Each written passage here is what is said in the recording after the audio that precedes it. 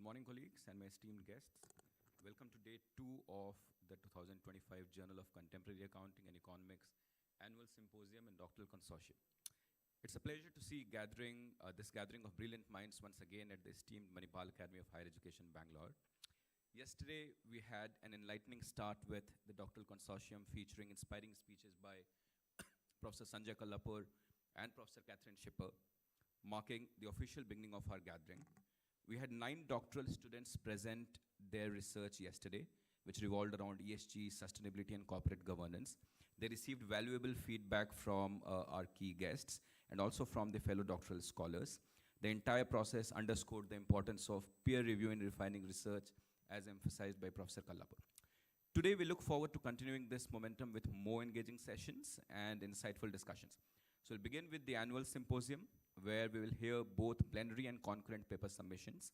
There'll be 3 concurrent presentations under the themes of corporate governance and financial performance, and corporate social responsibility and financial implications today. Additionally, we'll have 4 plenary presentations today. So we'll start today's event with a keynote speech by Professor Shivaram Ramgopal, who has kindly agreed to join us online. To introduce Professor Shivaram Rajgopal, he is the Roy Bernard Kester and T.W. Burns Professor of Accounting and Auditing at Columbia Business School. Professor Rajgopal has held esteemed academic positions at Duke University, Emory University, and the University of Washington. His contributions to the field of accounting have been recognized with numerous prestigious accolades, including the American Accounting Association's notable contribution to the Literature Award 2016 and 2006 and 2016, the Graham and Dodd Scroll Prize 2006 and 2016, and the Glenn McLaughlin Award for Research in Accounting Ethics in 2008, 2012, and 2015. He is a chartered accountant since 1987, and he has earned his PhD from the University of Iowa in 1998. His extensive expertise and celebrated research make him a leading voice in accounting and auditing. We are privileged to have him share his insights with us today. May I please request the IT team to connect and start his presentation.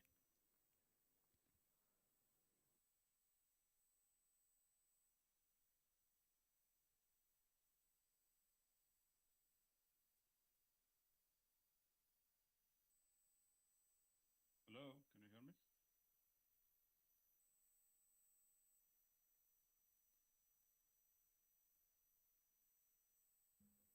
Hello, Professor. Yeah, hi, can you hear me? Yes, sir, yes, sir. You're audible. Can you see the slides? Yes, sir. No, not yet. You can please share the slides. Not yet. Okay, one second.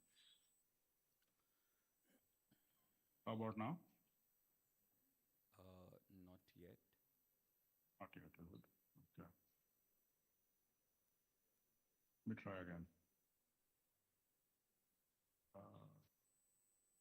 Share.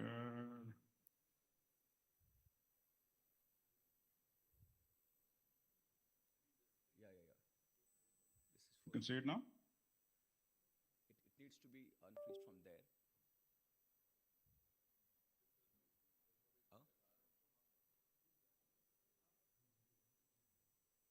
The screen is frozen here. Yes, the IT team, the screen is frozen.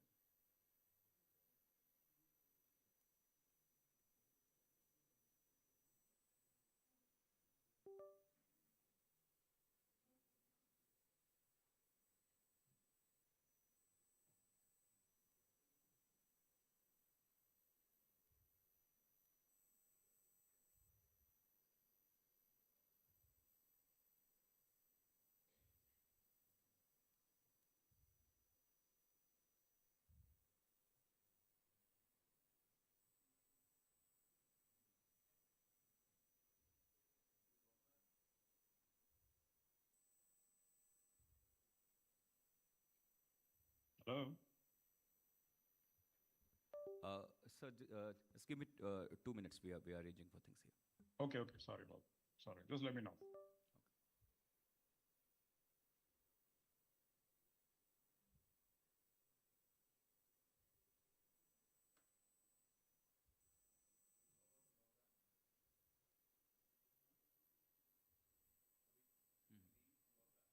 No, he has joined on the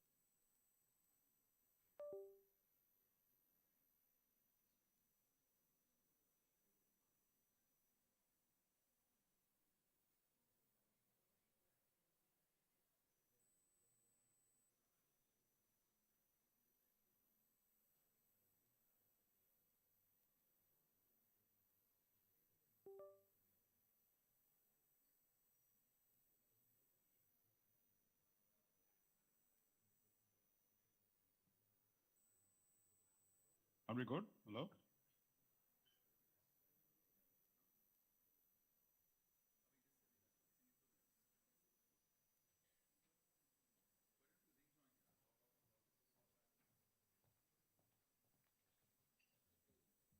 Hello.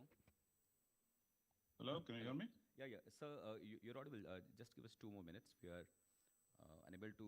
Okay, so I'll wait for your signal. I'll wait for your signal. Okay, thanks. Yeah, okay.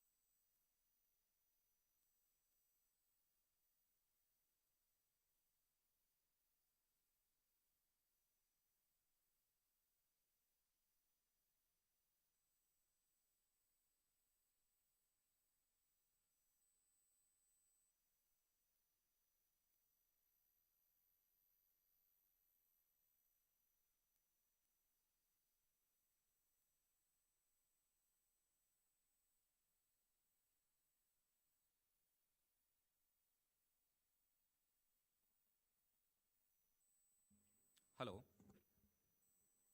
Hello. So you're audible as well as the PPT has been played over here now. Okay, should I start? Yes, sir. Yes, sir. You can. Okay, thank you. And, thanks for letting me do this online. Apologies for the relatively bad lighting, and I hope the, internet connection holds up.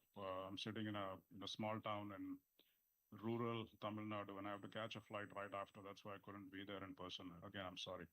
So when Ram asked me to talk about something, I said, maybe let me talk about teaching, because I'm sure you're going to hear lots of, excellent suggestions from people like Sanjay and Catherine, and I can't see the audience. So if you're there, hello, and I wish I could have seen you in person.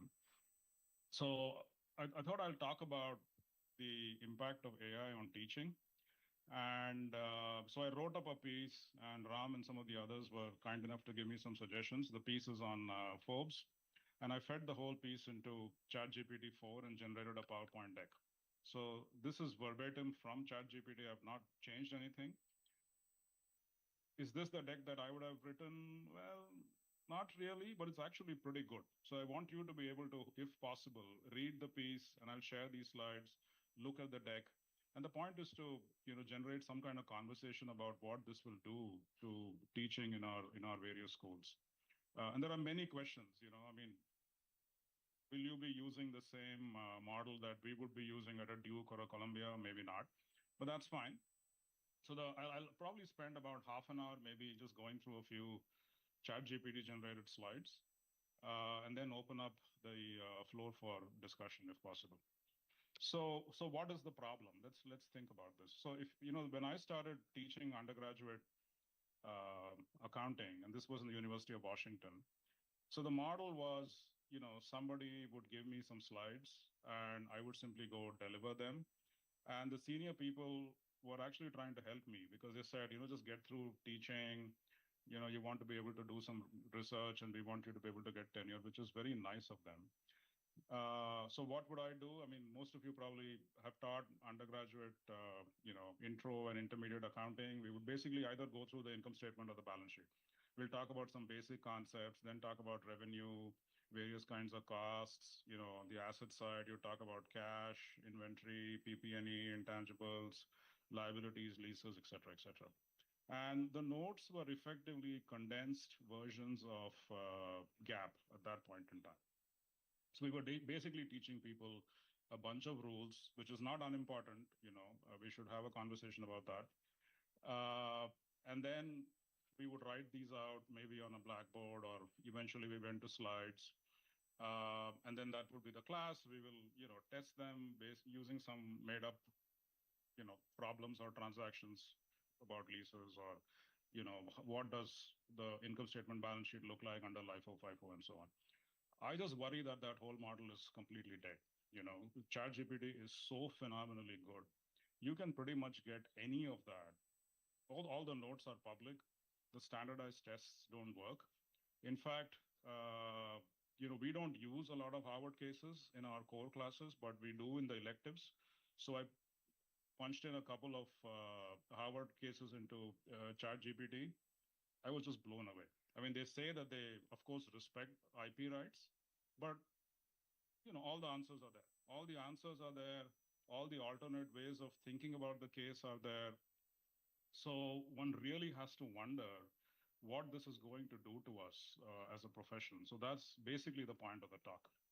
So as ChatGPT says in these slides, our model by and large relies on, some kind of sage or an expert who stands on the podium, and then we have a bunch of attentive disciples and they take down some notes, and then 3 months later we go through some standardized exams.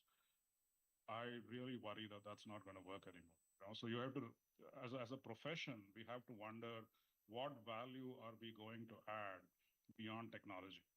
And perhaps the knee-jerk reaction is to ban technology, and I'm going to suggest that maybe in the core classes we simply need to probably go to in-person paper tests. But beyond that, this is an amazing technology. It's not going to go away.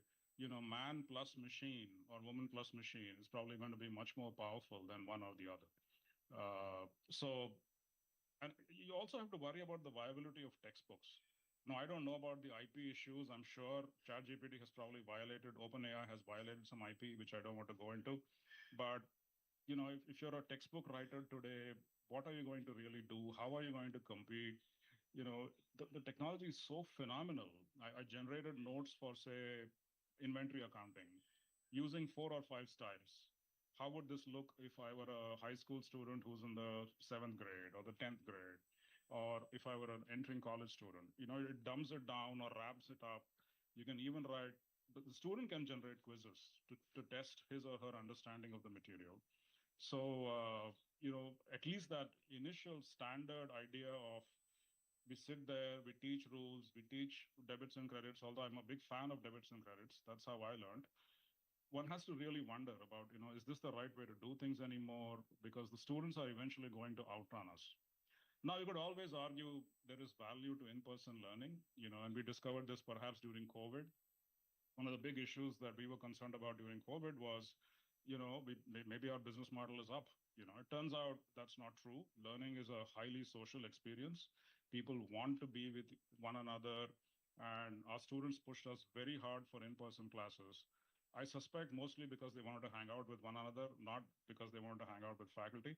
But still, there is some value to the social aspect of actually showing up, committing to a class, because even if you look at these MOOCs, a lot of people sign up, but not enough of them complete. So there is some value still to actually showing up and so on. But the question is it worth, $60,000, $70,000 or whatever we charge per year for an MBA, or whatever your institutions charge? So at some point, somebody is going to say, and the whole article was actually provoked by a person who I won't name, who said, and this person is at a top business school, 90% of what we teach in an MBA in this business school is on AI. So that is something to worry about. Now, that's why, I talk about the being there effect. People said the music industry is dead when, iPads and iPods came into being. It's to some extent probably true, but concerts took off. So there is some value to being there in person. But increasingly, if you're a Taylor Swift, you can fill an arena. I mean, how are the rest of us going to compete in this world is something to think about and ponder. Now, what could the solutions be? One strategy was maybe to go to an Oxford, Cambridge tutorial type system. And it's a fantastic system. I frankly don't know how they run it in an economically viable way, because they have weekly small group meetings with tutors, this deep conversation, debate, discussion, critical thinking. the more I started thinking about the system and the more I, floated a initial version of my piece to colleagues, they said this is an absolute non-starter in the US system. I mean, at Columbia, at any point in time, I think we have at least 2,000 odd MBAs. That's like 1 year. I'm guessing 2x must be like 4,000 or something, all the various programs combined. So if you want to go to a Oxbridge tutorial type system with maybe one tutor for 3 or 4 students, I mean, the business model will just blow up. It's not going to happen. Maybe the alternative, though, is to learn from the Oxbridge system. And I'm sure somebody's going to do this. If you're an ed tech entrepreneur, can you create some kind of chatbot which will, to a large extent, help us implement something like the Oxbridge system at scale? Is one possibility. And the other idea, which I'm really intrigued by, is this Bloom's 2 sigma effect. And this is not Nick Bloom. This is actually, I think, a psychologist who has this very interesting finding that one-on-one tutoring improves student performance by something like 2 standard deviations. So maybe the North Star for us as a profession, or maybe for an EdTech entrepreneur, can we come up with some kind of chatbot which will get us closer to maybe realizing the Bloom's 2 sigma effect? And I know this for a fact because my daughter's homeschooled, and it was very difficult, hugely painful, but the impact was phenomenal. I've lived the 2 standard deviations point. So that's something for us to think about as a profession, using chatbots, using some version of, ChatGPT, Claude, etc. Is there some way to recreate perhaps a tutoring type experience? And, things like Khan Amigo are trying to do that. I'm sure you heard of Khan Academy, fantastic resource. Maybe some of that is probably going to come to university teaching as well.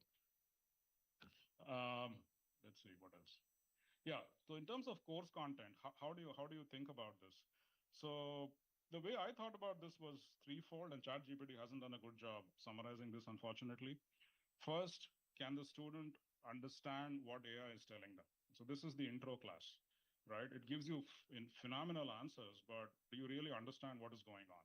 So there in the intro classes, I suspect things will not change a whole lot. You still have to teach, basic economics, basic accounting, basic, operations research, and so on. Although AI has everything, does the student have the ability to understand them? So in that sense, I think our intro classes are more or less safe. Perhaps we move to in-person paper tests, maybe, just to make sure that people actually understand some of these ideas. But once you leave the intro classes, you have to, ideally integrate AI pretty aggressively. So in the early electives, can you critique what AI is telling you? Because occasionally it still, as you know, makes up stuff, and this can be sometimes incomplete. And in the advanced classes, can we make it a force multiplier? Can we somehow use AI to make us stronger, better? And the reason these things are important is even if you go talk to the big four, one of their biggest markets these days is back office automation. I think back office automation is going to just skyrocket. So I'm on the board of a company where this company has software which can prepare a new 10K for you in 20 minutes, literally 20 minutes. Right now, the space is dominated by a company called Workiva, which it takes like 6-8 weeks. There's a ton of videos and instructional stuff that you have to learn to integrate this with the backend system. But SAP might be out of business. Some of the back office stuff is just going to skyrocket in the next 5 or 10 years. Are our students even ready for this, is the question. I'll give you one more example. This is a story I heard. General Motors has 150 people in FP&A.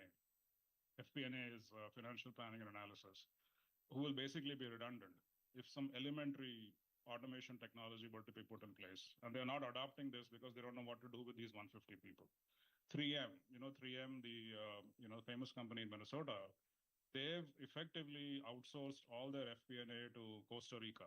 And since you're sitting in Bangalore, India, GCCs, the so-called global capability centers, are a very big deal. Something else I read was the most popular, fastest growing degree in India is the US CPA. So these kids are effectively getting US CPAs. They're being paid maybe a fraction of what the American CPA would be paid. So bottom line, at least for us in the West, We have to think very hard about what is back office automation going to do to our profession. Will we have a profession? Because, it's a serious concern. Getting people to take accounting electives, getting undergrads to sign up is becoming a huge problem, partly in my mind, because we've simply ignored technology.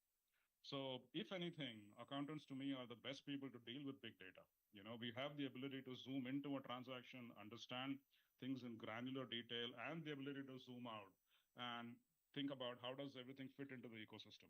So these are jobs that should not be going to MBA finance types, but unfortunately they are. So how do you prepare the workforce to deal with back office automation is perhaps what we need to grapple with in some of the electives that we teach.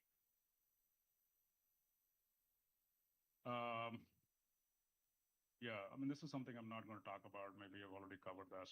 Yeah, the other thing I would say, one of the biggest values we hopefully add in business school is teaching students a bullshit filter. And, the world is full of bullshit. There are consultant presentations, lobbyists arguing one-sided for some position. For instance, in our world, this whole massive lobby about why we should not expense stock options, right? And they're very smart people, very motivated, paid a lot of money. They'll come up with all these fantastic arguments for why one shouldn't do this. But as a student, can you understand and poke holes in these issues? This is something that we can add. And I'll talk about two quick examples I ran on ChatGPT. So as you know, Tesla is now trading at like 1.4 trillion. So I asked ChatGPT to write a bull case for Tesla. Why would the stock price perhaps go up and why we should invest in Tesla? And it came up with an amazing 10-point explanation for why, Tesla is perhaps there's more to go and, there's a lot of upside. Then when I asked it to write a bear case, it pretty much rewrote the exact same 10 points, but put a negative spin on the story. So AI and ChatGPT, I think, is almost designed to please you as an audience member. It will give you what you want. So once you have the very same arguments, which are both pros and cons for the valuation, I mean, the human has to take a view, right? Am I going to put money into this company or am I going to short this? Perhaps, I would argue, perhaps that's the future. Another example I'll give you, every year I put out a so-called doom list, which means companies in the S&P 1500 that haven't even beaten 10-year US treasuries. Okay, so we're not talking about CAPM. They haven't even beaten RF, meaning risk-free rate. And there are roughly 220 odd companies this year in the S&P 1500, which is itself a curated list, right? So I said, if an activist comes in, write me a PowerPoint deck to motivate why we should say, change the board at Cheesecake Factory, which is one of the companies on the doom list. And again, AI did a fantastic job, okay? And Elliot or somebody probably would have written a similar deck, which is just incredible what AI did. But then of course, you can easily trick the machine. So you say, can you write me an activist deck to take over Amazon's board or change it? And it did it, and factually, the arguments were not wrong. It said, oh, Amazon hasn't outperformed Microsoft. But Amazon has, given 45% in terms of total TSR last year. So what should you do? And the bigger point here being, maybe we devote maybe a fourth or maybe a third of the class to rules and immediately push people into thinking harder about critical skills, misinformation, disinformation, because that is the future. I mean, whether we like it or not, the young students are using this. You may ban, you may do whatever you want, but you can't stop the, march of technology. So pushing people perhaps to think about, just give them the answers. The other idea is, the next time I teach, I'm going to do this. I'm going to print what ChatGPT gives me, and I'm going to attach that to my handout and say, before you do this, I'm going to do this for you. So this is like a flipped classroom idea. Think about what ChatGPT is telling you and come back to me in class and let's improve on that so-called solution. Or maybe we need classes in prompting ChatGPT, how to make the best of the technology. Because one of the amazing things with ChatGPT is that you can make it assume a role. You can make it assume the role of a critic, of an advocate. It can be, mid to low level tax consultant, investment professional. motivational speaker. It's just incredible what this thing can do. So let's keep going here. The other idea was maybe, at least if you're teaching an advanced elective, think about real-time forecasting. So this is what I do. So, I spend 12 sessions times 3, 36 hours in my class going through. I'll start with the standard economic model of how you add value. It's materials, labor, capacity, managerial talent. Then you take that wonderful framework to a modern day income statement and hope to work through, for example, Home Depot. We spend 2 days on revenue, excruciating detail. How does the company make revenue? What is quantity? What is price? What is currency? What does competition look like? What does the addressable market look like? So, and you force the student to go forecast revenue for the next year and the year thereafter. Most people will mechanically take last year's numbers and add 10%, but that's just lazy thinking. Is it because quantity is going to go up? Is it because it's going to be you raise prices? Is it because of foreign currency? Because they all have different implications for sustainability of the business, right? Or is it going to be through an acquisition? If you're going to raise prices, why would competition not respond? If it's going to be an acquisition, which company are you going to pick up? And the point being, you almost have to simulate what a real analyst would do or what a CEO would do, because this is what CEOs are doing every year when they do budgeting and scenario planning. You're forecasting, thinking ahead, dealing with a ton of complexity, dealing with how various factors interact. So maybe that's one way to AI proof yourself a little bit for now, because that's where an advanced human can add value. Because the low level stuff, more or less, frankly, is gone. It's very hard for us to add value with rules and so on. I'm not saying rules are unimportant. Rules are super important. The hope is that students understand the rules because they won't be able to come to this stage. Another suggestion, maybe we should just get rid of our final exam.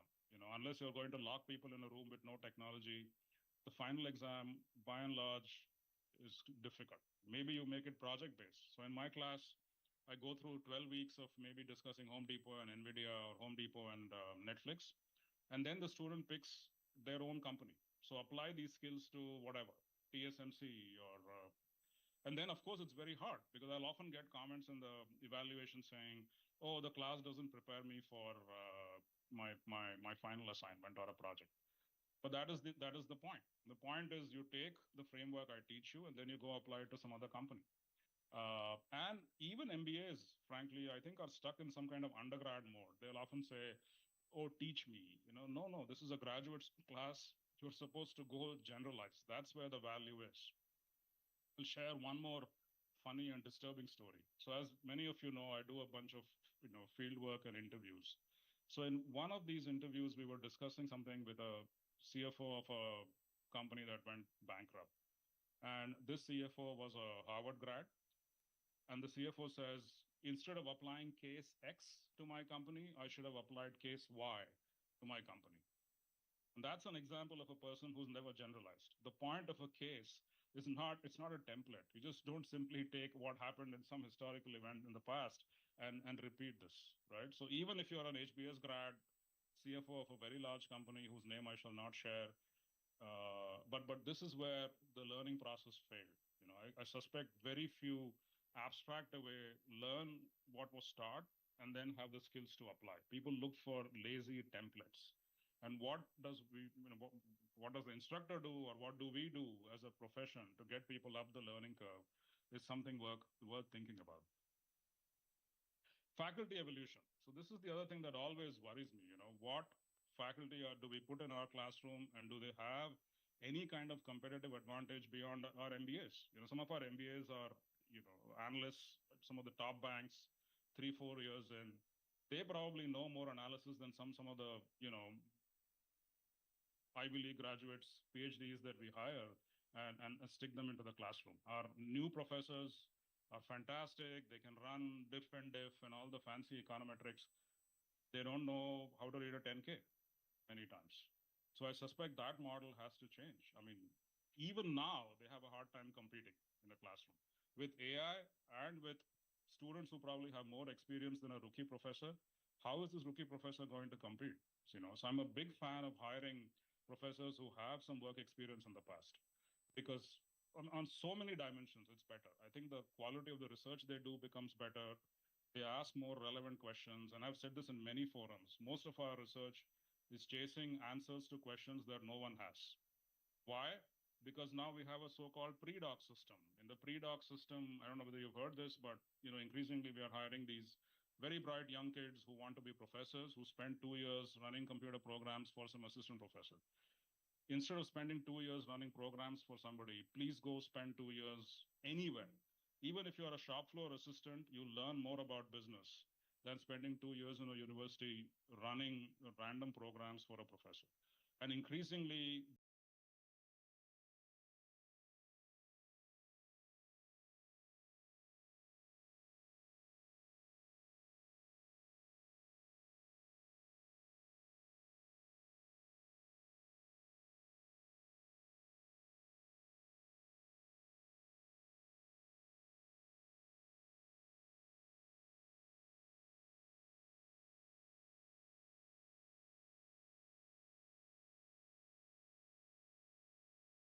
are people able to document so many changes and so many T-stats is sometimes beyond me. But anyway, the big point being, if you're a department chair, if you're a dean, I would suggest think about, the faculty you're hiring, not because this person is from some fantastic Ivy League school and has like gazillion publications. Can this person add value in a classroom? Especially with AI, what are you going to really bring to the table? Nobody is dazzled by your econometrics. Nobody cares. Are we effectively overpaying these people for running computer programs? If you can't even read a 10K, why are you an accounting professor? So these are questions to think about in general. Yeah, the practical component, even in business, So maybe, we have the three-month internship, perhaps make it a 6-month internship, teach some basic skills earlier and then bring them back once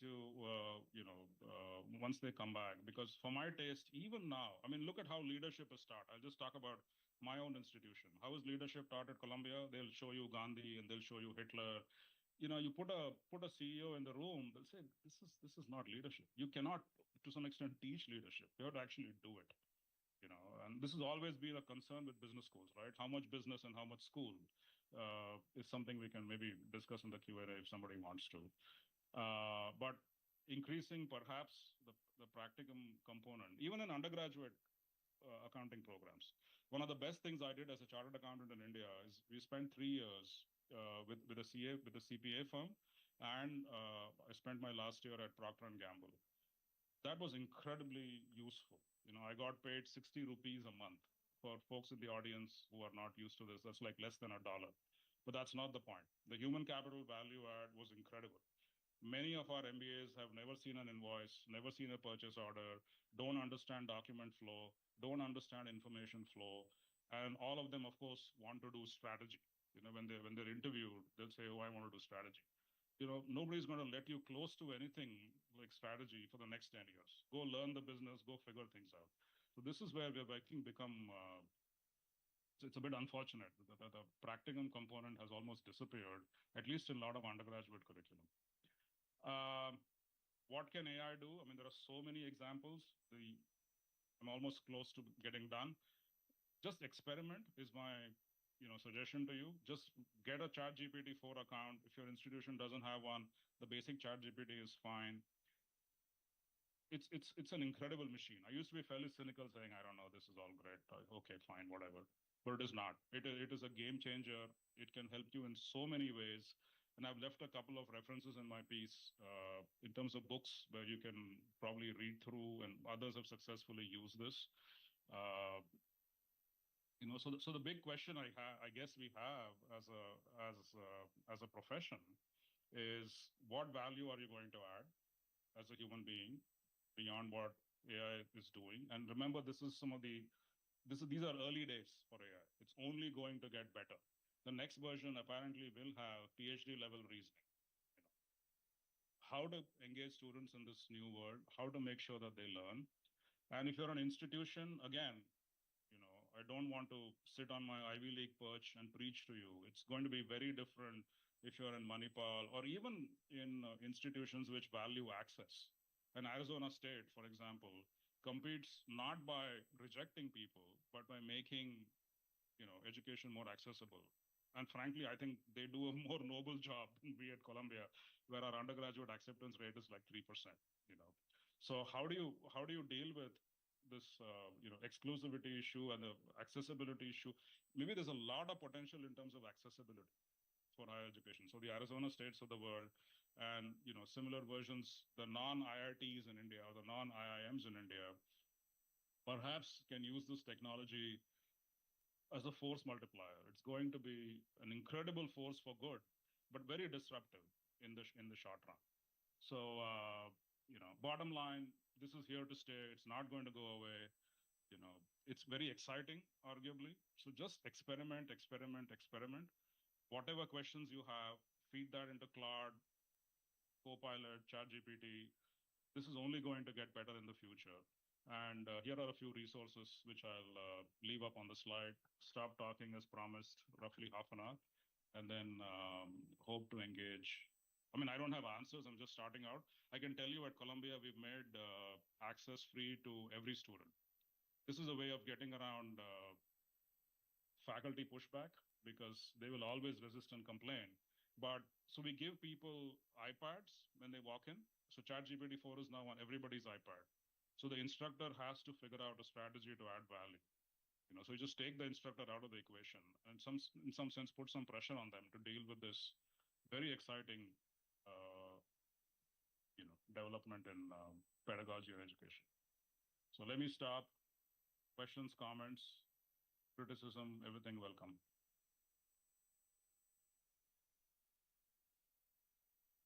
Anyone?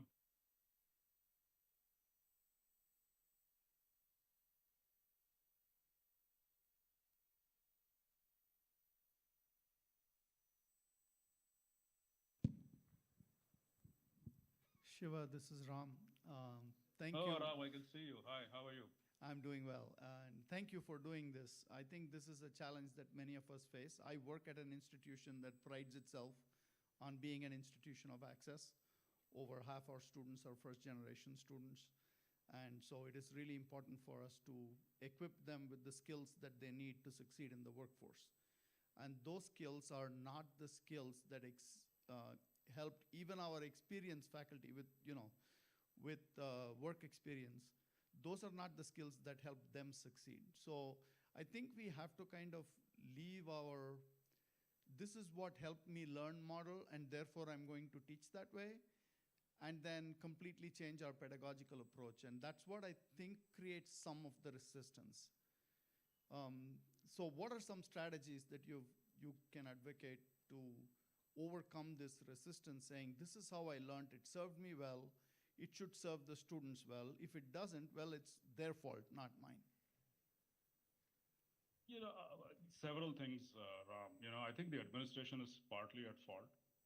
Deans are so scared of disciplining faculty. I mean, we have an OR dean, and he's been pushing this. He was a classmate of Jensen Huang at Stanford, and he often claims Jensen was not smart enough to get a PhD.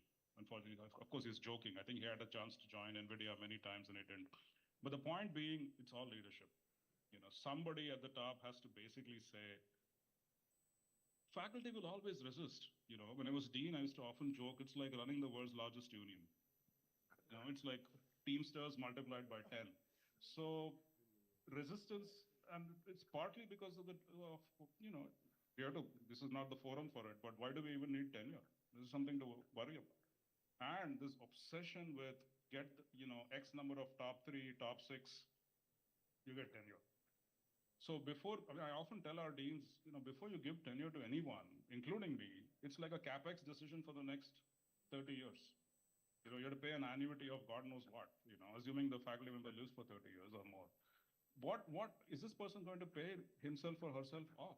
And frankly, in half the cases, I think no. People are, all kinds of esoteric research. Teaching is basically simply an afterthought. It's meant to subsidize our so-called great research. Who's reading our research? What is the value to this, institution in general? So anyway, I'm going to stop ranting. It's basically, I think, leadership. Somebody has to lay out a vision, and somebody has to have the guts to follow through on that vision. Make your promotion and evaluation systems consistent with that vision. This is stuff that we teach, right? So when you teach compensation, what do you tell people? What is the firm's strategy? Is there any hope that the CEO's comp has some chance of hitting that strategy? And then you come up with a bunch of KPIs, both financial, not financial. You discuss how much short-term, long-term weights, etc. Right?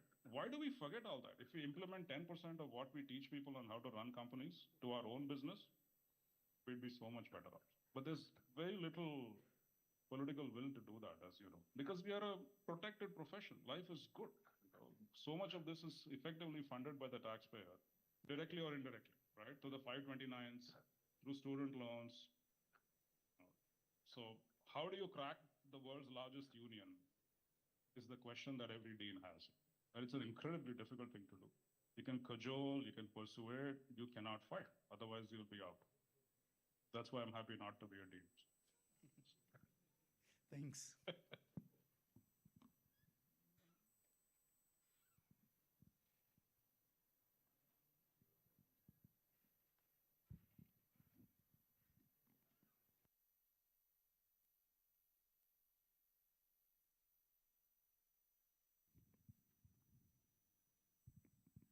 Yeah, hello, Professor. Thanks for the very Hi, how are inspiring you? talk. Yeah, I'm good. So one of the things that I grapple, at least nowadays, is, how to make my students and also myself, how to basically read. And it's so fundamental to learning, and especially in this age when we have so much. I mean, we read, right? We read a lot, Yeah. but we read so widely, and we don't we don't have depth in reading. And I struggle a lot actually nowadays, and even 5 years before, I think my reading habits were better than now. And I No, don't I know how hear to you, I hear inspire you. my students to read. Yeah. You know, this is a great question in general. You know, if you assign books, ChatGPT summaries of books are fabulous, by the way. So they are going to use them, whether you like it or not. Uh, for whatever it's worth, again, this is a model that barely works at Columbia, so I'm not saying others should use it. But we have the so-called great books curriculum, where at least maybe Ashoka here has it, or somebody I read has this in India.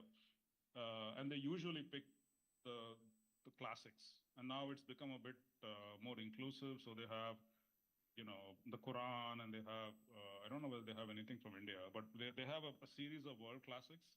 And maybe for a year in the undergraduate program, the undergraduate simply reads. Now, you could argue you need a lot of life experiences to even appreciate the classics because they are so deep. But that's okay. At least you instill some kind of love for reading. Kindle, again, I hate the Kindle, but I live in a cramped New York apartment, so I don't have space to store my books. But Kindle is better than nothing. Maybe assigning people things to read, give them ChatGPT summaries and ask them to improve on it is one way to check whether they actually read. Have book clubs, have discussions. If you can't recreate the Great Books program, something similar to that, maybe just even for one semester, even in an MBA program, I think a Great Books curriculum might be helpful. Because most of the great books talk about management effectively. It's about life, it's about leadership, it's about trade-offs, it's about difficulties, it's balancing, values and value. So one concrete suggestion, even if you're running an MBA program, one semester with the Great Books program, maybe something to think about. I mean, I don't know which institution you're from, but are you in undergrad or MBA? Or? I'm from TAPMI, Manipal, so I teach postgrad, the MBA curriculum. Postgrad, okay. So that's something for your dean to think about. Maybe a one semester Great Books curriculum. That might really help. I think some schools are pushing students to take acting classes, for instance, MBAs. Right.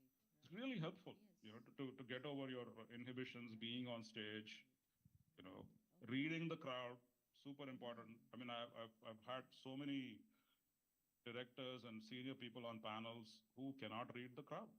They will not shut up. I mean, I can't unfortunately see the crowd, but elementary EQ is sometimes missing in our leaders. So that's where you can add some value. Yeah, that's great.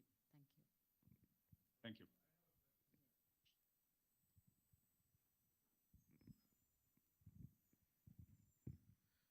Hi Shiva, this is Madhu here. Sorry you couldn't be Madhu, here in hi, person. how are you? We've been in touch I'm so by sorry email. again. I'll circulate. It's my fault. I'm sorry. No, not a problem. I certainly hope to have you in Manipal next time you're in India, in Bangalore. So certainly I'll circulate your materials to the participants. I have two observations, not so much of questions. Yeah, please. I want to draw upon what you said about the Oxbridge system, which has the sort of a tutor. And I lived in Melbourne for many years, and we have a very similar system where there's a head tutor for every 15 students. And there's a lot of very good discussions that take place, both at the undergrad and the postgrad level as well. I think that is a sort of a system that we should probably think about. I know you spoke about the business model in Columbia, it would not work. But I always felt that having a tutor after the lecture gives a 2-hour lecture or whatever, then you break the 1,000 students in 50 groups of 15, 20 each. I've always felt there's a lot more chemistry, there's a lot more personal connection, and you tend to discuss very interesting things in that 60 minutes of tutorial. Do you do something that like idea. And Madhu, the advantage you have, unlike the US, is your cost of labor is low. Yes. Almost zero. So you can implement that, right? And perhaps that's true even in Oxford and Cambridge. I don't know how they make their books work, but it will never work for us because, you know, the one challenge we have sitting in New York City, our costs are 2x of other people, but we can't charge 2x tuition. Correct. You know, so it's ultimately, as you know, it's all cost, unfortunately. Yeah. So maybe that's something you could easily consider, which we will have a very hard time with. Yeah. On the leadership point, I couldn't agree more with you. I head the whole campus. I know how difficult it is to deal with faculties. I just wanted to sort of think about one issue, which is about the tenure process. You know, I hardly find, Shiva, people who are amazing, outstanding educators, educating teachers, but they never get promoted because people like you and I and many other people will say, but where is your management science? Where is your journal of finance? Where's your accounting review? And then unfortunately what happens is the best teachers, probably for some reasons they don't pursue research, but they are amazing in the classroom. And we end up losing them because we turn around and say, but I don't see any research from you, therefore I can't have you in the system, right? I'm sure in India it's not as difficult as it is in the US or in UK or Australia, wherever else. But we are tending to follow the same system, which is a little unfortunate. Do you have any views on this? I know you did mention a little bit, but perhaps I thought I'll just pick a little bit more on your brains and see. Yeah, I mean, it's a pet peeve of mine. I think tenure is a currency that we give away too easily. It's become a checklist process where, I mean, I write in my piece, you know, to a great extent, and this is controversial, it's probably going to upset many people, but I don't mind saying it. It's just, why are we publishing? 90% of the time, it's become a way to create a scorecard in terms of figuring out who to give tenure to. So there are lots of people who will publish, but they don't know much about business. Yeah. As I said, many of them don't even know how to read a 10K. I'll talk about one practical example of an individual who I shall not mention by name, which I overheard in a classroom. This person said, oh, Home Depot's book value is negative, hence Home Depot must be bankrupt.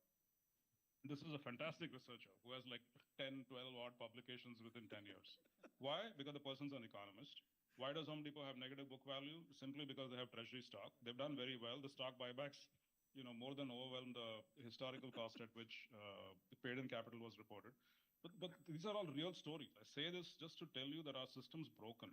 Yes. There is no incentive to fix anything, unfortunately. So all I do is practice what I preach. So when I'm involved in hiring, I make sure I do not recruit such people. Now, going back to your point, you can easily consider 2 tracks, Yes, right? I mean, places like Harvard have done this forever, right? Bring in ex-CEOs, others who have a lot to add. They have a lot to add to the research process as well. So create separate tracks, change the evaluation process. Should we completely get rid of research? Maybe not. I mean, it keeps you intellectually alive. It keeps you hungry. It keeps you active. But again, it can't be a checklist business. You know, most people get tenure and just switch off. So do we have enough carrots and sticks in the system to keep them engaged is something to worry about. Yeah. Give tenure sparingly. Yes.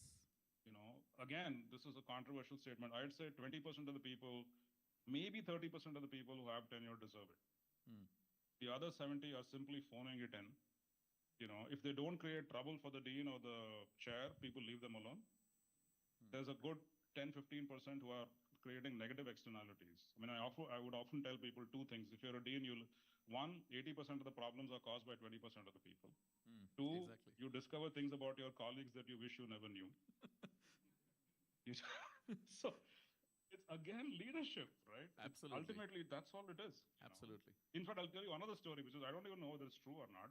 But apparently, somebody in China for a while ran a business where the CEO was basically an AI. I don't know whether it's true, but I read this somewhere. And everything was fine. So I'm not saying we need to replace people and so on, but I'm just trying to throw out some, hand grenades in the audience to make you think and make you question the existing system. Absolutely. Well, thanks, Shiva. Thanks very but much. I look forward to talking to you at greater depth. Indeed, I'm happy indeed. to share my experience. Indeed. And wish you and family a very happy new year as well. Thank you. Thank you, Mother. Thank you so much. Shivas, Ram again. Can't stay Hi, away Ram. from you, I guess. So No, one no, of the it's things fine. we can do simply about reading and things like that, I just tried this as an experiment. Instead of giving them a problem to solve on revenue recognition, I simply print out the section, the revenue recognition section from a company, say Cisco, and outline a transaction and say, describe the revenue recognition process for this transaction, which forces It's a them to lovely read idea, it and apply it. I'll build on that. So what are the assignments I've given? Remember, all this is like risky in a world of teaching ratings. This is my other problem, right? Why are we so obsessed with faulty metrics? This is what I teach in accounting. Don't consume metrics mechanically. EBITDA is a stupid idea, for instance, right, etc. But this is what all of us do, including our school. Nobody does course audits. We don't weigh ratings by, is the student even present in the classroom? Something as basic as that. You're just swiping and saying some garbage. But anyway, coming back to your point. So this whole comparability literature, right? You've seen this, right? There's so many papers on doing some, bizarre reverse ERCs and so on. So if you actually try to do comparability, I mean, I tried this experiment and I failed. Take Coke's, accounting principles, let's say revenue, other things. Try to rewrite Pepsi's books using these principles and vice versa. To me, that is true comparability, and it is incredibly hard, right? Try this for pharma companies. So many different milestones people use to book revenue. Comparability is a non-starter. It's super difficult in the real world. And somehow our research claims that I ran this reverse regression and somehow it got it. This also comes back to the point of AI. There's a lot of AI snake oil. Algorithms are being used all the time to make critical decisions. I mean, look at the unfortunate assassination of the United CEO. United is using a lot of algorithms to decide, who should they deny claims to. This is being repeated over and over again in so many contexts. Hiring. Most of the hiring now is you send in a resume, and then a bot decides who to invite. There was a story where apparently one company asked people to send video clips. And the algorithm decided that if there's a bookshelf in the back, for some reason, that person's not there. And it was systematically rejecting bookshelves. So all of us, even if you do nothing, you need more human element in education. Perhaps think about a great books idea. 3, teach people statistics and probability. This is all in-sample stuff. Half the time we don't know what these algorithms are doing. Why does it necessarily work out of sample? Who's checking this? Companies that actually use these models are tight-lipped, completely opaque about the success and failure. What are the type 1, type 2 errors of these things? So the other recommendation is everybody should learn some deep statistics. Just to understand, because models will run the future. The litigation of tomorrow is not contracts, it's about algorithms, right? Anyway, I just went off on a tangent. I don't even remember what you asked, but what did you ask again? Or did I even respond to you? One way to kind of improve reading revenue is recognition. Contextual reading. Just Absolutely. give people things from actual 10Ks as opposed to textbooks and have them work through. I love that. Exactly. Why are we giving them made-up problems again? This is how most of us learned accounting, remember? Go back to your earlier point. This is life of FIFO. Okay, some made-up stuff is important. You understand the mechanics. But many of our students who go through these made-up problems can't read a 10K. We've completely failed as educators, if that's the final outcome of this process, right?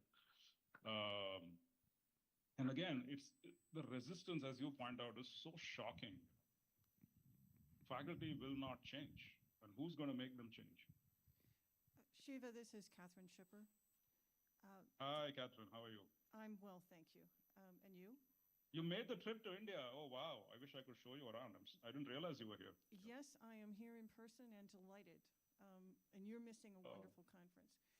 First, thank you for that outstanding dystopian view of a highly adverse future.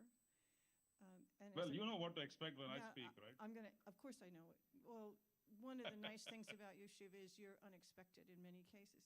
And I've been teaching out of Form 10K for 20 years. But my specific question is, given the number of young people that we have here at this conference, including doctoral students and those who are just starting out in the business, do you have some 3 or 4 constructive things they could try to do to navigate what you're describing as a difficult time of disruption and transition?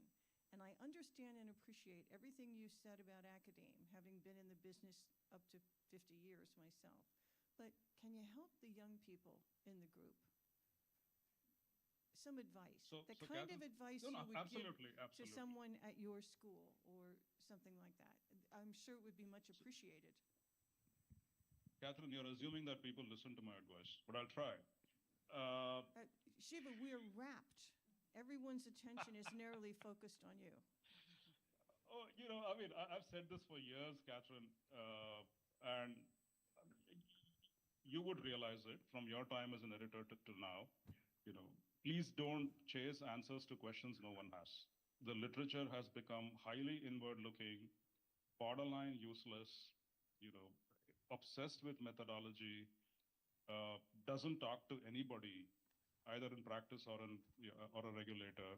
Elementary descriptive work in my books is just fine. If other journals don't take elementary descriptive papers which are interesting, please send it to management science. I'm happy to entertain them. Start with the question. Don't start with shocks. I mean, there are assistant professors I know who have a database of shocks. These are shocks looking for questions. So they'll take a shock, some random thing somewhere, and stick in disclosure. How many papers have you seen like that, Catherine? I've seen like hundreds of them, you know. Point number 3, please talk to a real CFO or a real CEO before you start a project. Ask them, does it pass the bullshit filter? You know, does it even make any sense? You know, if you talk to people in engineering, those are people who are interested in solving problems. They're not trying to write papers. At least in accounting, people are trying to write papers, not solve problems. There are hundreds of interesting problems to talk about, except nobody's kind of, you know, looking at them necessarily. 4 or 5, you know, hire somebody who fights with their advisor. There is far too much conformity, far too much political ass-kissing in our profession. Because why? We all become system crackers. Can I get the X number of papers by making sure the JCAE editors are happy with me so I can get tenure and rest in peace? Are you changing the world? 15, 20 years later, is anybody going to read even one paper in your portfolio? I can go on and on. Hopefully those are constructively dystopian. Hi, Prof. My name is Kirti, and my question is going to be more in the Indian context. Hi. So if I was to think about launching electives in accounting, you know, for a master's program, according to you, what would those prospective areas be, which would do very well with the recruiters and the industry? And obviously, we as faculty would like teaching them too. So this is accounting, right? Just to make sure. Accounting, finance. Yes. Yeah, okay. Yes. You know, one simple thing to do, I'm a big believer in that. Instead of guessing what people think, go ask them. So create an advisory body of recruiters. They could even be your alums because they have some emotional connection with your institution and they want to add value to you. And tell them, what are you looking for in a candidate? Because whether you like it or not, they end up retraining the people we put out. I'll give you one example. So there's something called training the street in Wall Street, where what is training the street? They usually hire, ex-traders and investment bankers and so on, and make our students repeat effectively elementary valuation, elementary corporate finance, elementary accounting. And there's the HR lady sitting in the back, so you can't really goof off, unlike what you did at Columbia, right? So but this is expensive and wasted. I mean, many a time it's coaching them in how, say, Goldman Sachs would run a model versus Morgan Stanley, which is somewhat useful, fine. So the bottom line, invert the process, talk to recruiters, ask them what they want. Even if you eliminate 10% of their post-hiring training cost, you would have added a lot of value. Sure. Ask them. Sure. Make them active participants in curriculum development. As faculty, we are very proud. We are usually arrogant. We say, we should have complete say and leeway in how you write your, what you teach, and that's all fair. You need that, right? But is there any harm in asking the ultimate customer what he or she wants? Can a business survive without doing elementary market research? But we as a business continue to survive because more often than not, there are barriers to entry. The demand for getting into a Columbia or a Duke or an MIT has skyrocketed. When was there entry? There was no entry. In any other business, there will be entry, right? Somebody will actually launch a product. No, that's why the price has gone up in general. So we are a peculiar business. We are very lucky. We are sitting on monopoly rents or oligopolistic rents. We don't have a bankruptcy constraint, at least the big schools, because the money will keep coming, even if we piss our constituents off for a while. So exploit that, use that, talk to recruiters. Sure. Thank you. That's helpful. Sure. Hello, Professor. I'm Saurav, a PhD student. My question was with regard to the grading. So I'll be in the job market next year. So we'll ask the students, go use the AI, come up with the solution that you have. But how do we grade the students? The students, yeah. How do you grade? One idea is grade them on the value add. If you're bold enough, just print what ChatGPT will tell you. You can run the query yourself and run it a couple of ways, print it and give it to them. So it takes the elephant out of the room, right? And then you tell them, now you add value beyond this. Is one way to do it. Elementary classes, I think you probably, in my view, have to go back to in-person, device-free paper tests because they are quite refreshing, You don't even need a calculator, nothing. Just show up, tell me what you learned. Because this is the issue. Do they even understand what AI is telling them? And if we don't even educate them to that level, then we are in trouble, right? In the future, once you look at early and late electives, do it project-based. This grand exam's not going to work. Cases are also problematic. Remember, I think HBS has a problem, frankly, because their business model of writing these cases, at least based on public information, is not going to work anymore. They do some deeper cases where they go talk to the manager, have some private information. Maybe those cases will work for a while, but even that, in my estimation, will go away. So it'll be interesting to see what Harvard does in response. Maybe they have so much money that they'll put in R&D time and they'll kind of create chatbots and so on. But bottom line, to your point, entry classes, you still have to test them on the basics. Make it device-free, right? Later classes, make it project-based. Consider some of the ideas I talked about, a real-time forecasting class, or push them on unit economics, or push them on implementation. A lot of management schools, we don't teach them management. Solutions are easy, right? Implementing them is incredibly hard. Just go ask your dean or your department head. So the trade-offs in implementation is something we can talk about, for which you need experience. This is my earlier comment about, you pick up these pre-docs who've gone through these amazing PhDs and learned some econometrics. It's not going to cut it, in my view. So get some work experience. In fact, I've even advocated for our faculty, instead of taking sabbaticals, maybe you want to go spend a year at Goldman Sachs or somewhere. Anywhere, you'll learn something. Thank you, Professor.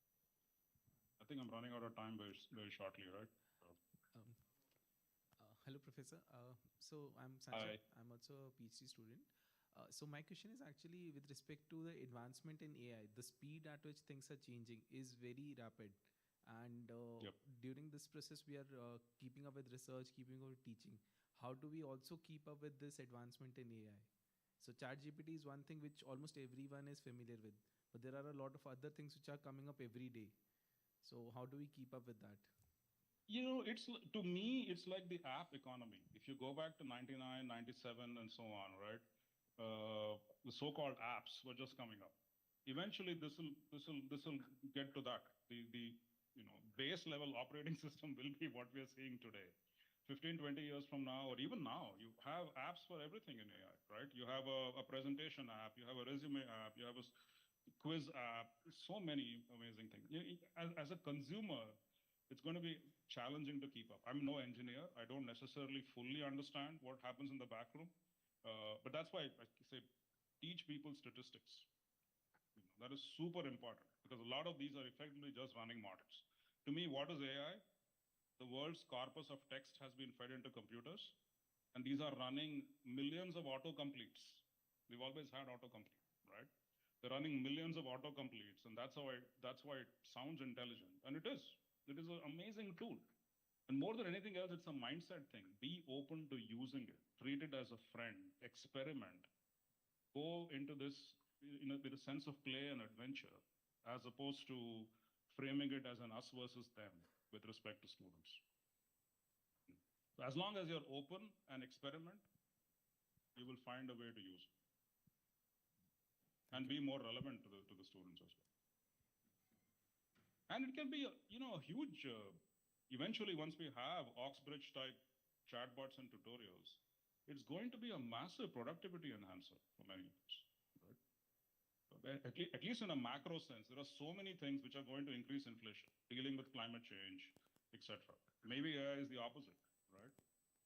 The applications in healthcare and education, I think, are just going to be phenomenal. Thank you, Professor. Shiva, it's Madhu again here. I just wanted to thank you for. Sorry, I know. I need to get out of here. We would love to engage with you for another hour easily, but I know you have pressing commitments. But I wanted to thank you not just for the outstanding talk, but also for the very unfiltered Rajgopal sort of conversations, which is brutally honest views, which I think is phenomenal, not just for faculty, but also for the doctoral students who are here. To hear from you on, what sort of research you should do, how do you begin, and how not to give teaching a stepmotherly treatment, which a lot of people tend to do because their focus is always on research and, teaching is just an afterthought, as she rightly said. So, we really missed you here. As Catherine said, it would have been wonderful to have you here at the conference. But I'm hoping that all going well, we'll have again the JCAE conference in India next year too. And we love to have you in person to have more wonderful, purposeful, meaningful, very insightful conversations we had today. So if I can request everyone to join me in thanking Professor Rajgopal for an outstanding talk. Thank you so much. Thanks for having me, both Ram and Madhu. And, just as a final point, Madhu, thank God I have tenure. It's hard to say these things when you don't have tenure. Thank you, Shiva, and have a great year. We look forward to seeing you soon. Thank you very much. Thank you, Bye. Madhu. Thanks, everyone. Thanks. Bye.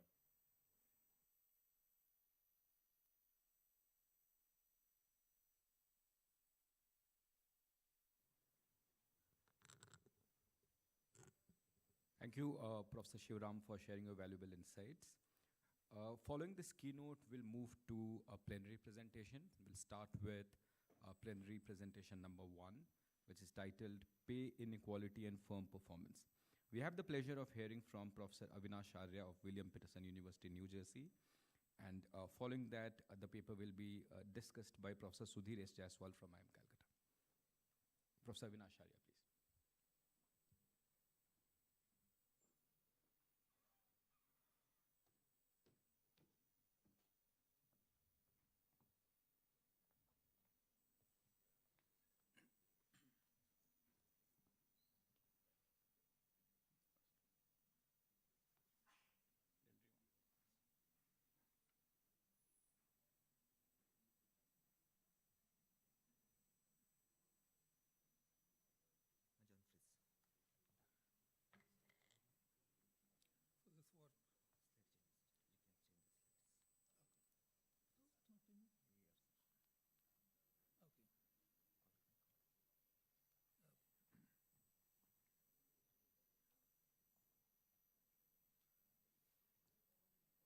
morning, everyone, and welcome to our presentation.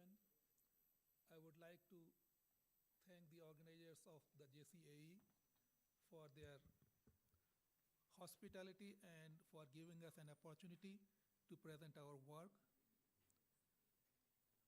This is a joint work with Professor Neerav Nagar of Indian Institute of Management, Ahmedabad, which also happens to be my alma mater. So this study is about pay inequality and firm performance. Pay inequality can be defined either horizontally or vertically. Horizontal pay inequality refers to pay differences at the same level. Vertical pay inequality refers to pay differences across different levels. In this study, we focus on vertical pay inequality, hereafter PI, and we define PI as the ratio of CEO work pay to the average worker pay. We use ROA, return on assets, as a measure of firm performance. So the PI has increased dramatically over years across many countries. For instance, in the US, in 1965, the CEO made 21 times as much as an average worker.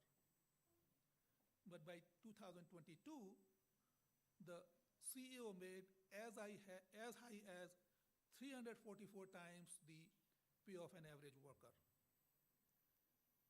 And in response, the governments in many countries like US, UK, and India have mandated disclosure of CEO pay data. And the unstated hope here is that given the disclosures, right, the activist groups and the shareholders will rein in the CEO pay. In this study, we don't address the question whether the CEO pay is high or low. Rather, our focus is how this pay inequality or PI affects the performance of a firm. So the research questions that we try to answer in this study are two. One, does PI influence firm performance? We don't know that, right? And if the answer is yes, then what are the drivers of influence of PI on firm performance?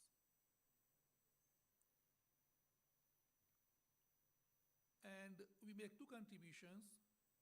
One is that we devise and employ enhanced DuPont ROA decomposition to test the predictions of competing theories. And the advantage of this decomposition is that we can test these theories simultaneously, and some of them have competing predictions about the effect of PI on firm performance.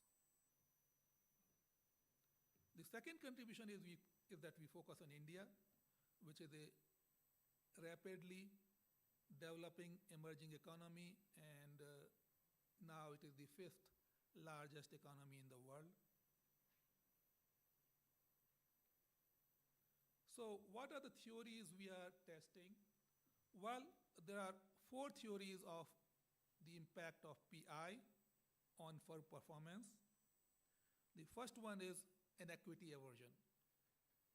So in inequity aversion, the theory is that employees compare their contributions, the efforts, the skill, and the talent that they bring to the company with the rewards, pay, working condition, recognition, etc., that they get from the firm. And they compare their wage or reward W with what is ideal in terms of the effort they put in. So they have this conception of fair wage, which is the reward effort or effort reward ratio. And then they compare this ratio with others in the group, in the firm. And rightly or wrongly, the CEO pay is often considered as a reference group because it is easily and publicly available. So they are looking at the CEO reward effort ratio with their own reward effort ratio. And if they find that that ratio is higher, then they respond by reducing their contribution to the firm. And this is based on Yellen and Ekerlof fair wage hypothesis. So the high PI in this framework engenders a feeling of resentment, of deprivation, and the employees respond to this by shirking, right, absenteeism, and even quiet quitting. So the implication is that PI has a negative influence on firm performance. The second theory is what we call competition for promotion. And in this theory, the pay differential between two successive levels, the vertical PI, is the magnitude of prize that is awarded to the best relative performer at the lower level. And the promotion to the CEO position is considered the ultimate prize. So in this perspective, the larger the pay gap, the larger the PI, the stronger is the motivation for lower level employees and executives, right, to exert effort and perform their best so they can get the promotion to the next level. So this predicts a positive impact of PI on firm performance.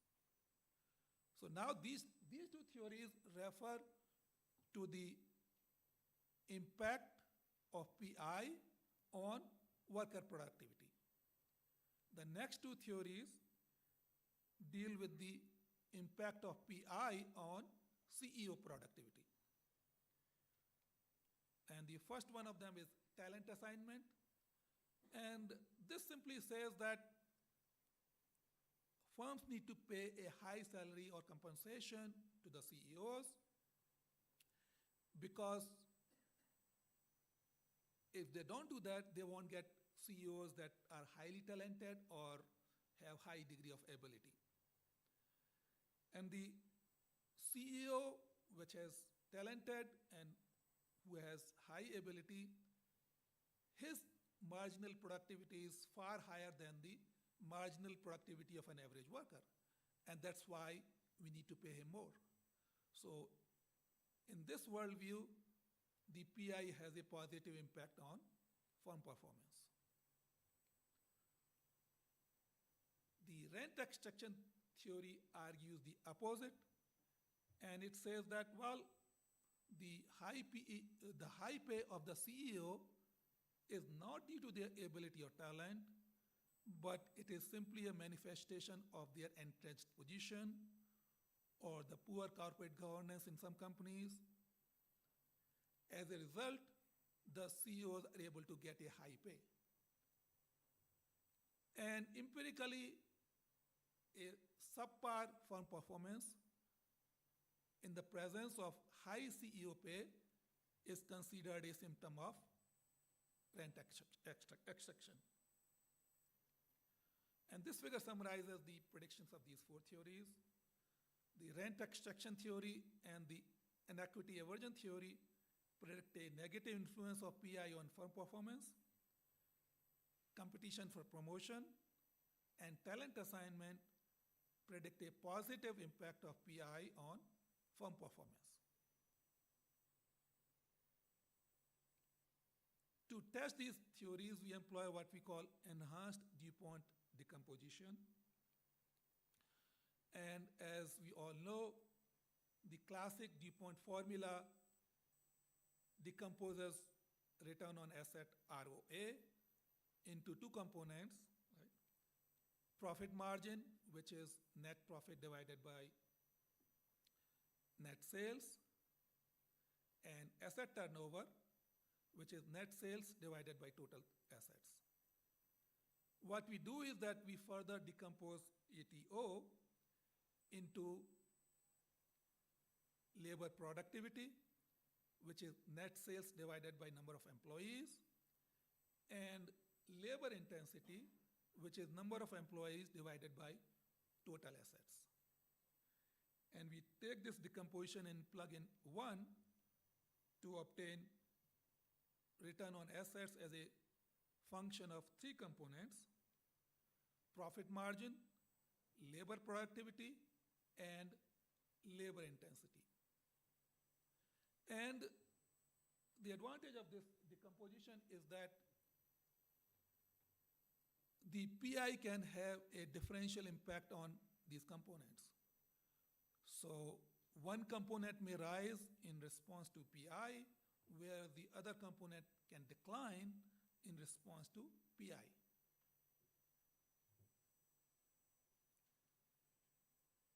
To test the theories, we employ the simple regression model, rather multiple regression model, in which we regress year ahead ROA on the log of pay inequality.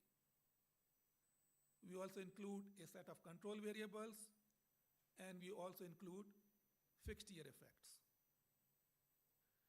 And following the ROA model, we also use the ROA decomposition model, where we simply replace the ROA with its components, which is profit margin, asset turnover, labor productivity, and labor intensity.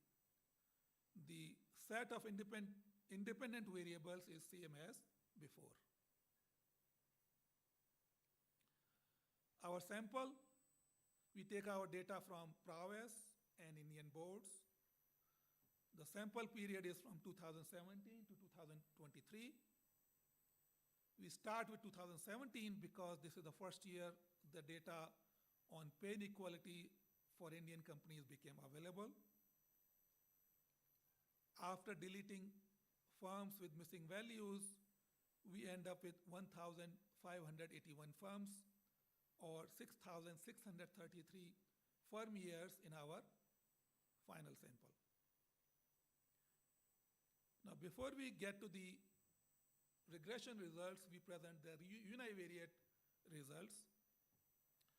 So in this graph, the x-axis depicts the PI deciles, and the ROA is depicted on the y-axis. So for the ROA corresponding to each decile is basically plotted here.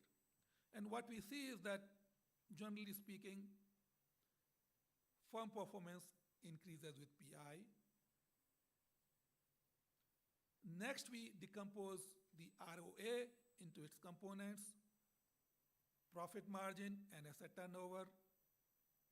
And again, we plot both of these components against PI. So we again see that the red line, which is profit margin, is rising in response to PI, although it is kind of more like it rises, flattens, then rises, then again flattens. But in general, the trend is that it's rising. The asset turnover, on the other hand, the blue line or the purple line, is rising initially, right? Then it kind of flattens out as we move to the higher deciles of PI. Then we decompose the ATO, or asset turnover, into its components, which is labor productivity and labor intensity. And here we find something interesting. What we see here is that the red line is labor productivity. So if you look at the line, it rises in just initially, and then it kind of flattens out. And as we move to the highest deciles, it also declines slightly. The labor intensity, on the other hand, rises dramatically initially, kind of flattens out a little bit, right? And then again starts rising. So here we see that there's some evidence that the decline in labor productivity is being compensated by a rise in labor intensity, which means more workers are being hired. And that is the reason we see this kind of flattening out of the purple line, the flattening out of asset turnover. It is because one component of asset turnover is rising, the other one is flat and declining, and that's what we get as a result. But we cannot put too much emphasis on these relationships because these are all univariate relationships and they don't control for other factors that affect firm performance. So for that we run regression, and the first regression is basically we are regressing ROA on the year ahead ROA on PI. So if you look at column A and C, they just contain the PI, and column B and D also include control variables and fixed year effects that we mentioned earlier. The only difference between column B and D is that column D contains industry adjusted variables. That means we subtract the median industry value each year from the variable. For convenience, we focus on column D, the industry adjusted variables, although the results are similar across columns. So here we see that the PI is significantly and positively associated with ROA. And the effect is economically significant. One standard deviation increase in mean PI results in a 25% increase in the average ROA.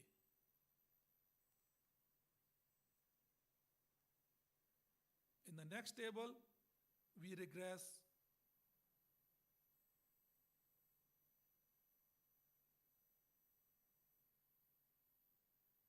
the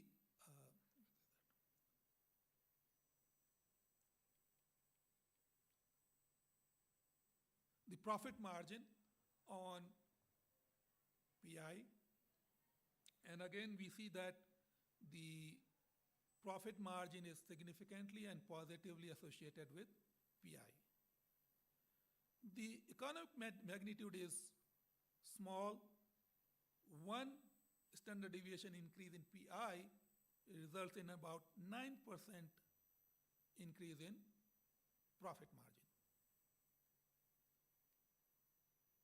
Then we regress the asset turnover or ATO on PI, and again we see that asset turnover is positively and significantly related to PI. The economic magnitude is again small.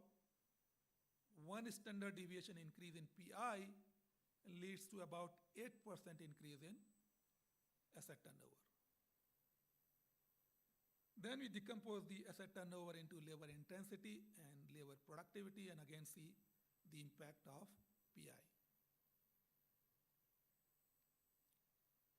So this table, we regress here at labor productivity on PI, and what we find is that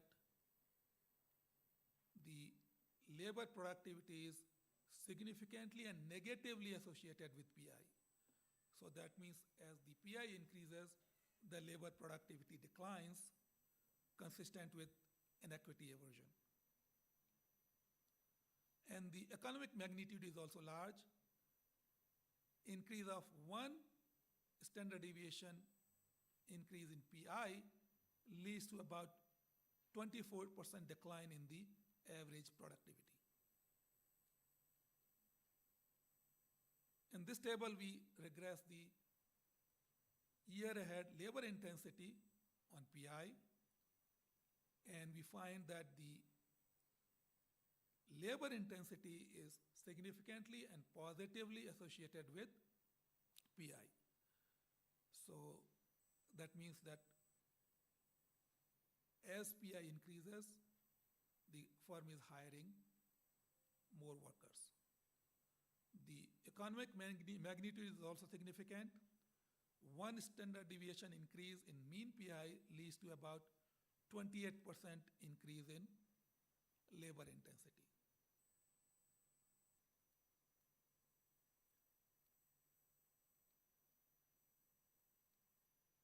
So what we find is that some components of ROA are consistent with an equity in an aversion, for example, decline in productivity, whereas other components are consistent more with talent assignment or tournament for promotion, especially the profit margin portion.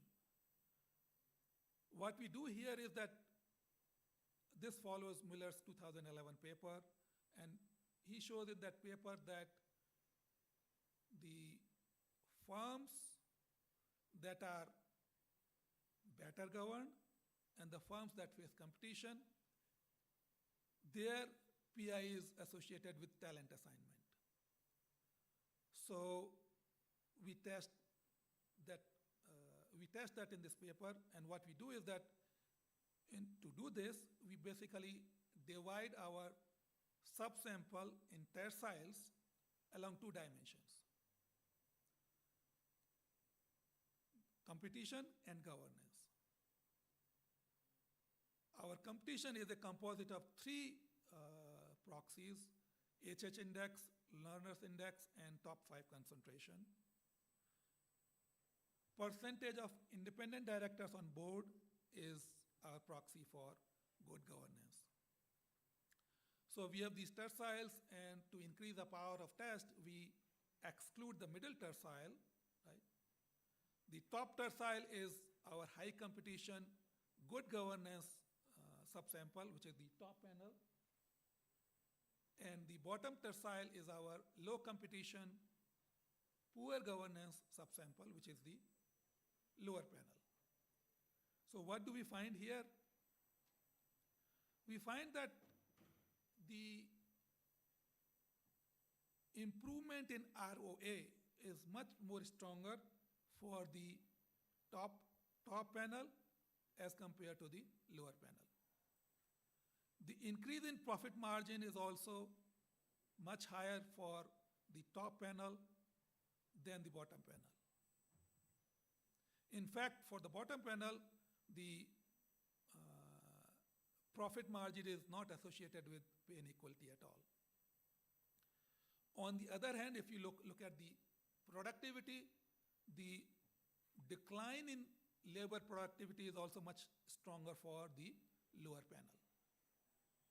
So we find that for the high competition, good governance group, we have evidence supportive of talent assignment, whereas for the low competition, poor governance group, we have evidence that is supporting an equity aversion.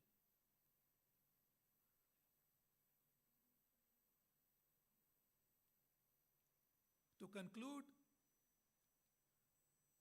we devise and employ an enhanced DuPont ROA decomposition to test the empirical predictions of 4 computing theories. And this enables us to basically test the differential predictions of these theories. What we find that the PI leads to an improvement in ROA. The source of ROA improvement is both profit margin and asset turnover.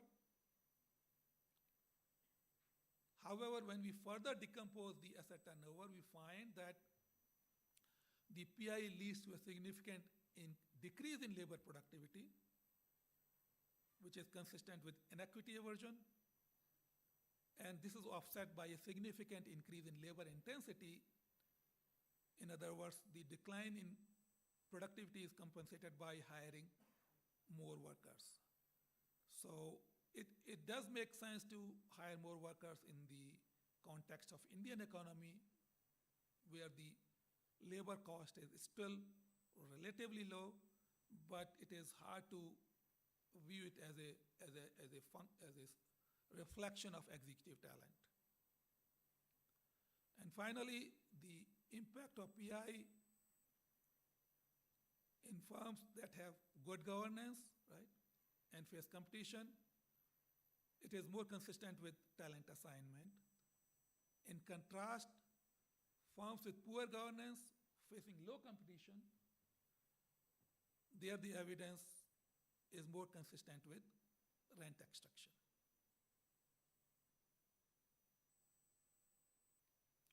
And thank you.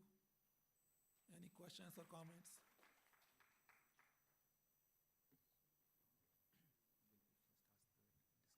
Okay.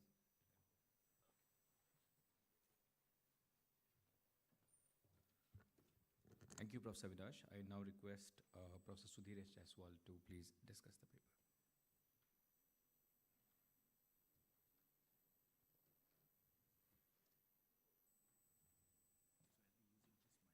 Yeah, you can. Do you want to call a mic? No, it's okay. Better. Then we have it. We can arrange for it. Call a mic. Is this a call a mic?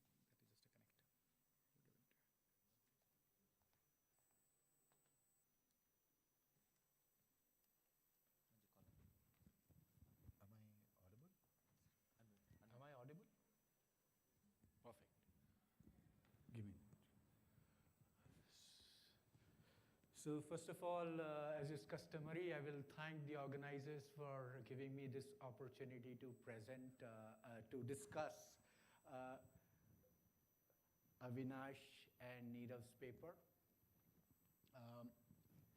I enjoyed reading the paper, and interestingly, India was among the first countries to actually come out with disclosures of, CEO mean employee pay ratio.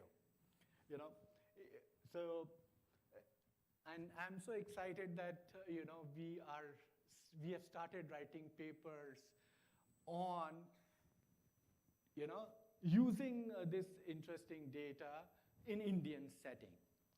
So let me give you a brief summary the way I understood reading the paper. Of course, the presentation was a lot better, much more informative than the paper, and it's normal because the paper is in the early stages of development, so it will significantly improve. So as I see, this is a consequence paper for that uses pay ratio. I'll use the word pay ratio, what they are calling pay inequality. Yeah. So in this paper they are using. काम करता है क्या?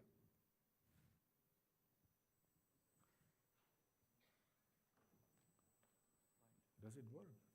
Oh, no. Oh, okay. So this only works for here. Yeah. So it's a consequence paper. Now the paper wants to examine the role of pay ratio in a firm's operating, performance. This is what is stated in the upfront in the paper. Yeah. But it actually examines the association of pay ratio with overall firm performance and the drivers of firm performance. It finds that as pay ratio increases, next year performance, ROA, profit margin, asset turnover ratio, labor productivity, labor intensity, they go up. And the association is not only statistically strong, but also economically significant. So that's interesting. And the authors talk about the economic significance in the paper. These days we read papers wherein they talk about statistical significance, but they don't throw light on why people should care, whether the result is trivial or not. So by reading the paper, it appears that, the results are economically meaningful. So, that's the strength of the paper. So, the way I see the topic is very interesting. It fills an important void in the literature. We need to do more research in Indian setting, and it throws light that, how pay inequality has impact going forward. And I love the graphs because, you know, it convinced me that there is merit in reading the paper. So this also goes to we have many PhD students over here. Guys, you should first draw graphs and convince yourself and your advisor before you venture into, writing paper. And if you've not done that, please do it. Learn from these seasoned researchers. Yeah, and Nirav is one of them, and so is Avinash. Yeah. So now, what are the opportunities, that the paper could exploit? One is that it should, it could fully utilize the uniqueness of Indian setting in writing this paper. So as I was reading the paper, I was wondering, why was this paper written on using Indian data when it could have easily been written using US data or maybe Bangladesh data, if, of course, those companies report in those countries. So, only later on they have used good governance, but then good governance also is not so unique to India, right? Yeah, so there are ways. For example, in India, we have business groups. We have ownership structures which are very different from those of the US, because ultimately when readers are reading from various countries, they would want to understand, why India? Why is this setting important? All right? And another thing, as I read, it was much more clear when, Avinash was presenting. In the paper, it was not very clear to me how well they have disentangled these 4 factors driving pay ratio and performance relationship. Yeah? So maybe towards the end of the paper, they can, when, like you have this high governance, low competition, and that 2x2 matrix, you can put some results, and help people see through things. Because then it will become much easier for the readers to appreciate the paper, So that's one part that, could be improved. And of course, those plus minuses for me to see, And another point that I felt when I was reading the paper is, okay, I'll talk about it a few later. So as I was reading introduction session, if I had not read the abstract and read first 2 pages, I would not realize, this is an India paper. Yeah. So it could be that you state upfront the motivation of the paper, the research question, why the question is important, why Indian setting is appropriate for this, research. It will help. First page itself. Yeah. And do we have anecdotal evidence for income inequality pay ratio affecting performance and drivers? For example, you nicely, only later in the paper I saw that picture of those 4 factors. So do we have anecdotal evidence in India for one or more of those factors? Because that would be more quite convincing. Yeah. That could be done, and it's easy to do. That's what. So then talking about why is the setting so important? I mean, India setting, and how does this study benefit from the unique institutional setting in India, to answer the research questions that it chooses to. So that's one part, it could be improved upon. And of course, when I read the paper, I understand, that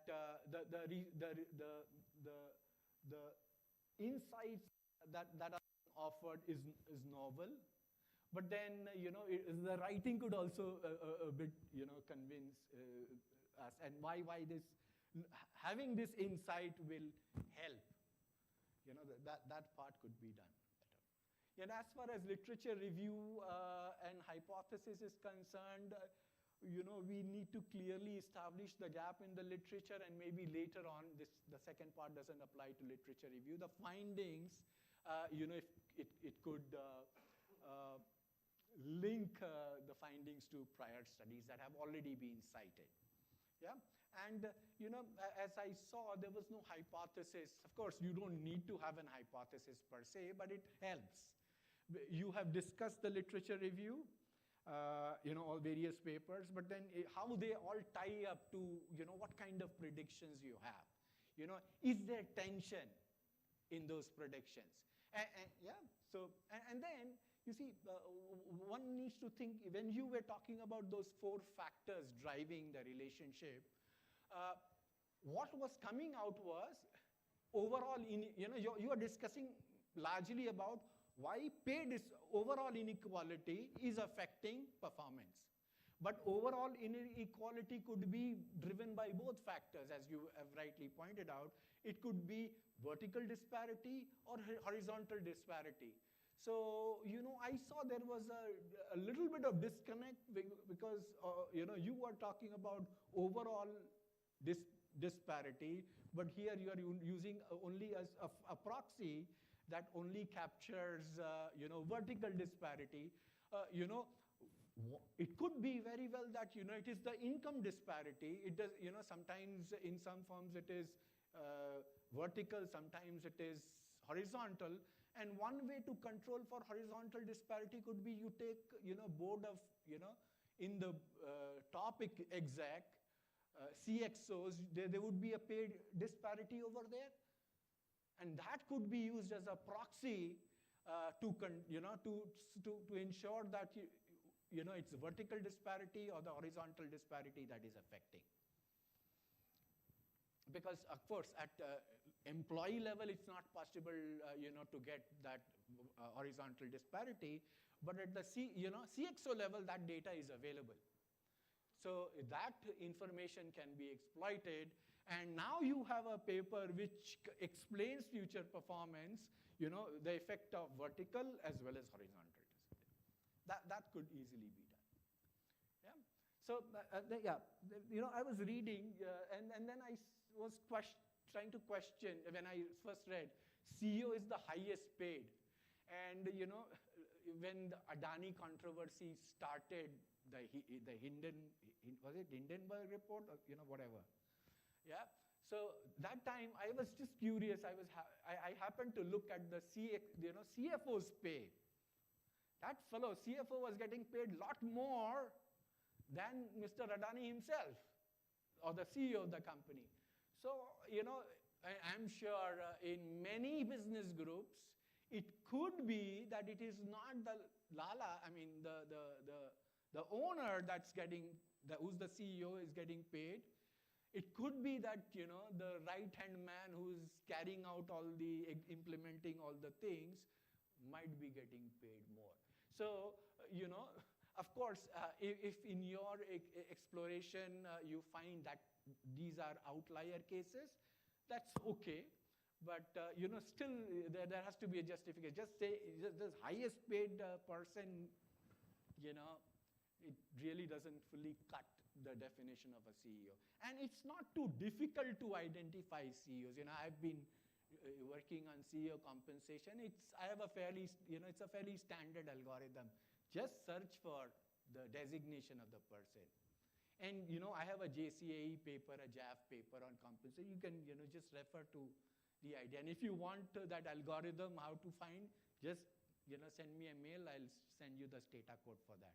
No problem. And that's one part. So, some time needs, on the paper some thinking needs to go as to the definition of CEO. Then comes, you've been, because the stated goal was operating performance and you have used ROA and you have defined, as we all do, income before extraordinary items divided by asset turnover. But you see, that is overall performance. If you really want to go for operating performance in India, you should be going at operating profit. And operating profit is easy to compute, using financial statements in India. Gross profit may not be. So, if you want operating performance, then you change the definition or you change the word operating performance, So that would be easier to do. And, I saw, the empirical model, You have, in the paper as well as in the presentation, it came out very well that talent assignment plays a very important role in CEO compensation. So how can we control for talent? One way to do, and this is what my JCAE paper was, that we must include CEO fixed effects, because that has a bearing on, on the relationship between governance and compensation and stuff like that. So if without CEO fixed effects, it becomes very difficult. I mean, another alternate to not using CEO fixed effects is to use firm fixed effects. Yeah, if for some reason you can't use, I would expect a paper to have either a firm fixed effect or a CEO fixed effect, or, like you have your JAF paper wherein you ran the empirical specification in change form. That's great, and you can do that. Then it saves you from putting those fixed effects entirely. Yeah, I mean, survivorship bias. I'm myself not sure whether your paper has that or not, because I was trying to understand what data you have used, and by reading the rest of the paper, it seems that you have used the superset. But that was not coming out very clearly. Yeah, you have downloaded all the date observations, so that basically means you're using superset of NSE listed firms. So when you are writing the sampling part, it will help to say use the word superset, because that saves us from thinking, is there any survivorship bias? Very often people pick companies in NSE 500 as on a specific date. Have you done that? Most likely no. But so you mentioned the word superset, or you mentioned you've downloaded the date. You have NSE firms who were in the Nifty 50 or Nifty 500 or whatever index as on that date. That needs to be clear. So this is a minor writing issue, not a big. Yeah, give me, okay, 3 more minutes. So pay ratio data is already available in Prowess. And so why use pay ratio from India boards? Because India boards data has a peculiar problem. There is no common connector. So when we tend to combine prime database data and Prowess, we lose a lot of observation. So what happened? That sampling part is silent on that. Yeah. So the next thing is, would your results hold over 2 years going forward, 3 years going forward? How many years? Generally in the literature you see 2 to 5 years. So of course your results hold over 1 year. It would be nice to know, how strong the effects are. Yeah, and of course one can a compensation paper does face reverse causality issue. So one can argue that more profitable firms hire more talented CEOs and have higher reservation wages, therefore higher compensation. So by construction, by that logic, pay ratio would be higher. Yeah, so this is the talent assignment story. So how do you address that? And as I was pointing out, CEO fixed effects, firm strategy, therefore firm fixed effects, and some, again, firm fixed effects can also be captured, can address some of the governance issues. Because in your empirical specifications, you don't have those governance variables. And my JCAE paper shows that, in India, ownership structures play a very important role in executive compensation. So you may want to, at least put in some firm fixed effects, if not the governance variable. So overall, very interesting topic. It has an opportunity to make significant contribution to the literature and enhance our understanding of how income inequality impact, the impact of that in Indian firms. So it can fully exploit Indian institutional setting and weave those into its hypothesis, and strengthen introduction and empirical design sections. And the relation of the 4 factors, that relation can be disentangled and more clearly pointed out in the paper. So with that, thanks a lot. I would be happy to read the paper once again when you revise. Yeah, thanks a lot. Thank you, Professor Sudhir.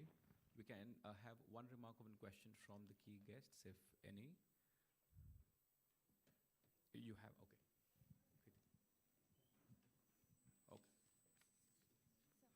So,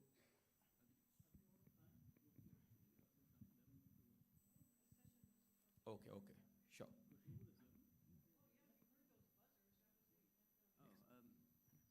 Sorry about that, but I just restrict my comments. I think the discussant pointed out about relationships. So one of the things that you can think of in this is that more profitable firms try to hire CEOs with higher pay because there's more competition and all those things. And so my suggestion is to separate it out into innovative firms and efficiency firms. Firms place themselves in either the innovation space or the efficiency space, more or less. And the innovation space is a lot more competitive for CEOs. And so that's where you probably find a much higher, and so they're probably more profitable, more differentiated firms. And so the strategy becomes an important differentiator there. So if you have that, then you're likely to have more pay ratio in those firms rather than those in the efficiency spaces, less competition. And of course, I think the horizontal one was also mentioned, but the horizontal one about incentives is a lot more within a group. So somebody at the lower level is not aspiring to be a CEO right away.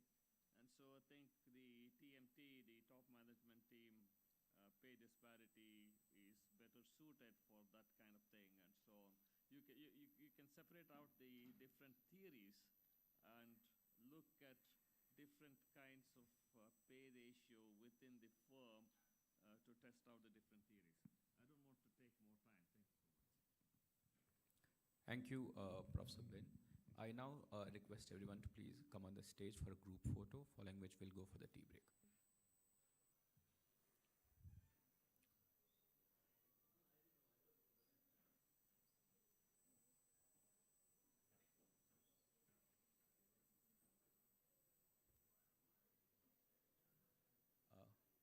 Kriti, Madhu sir.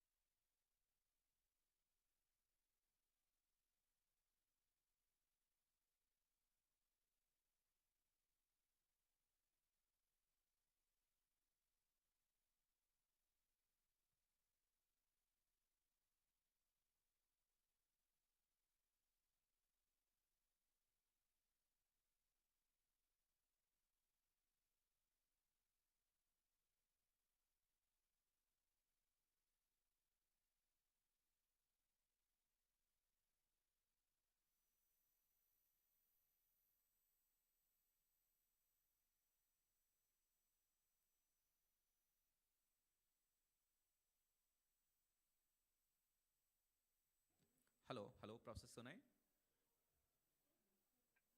This is Sunan. Yes.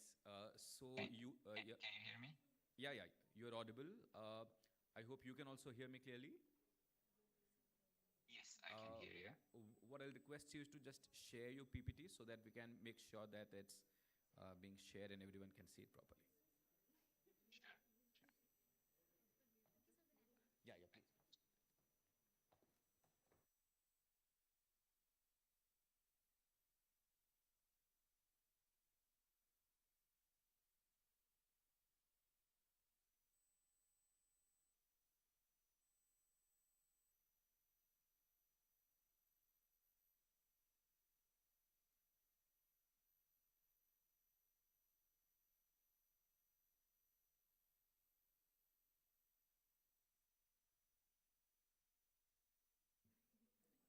Professor Sunay, when it's shared, please let me know.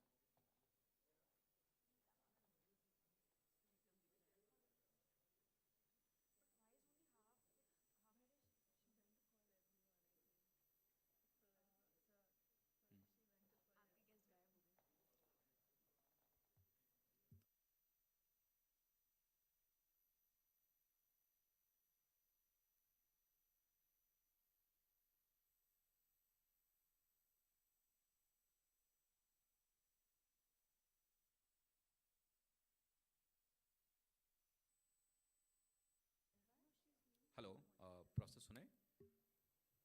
Yes. Can you please? Sorry, I dropped and I came back. No worries. You can please share your screen.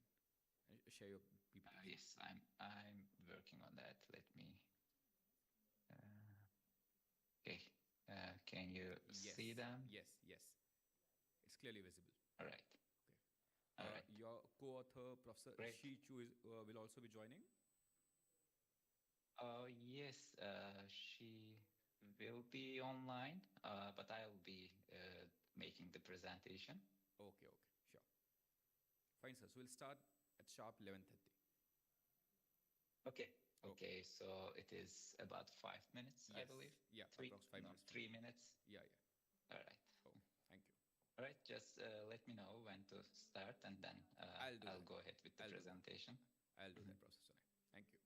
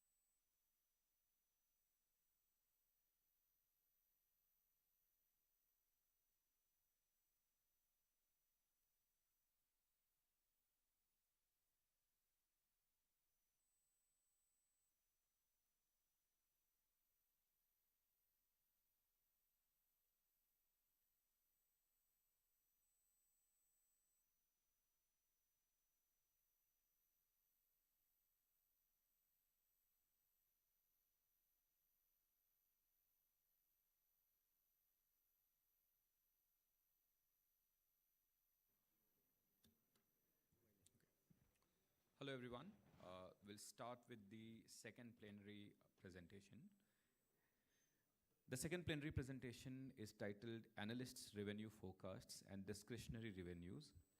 The presenter of this paper is Professor Sunay Mutlu from Kennesaw State University, Georgia. Because of issues with visa, he'll be presenting the paper online. The discussant for this paper is Professor Naviddu Paul, Assistant Professor at TAPMI, Bangalore. Professor Sunay Mutlu, you may please start with the presentation. Thank you. Good morning, everyone.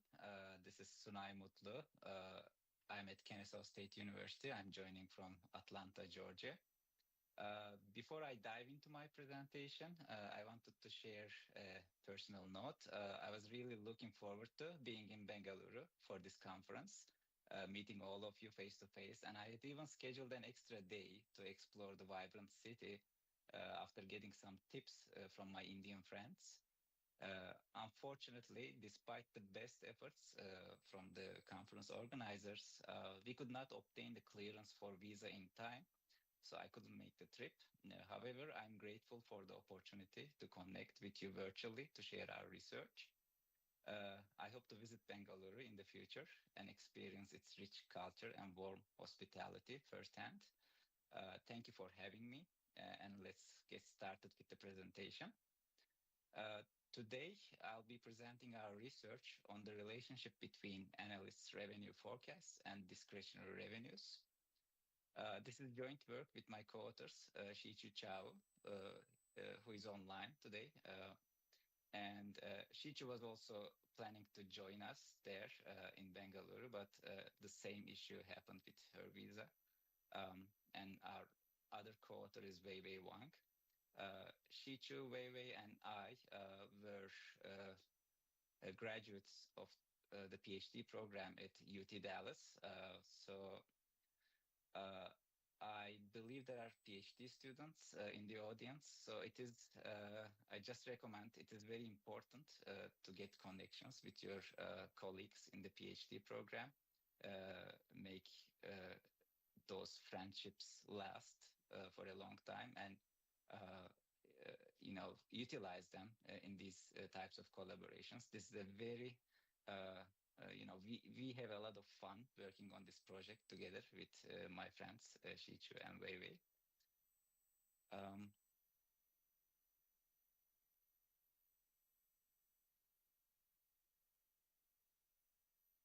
So to begin, it is important to understand why we focus on financial analysts and their forecasts. First, analysts' earnings forecasts are considered reliable indicators of what the market expects from a company. And the literature has focused a lot on analysts' earnings forecasts. We have a lot of evidence related to the characteristics of analyst forecasts and their consequences of analyst forecasts. Aside from earnings forecasts, analysts also provide revenue forecasts, and we have a lot of evidence related to revenue forecasts. We have seen a lot of research on this area as well. So their revenue forecasts are also critical. They significantly contribute to the overall information environment of capital markets. And as you can imagine, as the core component of financial reporting, revenue is a key indicator of a firm's performance, and it's the main driver of bottom line earnings figure. So it is important to understand revenue as a line item and analyst revenue forecasts as well. So our research builds upon several important findings in the literature. Dichao et al., for example, it's a seminal study. They show that firms under SEC investigation are more likely to manipulate their revenues because revenue is such an important item contributing to the bottom line earnings number. And related to revenues as a tool for earnings management item, Steve Steuben's studies provide us with tools, models to estimate discretionary revenue. So we have a way of estimating the manipulation or discretion on revenues.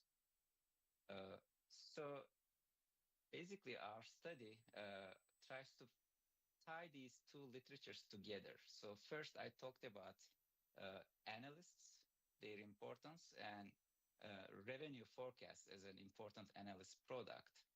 And the second, I talked about discretionary revenues, revenue as a manipulation tool. So in this study, we are tying these two literatures together, and we aim to explore the relationship between analyst revenue forecasts and the firm's discretionary revenues.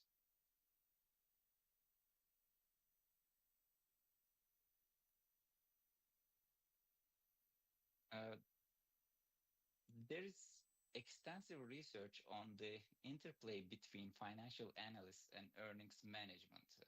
So because these two topics are very important in accounting literature, we have a lot of evidence on analyst forecasts, and we have a lot of work on earnings management. So we can look at the relationship between these two constructs from two perspectives. On the one hand, some studies suggest that analysts can have a disciplining effect on firms. For example, analysts can reduce earnings management through their coverage. 2008 a JFE paper shows this effect. So analysts basically scrutinize firms. They act as a corporate governance mechanism. So the higher the coverage, the lower the earnings management. And another way of analysts acting as corporate governance mechanisms is coming through the disaggregated forecast. So when analysts provide additional forecasts on top of earnings, such as cash flow forecasts, we see that this constrains earnings management activities. So McInnes and Collins 2011 provide such evidence. When cash flow forecasts are starting, the firms show less inclination to manipulate earnings. But on the other hand, we have opposite evidence as well. For example, managers can use these forecasts as a pressure mechanism. Basically, analysts can exert pressure on managers to manipulate earnings to meet or beat expectation. It's such an important phenomenon because they basically provide targets for managers to meet or beat. And if they miss these targets, they face penalties, basically market-based penalties. So it's very important to meet or beat forecasts. So this pressure might lead to manipulation, basically. So as opposed to the corporate governance role, analysts might play this pressure role in the market, and then that might lead to an increase in manipulation activities. So we have a lot of evidence related to this approach or this point of view. But most importantly, and related to our study here, a recent study by Huang and Hairston, they show that revenue forecasts, specifically revenue forecasts, they are associated with a higher likelihood of revenue-related restatements. So this kind of directly relates to our study. So in this context, we have a lot of research on these constructs, both revenue manipulation and revenue forecasts. So what is the novelty that we are bringing to the table? So first, we investigate the effect of analysts' revenue forecast on discretionary revenues, which is something new that we bring into the table here. We have evidence from restatements, as I mentioned. Huang and Hairston provide this evidence. But when you look at the restatements, they provide strong evidence, that's right. But looking at restatements comes with the joint assumption that SEC, the government body, is able to detect all manipulations. So it's a very strong assumption. So we are kind of relaxing this assumption here. We are not necessarily looking at fraud that is big fraud that is caught by government. We are kind of looking at the spectrum of those events ranging from errors to big fraud, okay, using discretionary revenues. Another novelty that we are bringing to the table here is we use quarterly data in our analysis. Prior evidence uses annual data, and there is call for research using quarterly data in this setting. So that's our another contribution using quarterly data, because at this granular level of quarterly data, that is important to show because many firms are under consistent pressure to meet or beat quarterly benchmarks.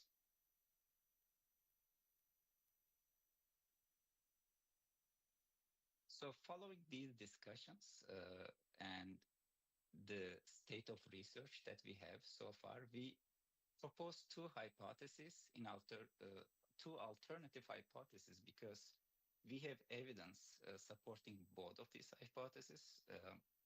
Our first hypothesis is the disciplining hypothesis, which suggests that the concentration of analyst revenue forecasts is negatively associated with the magnitude of discretionary revenues reported by firms. So this is the corporate governance role of financial analysts. And the alternative competing hypothesis is the pressure hypothesis, which posits that the concentration of analyst revenue forecasts is positively associated with the magnitude of discretionary revenues reported by firms.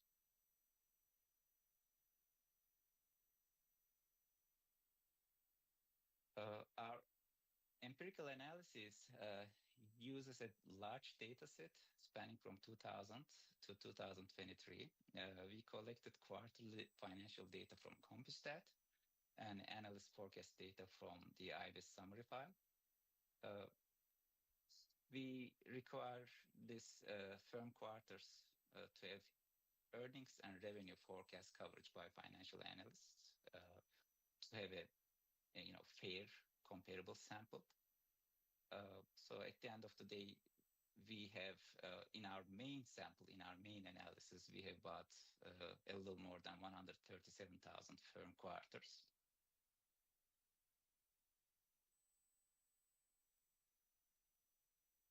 To measure discretionary revenues, which is our basic, the main dependent variable, we follow Steuben's dissertation models.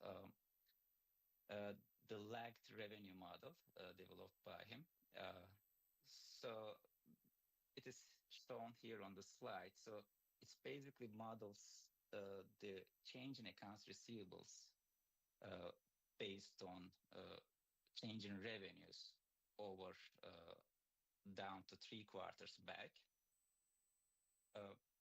So this model is estimated every quarter within each industry, and the residual from this model is the discretionary revenues. And following the literature, we are calculating the absolute value, the magnitude of this discretion, because the discretion can go anywhere, anyway. It can be revenue increasing or it can be revenue decreasing as well.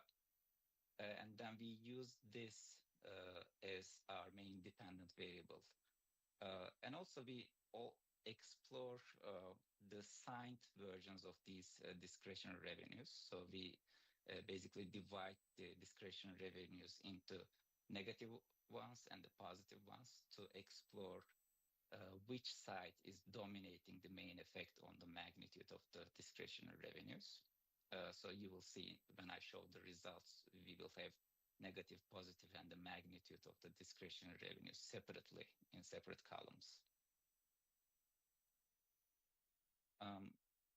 And once we estimate these discretionary revenues, our dependent variable is ready, and we put our main model to estimate the relationship between revenue forecast and discretionary revenues is here. It's largely borrowed from Huang and Hairston, which is the recent published paper in this area.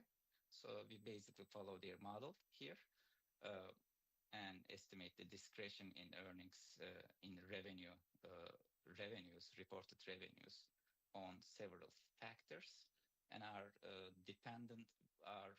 main independent variable, our test variable here is the revenue forecast concentration. This is the number of revenue forecasts over the number of earnings forecasts for a given firm. This basically measures the relative amount of attention paid to revenues by analysts. And this measure has been used by recent studies as a measure of how important revenues are for a given firm. And then we have several control variables and fixed effects in this regression.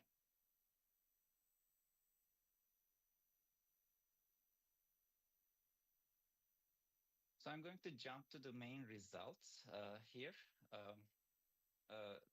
Our main results reported in table 2 here.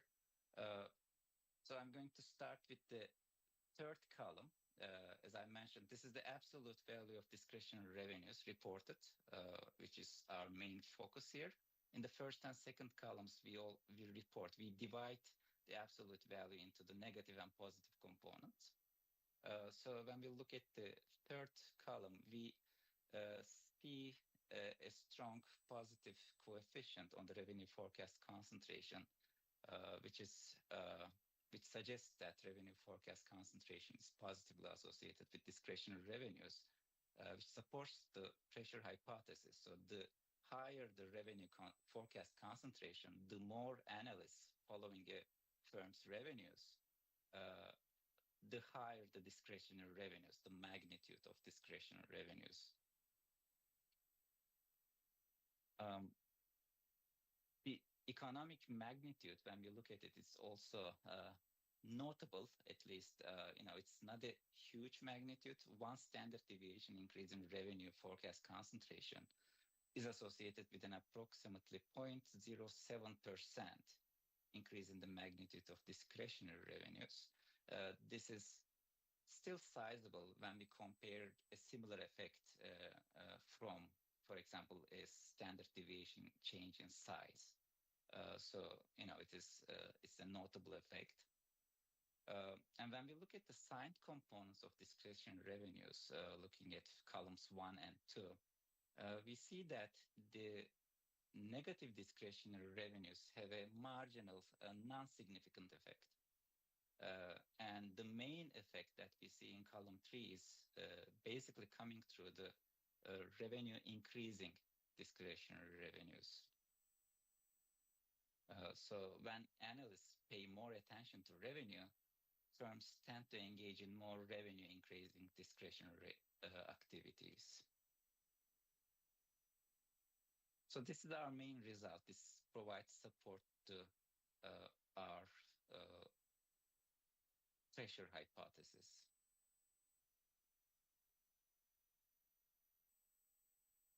To support our main result, we go ahead with a few cross-sectional tests. We examined whether the fourth quarter had a differential effect.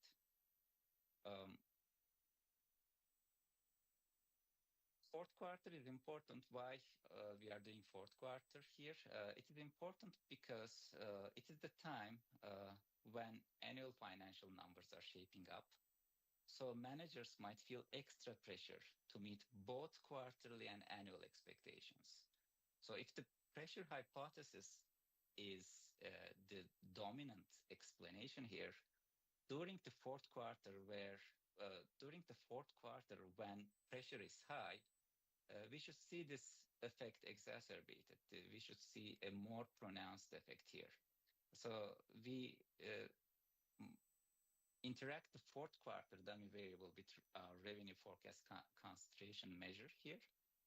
And consistent with the pressure effect, pressure hypothesis, we see a more pronounced effect here. The marginal effect is positive, supporting the pressure hypothesis. So during the fourth quarter, the relationship between revenue forecast concentration and discretionary revenues is even higher.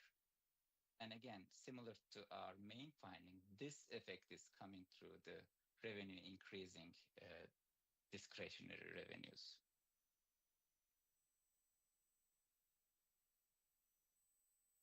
So this is a nice finding where we provide interesting evidence to the literature. As I mentioned previously, this is the granular analysis that we kind of bringing to the table as a new evidence. The previous research focused on annual annual effects, basically. But looking at the quarterly effects, we can kind of identify differences between different quarters. Another cross-sectional analysis that we conducted here is related to the value relevance of revenues. Again, if the pressure hypothesis is the dominant explanation, the pressure should be higher when revenues are more important for the market participants. And we measure this importance using the value relevance of revenues. It's basically the firm level measures of value relevance, so regressing the returns on changes in revenue and earnings at a firm level, and then changes in revenue, the coefficient on the changes in revenue becomes our value relevance measure. So market participants are putting importance, paying attention to revenues, that the coefficient on changes in revenue is capturing that. And then we are using that measure, that coefficient, as our value relevance measure. And again, interacting it with our revenue forecast concentration measure. So consistent with the pressure hypothesis, again, when the values are more relevant, when the revenues are more value relevant, we see a higher effect, a significantly positive interaction term here, which supports the pressure hypothesis again. So this indicates when investors react more strongly to revenue numbers, managers respond more aggressively with discretionary revenue activities.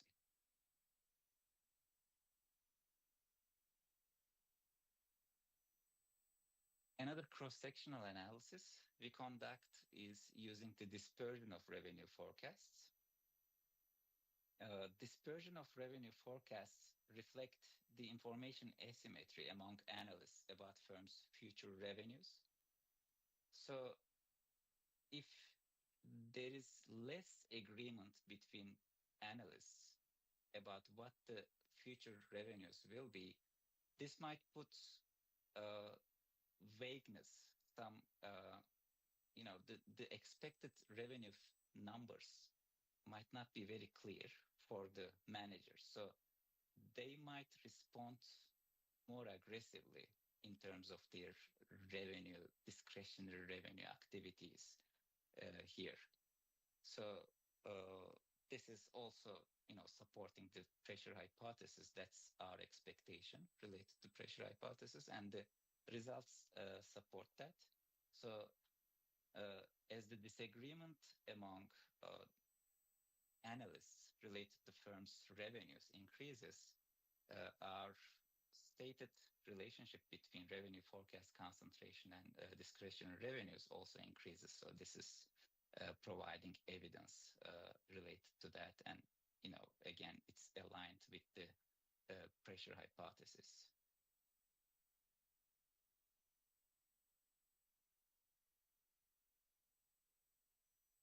So after cross-sectional tests, we explored certain time series dynamics of this relationship between discretionary revenues and revenue forecast concentration. We identified two major accounting changes that happened in the US in the recent decade. First, we examined the Accounting Standards Update 2009-14, ASU 2009-14, where this is related to software firms, a specific industry. And this update was enacted to increase managerial discretion over revenue, software revenues. So there were strict requirements about when to recognize the software revenues. And in order to increase the relevance of these revenue numbers reported by software companies, those requirements were relaxed. So they gave more flexibility to software firm managers about when to recognize their revenue. So it basically, the implication here is, and it is used in the literature as such, the implication is it increased the value relevance of software revenues here. So it passed in 2009. So we basically look at a narrow window, about 2 years around this this rule change or this accounting standard update, and then basically compare what happened pre and post when we compare pre and post. So as the implication is the value relevance increases in post, so the pressure to meet or beat should increase also because the numbers become more value relevant. It is similar to our cross-sectional tests. The results are not strong here. As you see in this table, we don't find the significant result in column 3 with the absolute value of discretionary revenues. But we have some weak evidence here, only from the negative side, from the negative discretionary revenues here. So this is weak evidence, as we call it, to support our pressure hypothesis results. One thing that should be noted about this result is this is a very specific event, specific to the software firm. So we are using specific SIC codes to run this analysis. And also 2009 is an, as you know, it's an interesting year. Global financial crisis happening, and it is it might not be applicable to other periods. So just we need to exert some caution looking at these results.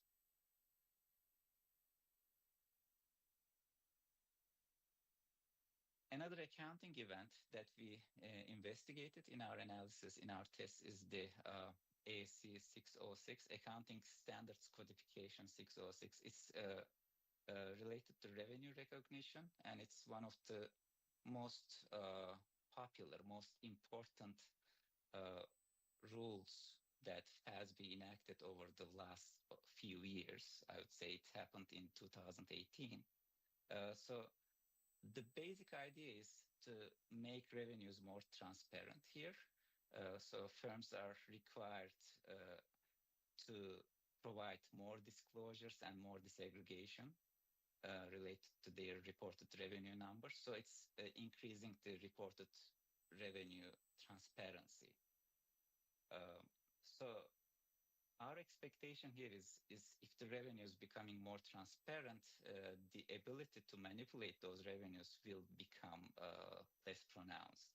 So the relationship between the revenue forecast concentration and the discretionary revenues will be less pronounced. And we find the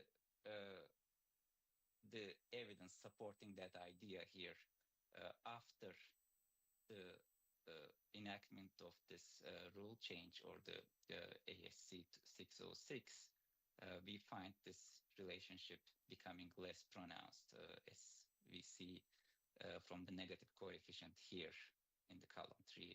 And it is basically coming through the positive revenue increasing discretionary revenues.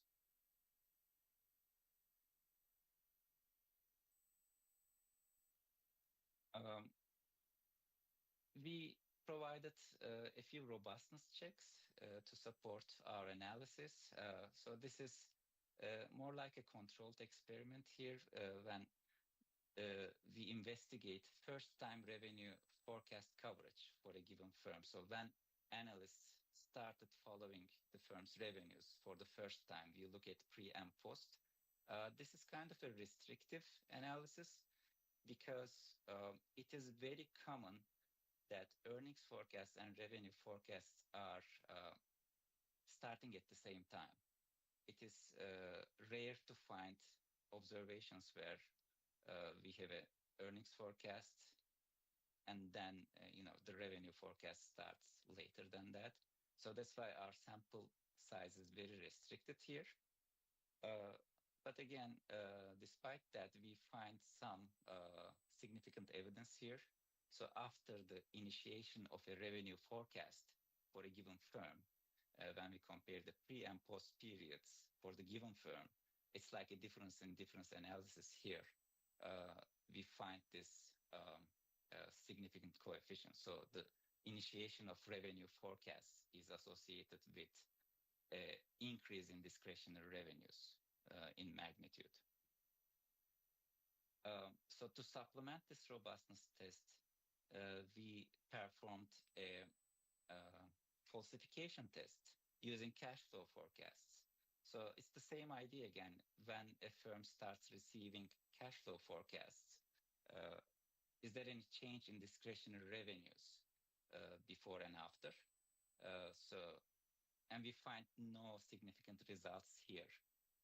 It basically shows that it confirms our finding that the results we see are specific to the pressure induced by revenue forecasts.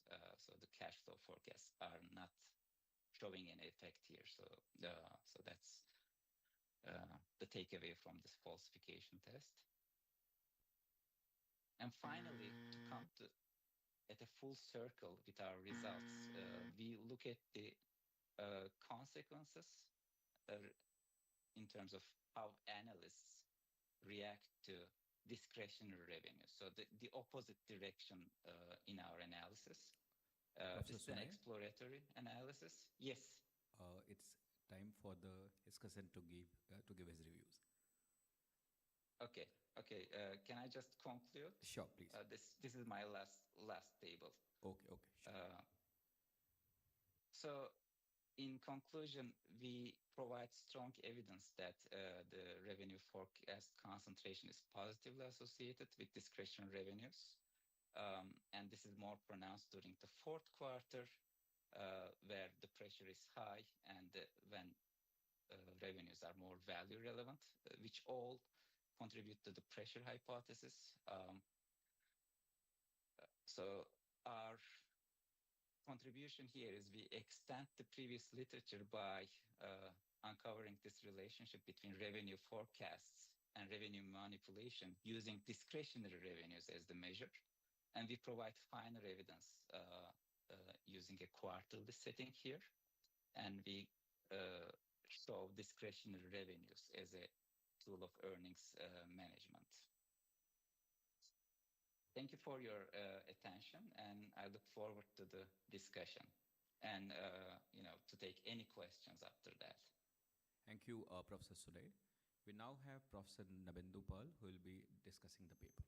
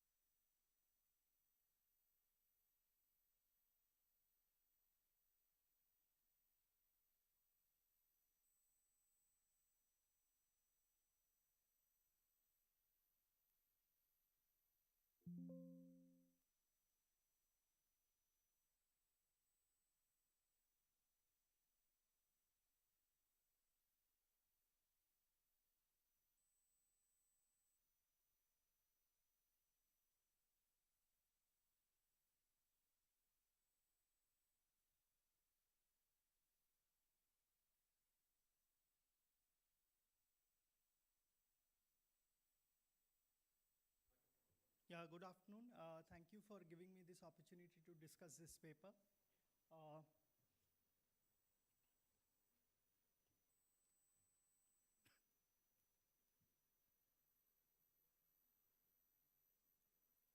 Yeah, so the outline of the presentation would be what is this paper about, what are the key results, what are the points that are required to improve the paper, and then what is the conclusion. The paper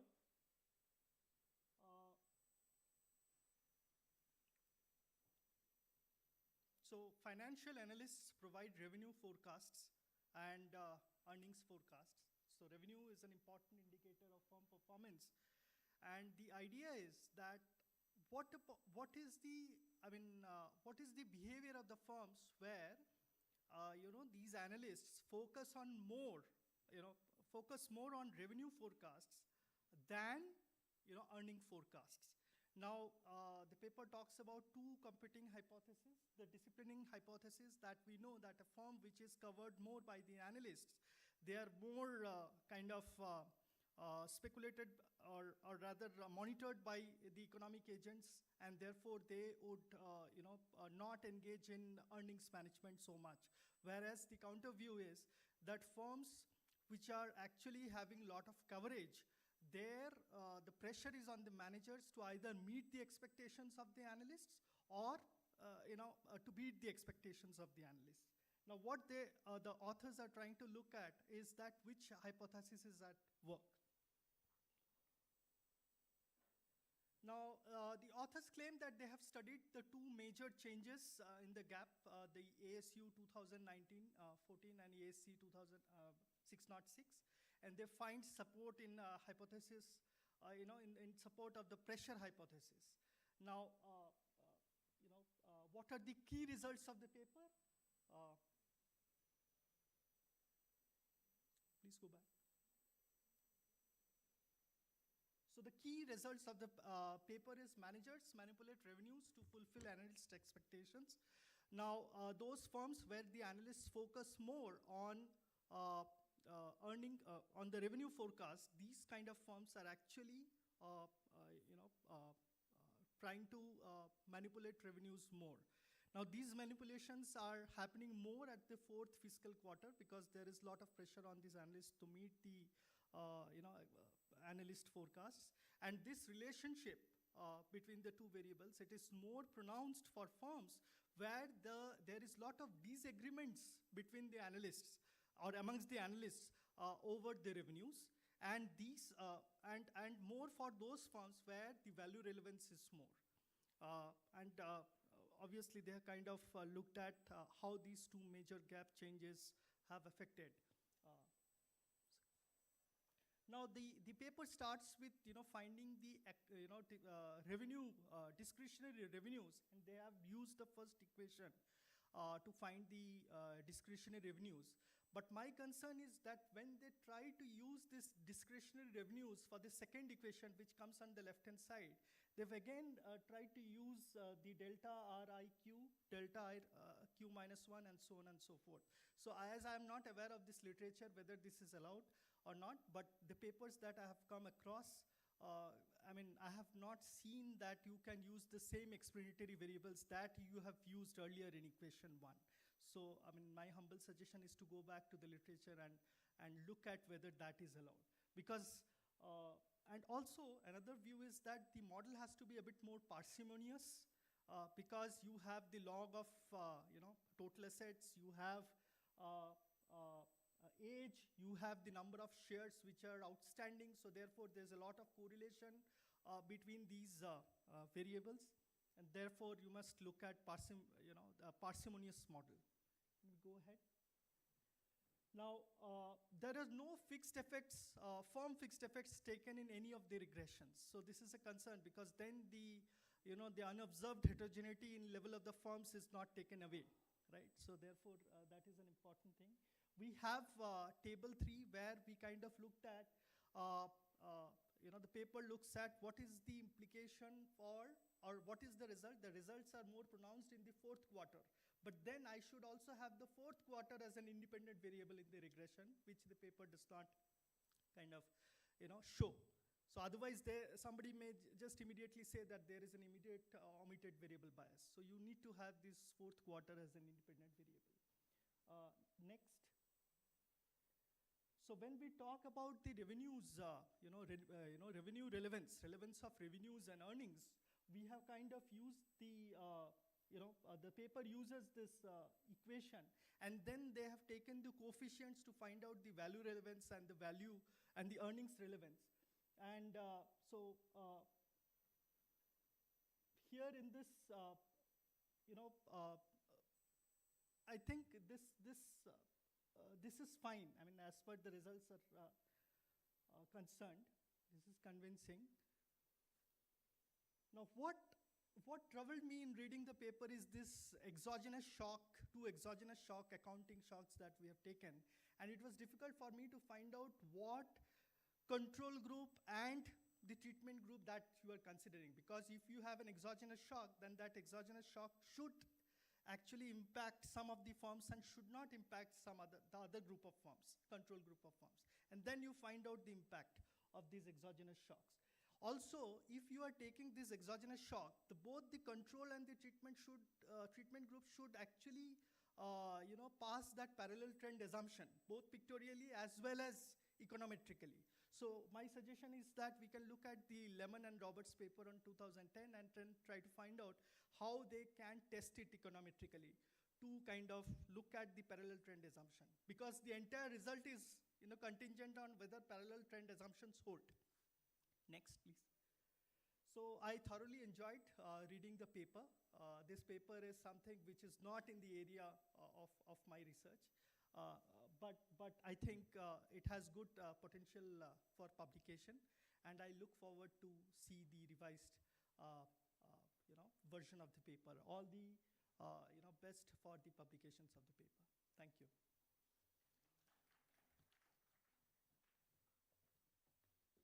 Thank you, Professor Nabendu.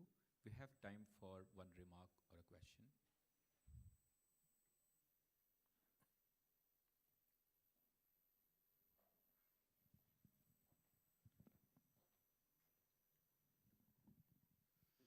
So one of my concerns with this analysis is the use of discretionary revenue as a way to highlight whether firms are manipulating revenues.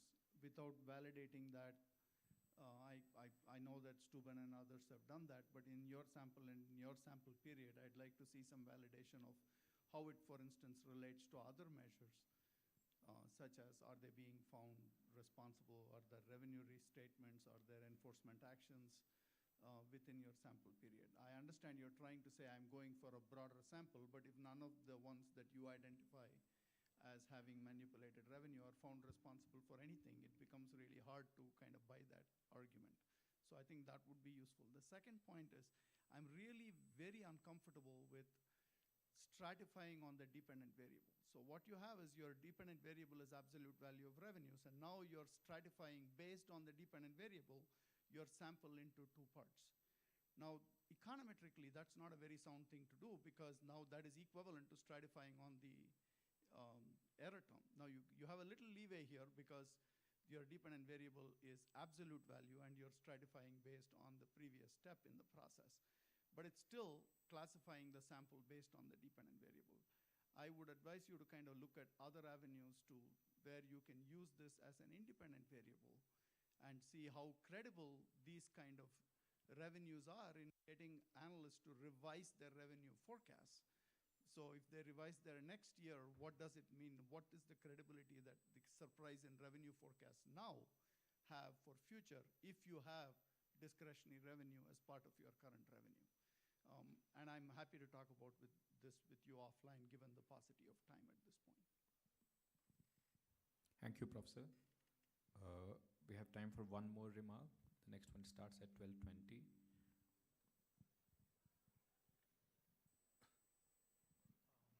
Hi, very interesting paper. I have one small doubt over here. Is this relationship explained by revenue recognition or firm's life cycle? So, I mean, if there's timing difference that is created due to different revenue recognition policies, that can have an impact on discretionary revenues, irrespective of revenue forecast concentration. So is that explaining your results in some way? And similarly for firm life cycle, so if there's a growth firm which focuses on aggressive sales, probably you might see inflated discretionary sales because the way the model is specified, but that might not highlight manipulation. That's what I reckon I need to, like, I want your thoughts on that. Professor Sunay, would you like to respond to that?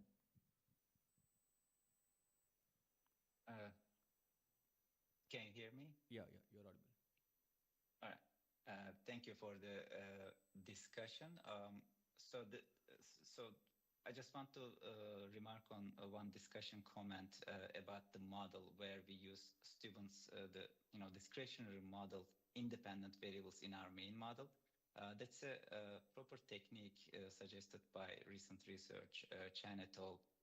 Basically, they say that when we estimate residuals as dependent variables, the models are typically misspecified. So we need to put the first stage model variables in the equation to have a better result, more reliable result. So that's followed by the, we are following the recent literature on that. I truly enjoyed Ram's remarks. Thank you, Ram. So, I'm happy to talk about, I might ask further insight about these, your comments. Basically, stratifying on the dependent variable, it's something that we do following the literature. It's not a valid response as long as it is not, as long as there's a problem, econometrical problem related to that, and I'm happy to talk about it. But I just wanted to note that our main inferences are driven by the magnitude model. So we are just showing the negative and positive as a way of showing the underlying mechanism. Is it coming through the positives or the negatives? So we don't, we just base our conclusions on the absolute value model, following the literature again. And the last comment about the firm life cycle, it's a very valid, well-taken comment. So the way we approach this is we are using a bunch of control variables, like, a firm age is there, the size is there, industry fixed effects is there. But I'm happy to incorporate any suggestions related to that. So, I would, if I were there, I would, talk to you off the line, but I'm happy to take any suggestions related to that. Okay. Thank you, Professor Sunay and Professor Shichu, for joining with us online. We'll now move ahead with the third plenary presentation. The third plenary presentation is titled Economic Conditions and Related Party Transactions in India. And the paper will be presented by Professor Ankit Kumar from IIM Calcutta, the discussant being Professor Soumik Bhushan from TAPMI Bangalore. Thank you.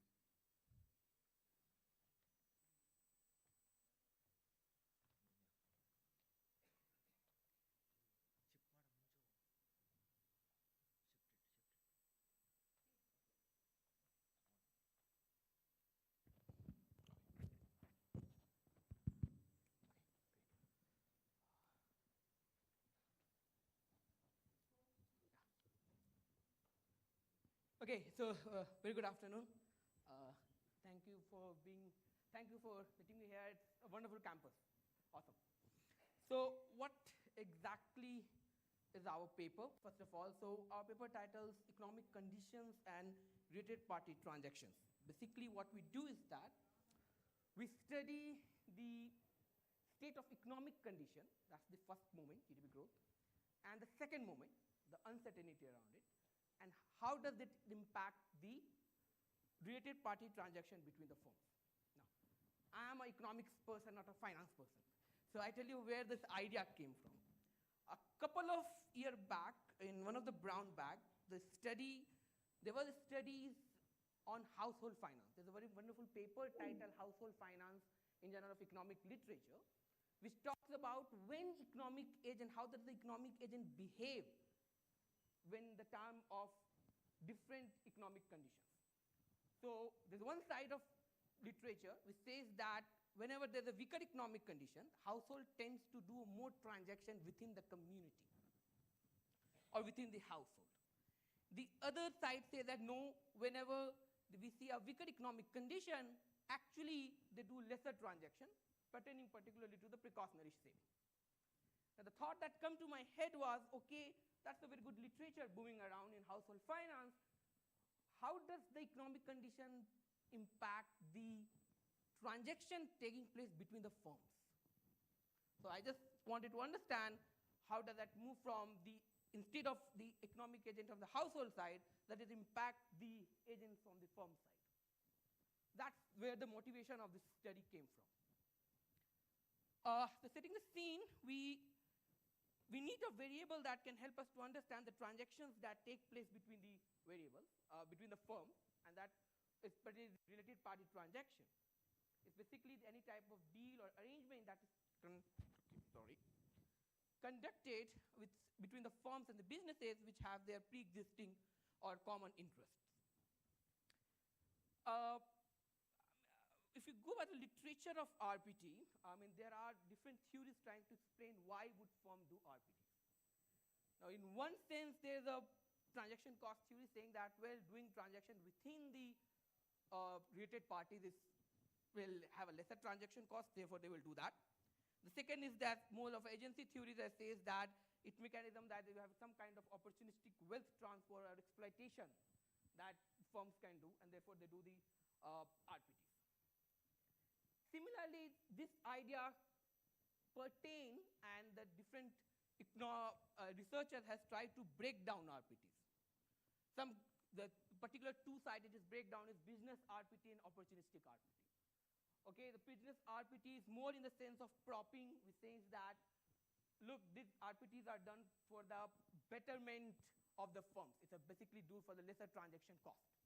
Whereas the opportunistic RPT some kind of include the loan, the guarantee, or some kind of agreement that with some kind of tone and a bit of a, what I saw, having a negative connotation of exploitation purpose. There are paper itself talking a lot about what kind of transaction we consider as business RPT, what kind of RPTs transactions should be the part of opportunistic RPT.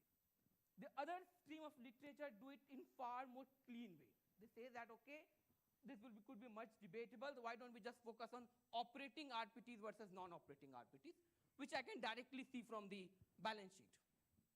Whether this kind of related party transaction has been taking place from the operation purposes, selling, purchasing material, or the related party transaction has taken place from the non-operating purposes. Of course, you can think that the most of the operating RPTs will be the part of the business RPT.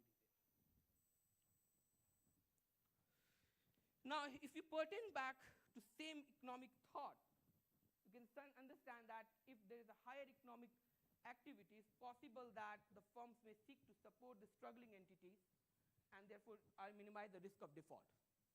So related party transactions may come down if the if there is a higher uncertainty. At the same time, the other side of thought then came up is that during the difficult time, the firms may go for a kind of more of a precautionary purpose, and therefore they only do related party transactions where the economic conditions are better and there are the lesser economic uncertainty in the economy. This is particularly our main contribution.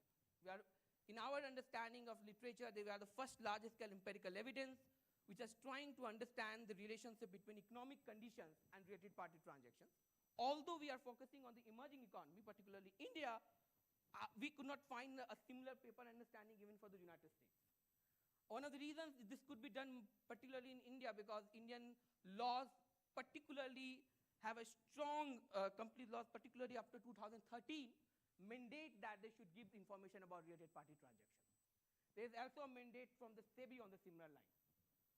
So the PROVES database has a very good detailed data available for the related party transactions, which you may not find in the CompuState dataset purpose. Apart from this, there is a going on literature between the two sides of tunneling and propping, and we contribute to that literature as well. Very simple. What is our data source? Our data source is PROVES database. We got the GDP data from Ministry of Statistics and Program Implementation, and we have Becker's Economic Policy Uncertainty data. Our sample period is from 2011 to 2022. We did have analysis done till very recent, 22 available. Results remain robust. The reason I'm showing this baseline till 22 is that one of the comments that we always get is that it might be the COVID pandemic that is driving up the data. So our baseline is still 2020. Our final sample has nearly 5,800 firms data available on which the analysis is done. Okay, so total RPT, in a very simple way, we have done total related party transaction as a percent as divided by total assets, that our total RPT. We have similar for business RPTs and opportunistic RPTs, similar for other transaction and operation transaction and non-operation transaction based RPTs. Now for the current GDP shock and EP shock, and I will talk about this a bit later, how we calculated those shocks. We have taken the control, the firm level control, and we have also taken the board level control, for controlling the, as a control variable for the related party transactions.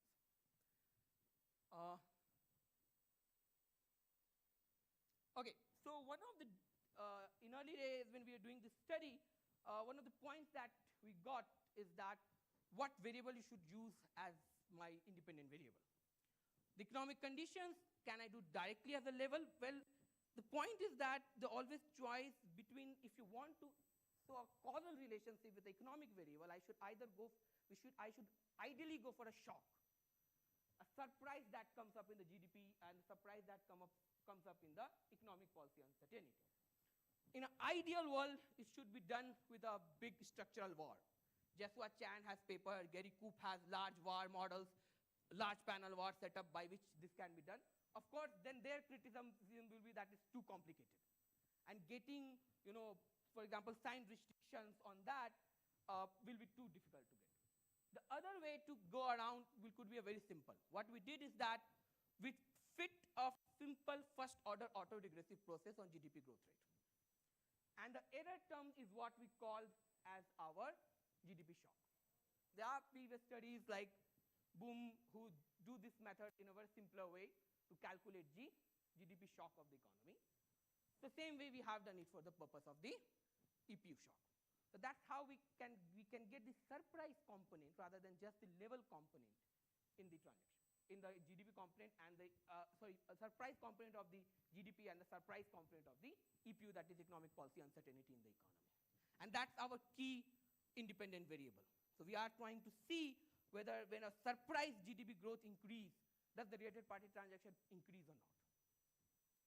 That's the question. And of course, we have a panel regression, which we have, this is Y is our output, Y is our related party transaction, economic activity shocks and uncertainty shocks. We have, as you say, has control for the firm level control, also for the board level control. We have firm fixed effect added up. Later, we also did the robustness check. We add, instead of having firm level, we have NIC code, 2-digit NIC code. The result remain robust. So what is the result? So first thing, let's look at the descriptive statistics. The total RPTs as a, divided by total asset is 0.269 average. It means nearly 26% on average. As the total related party transaction happening in India in our sample is nearly 26% of the total assets. That's quite high. Okay, there are other studies of related party transaction in other emerging economies. There its range is nearly 15 to 18%. But India, it looks like quite high. It's a study of, it's something that could be explored by itself, that why we have such a large related party transaction happening. Possible that we are reporting better because of the regulation. That's why we are seeing such large numbers here. Possible. That's the one thing just I wanted to show you. In a very simple world, what's the result we got? We saw that at GDP shock increase, there was a better economic outlook, the surprise increase in the output of the economy, the related party transaction increase. We also show that the first moment result. Now with second moment result, there's higher uncertainty in the economy. There's higher uncertainty, surprise uncertainty, that will basically reduce the related party transaction of between the companies. That's the first baseline result. Now, as you can see, one of the criticism could be that how did you define your business RPT versus opportunistic RPT? It's a slippery ground. I completely agree. Therefore, the more simpler way to do is that to take the RPT transaction based on operating and non-operating. Okay, and we clearly found that the impact is still available on operating RPTs as well as the non-operating RPTs, and particularly the EPU shock reduced the operating RPT and non-operating RPTs as well. That's the first line baseline result. Now, the second thing that could matter is that does the nature of the firm matter?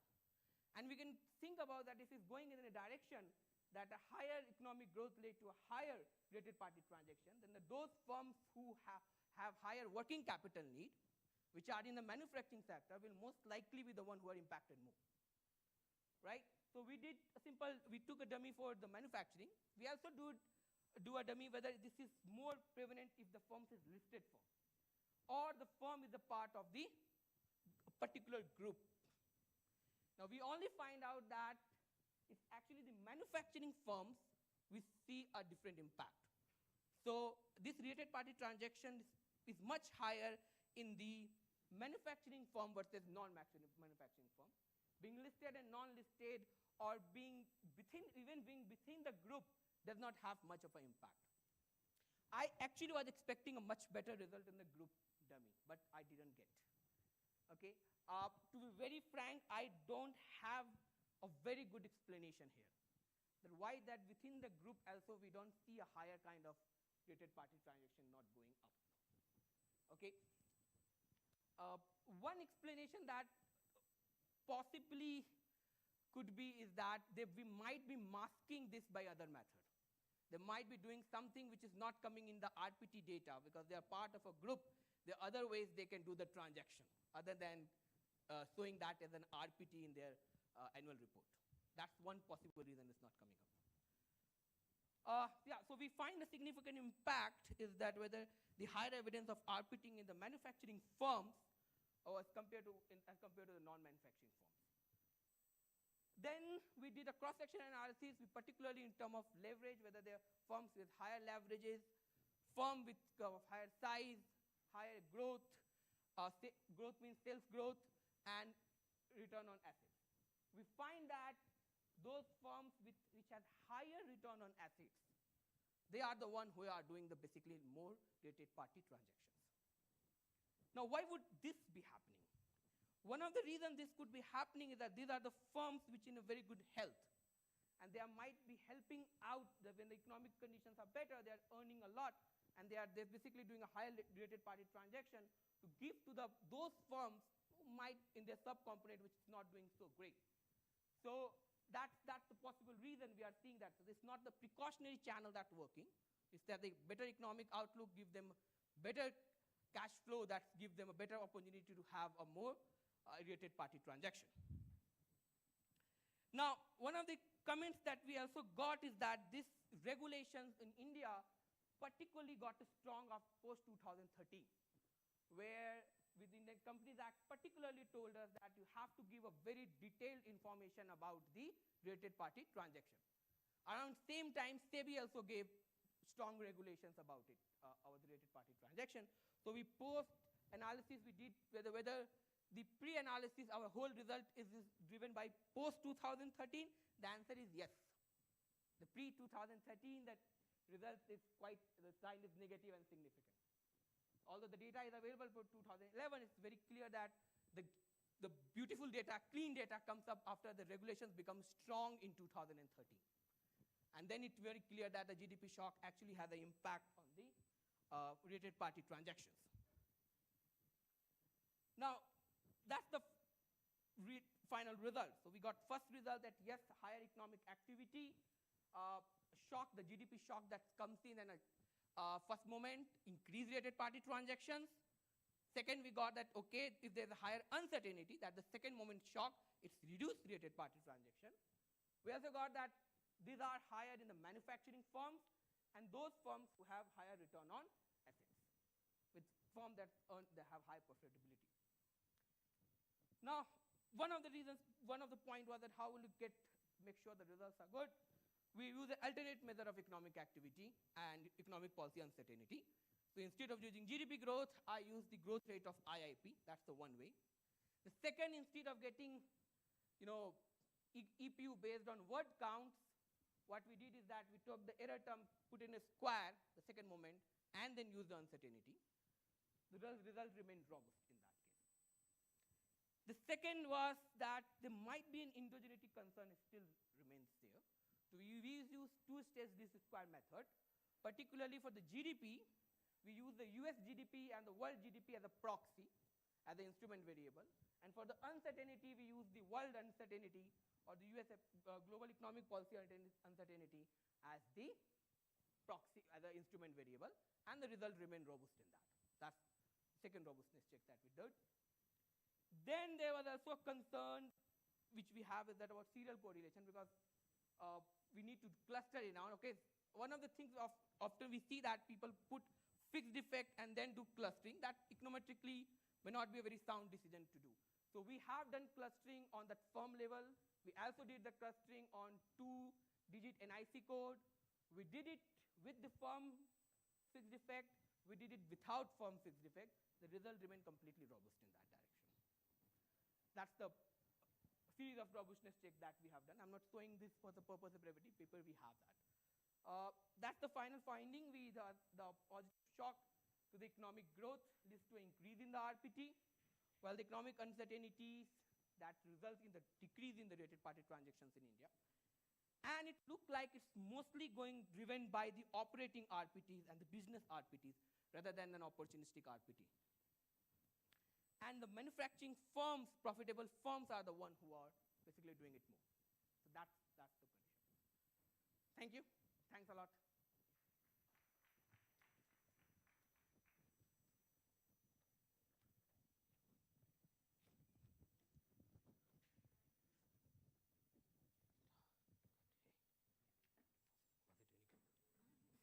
Hello.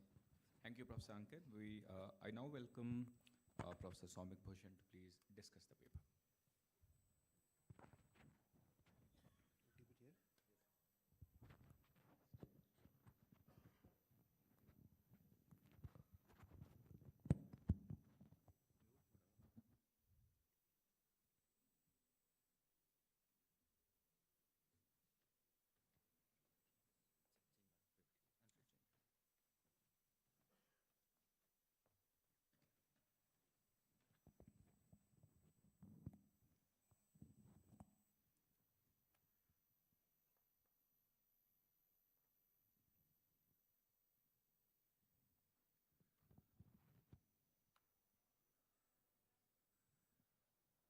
Hello, hi everyone, good afternoon. I'm Professor Soumik, TAPMI faculty at TAPMI Bangalore Finance and Accounting area. So thank you for giving this opportunity, and thank you, Ankit, for your presentation.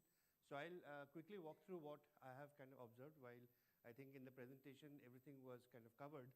So I think broadly the paper speaks about the impact of economic activity on the frequency of RPTs and the volume of RPTs, right? And it tries to look into economic activity from two ways, one being the state of economic conditions and other being uncertainty.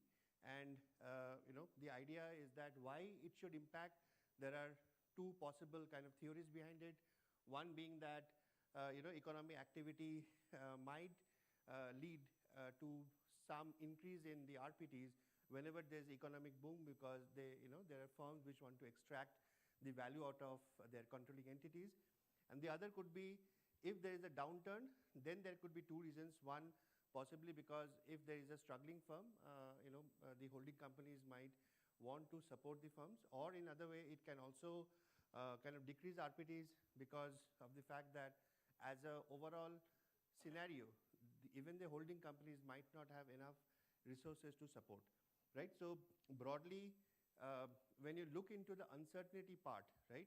Uncertainty part, there are extent research which has been done, like Gopalan, Martin, Srinivasan, and Gopalan, Nanda, and Seru, where they are also talking about a similar angle, saying that the rise in systemic uncertainty can increase RPT, right? Where the holding companies or the controlling entity is actually playing a supportive role. On the other side, they're saying that there is a contrary view saying that increase in uncertainty can reduce the scope for the RPTs, right? Because when there's economic downturn, there is less opportunity to extract the benefits. However, when there is a increase in uncertainty, there could be also an angle where possibly the RPTs can also go up because of the support side, that they don't want the subsidiaries to lose the business, or they want the probability of default of the subsidiaries to come down, right? So in this context, right, as the authors have mentioned, they want to study the direction of the relationship between the economic activity and RPT. And within economic activity, they have tried to cover the first and the second moment, one being the state of economic condition and other being the uncertainty. And of course, the relative importance between the business and the opportunity, kind of RPTs, right, which is a new area possibly in the Indian context. Now, if you look into the theoretical framework, there are two strands of the literature. One, of course, Jensen and Meckling, 1976, where they said that RPTs are typically used for the expropriation, which is kind of tunneling kind of incentive. The other being Coase, 1937, where they say that it is also a good thing to do RPTs because you can reduce the transaction cost and build a supporting kind of environment kind of across the entities, right? I'm not going into the details of it.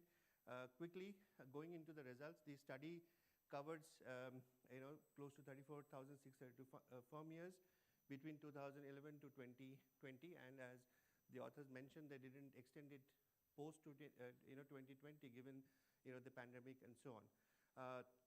They have used a panel regression model, and of course, one good part in the model is that they have controlled for various factors.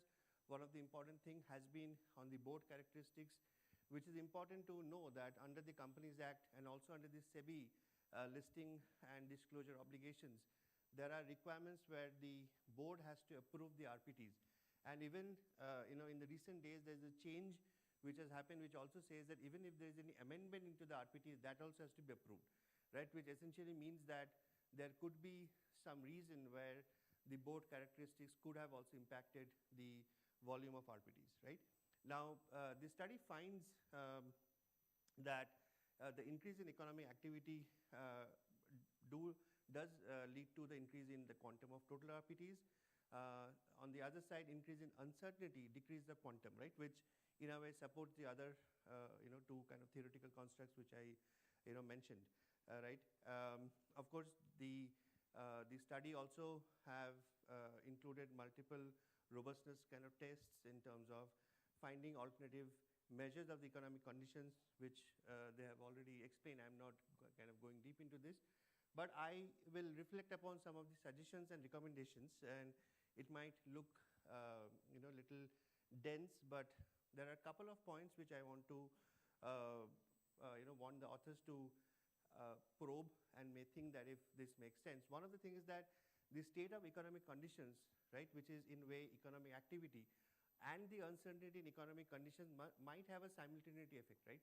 For instance, if I'm saying that there is uncertainty, right, in a way that can also reduce the economic activity, right?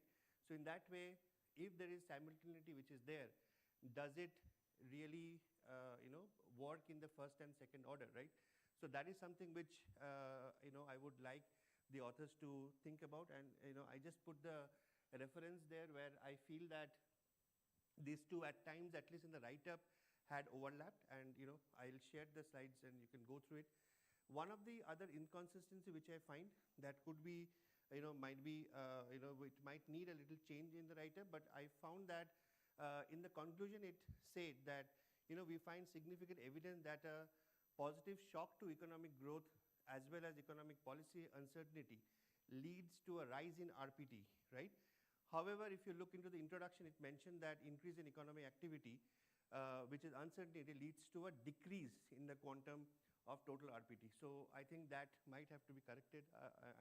If I'm not kind of reading it kind of correctly, pardon, but I think that this has to be changed. The third point is that the SEBI and the Companies Act view RPTs in two different ways, right? And because it is important because the paper hinges on Indian context, I think it is important to also, put a note somewhere in the paper about how RPTs are viewed between the two different,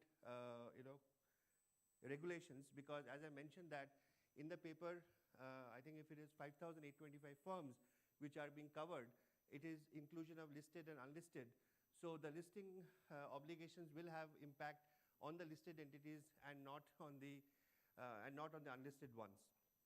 I think the other point which Ankit had already mentioned, that the explaining the business nature, I think if you have already considered operating RPT, it is better to state upfront in the appendix saying that you have actually studied operating and non-operating, because the way of identifying business is finally operating activities, which is sale and purchase. And you can actually take this lead from the Companies Act, because if you read Companies Act, I am not able to recollect the section, but it also says that sale and purchase of goods, right?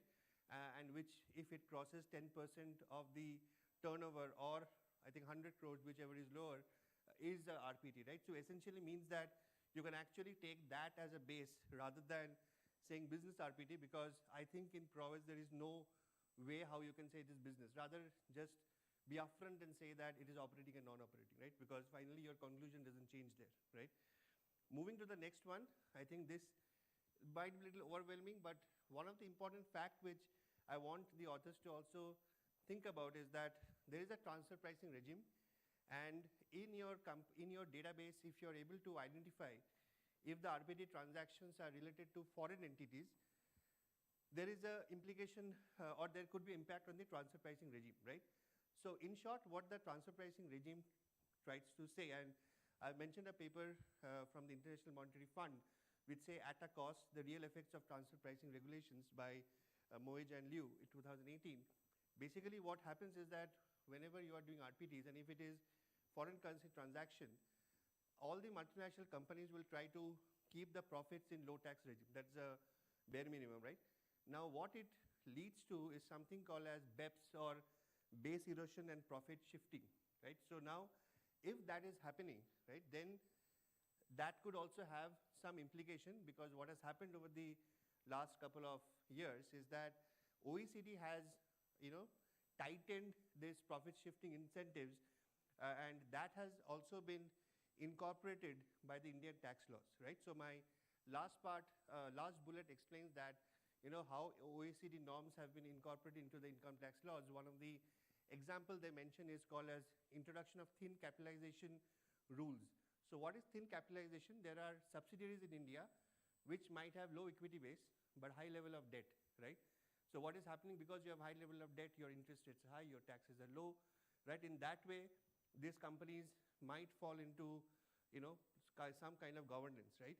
And because of these things happening, there are also requirements like your master filing requirements, then country by country report, which have been enforced on companies to ensure that the transfer pricing angle or the base erosion profit shifting is also kind of reduced. Now the way to tackle, I leave up to the authors, but one identification could be that when you're looking into the company database, you can possibly see if you are able to identify companies having a holding company which is outside India, right?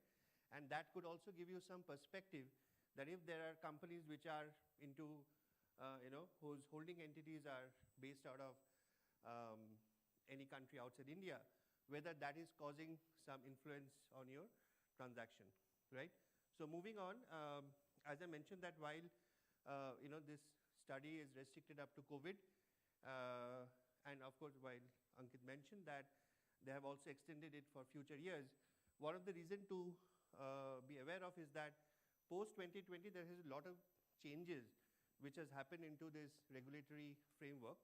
And some of these are, that the definition of the related party has been extended, right? And it is saying that even if entities are not, irrespective of the shareholding also, the entities can be deemed to be, kind of related party.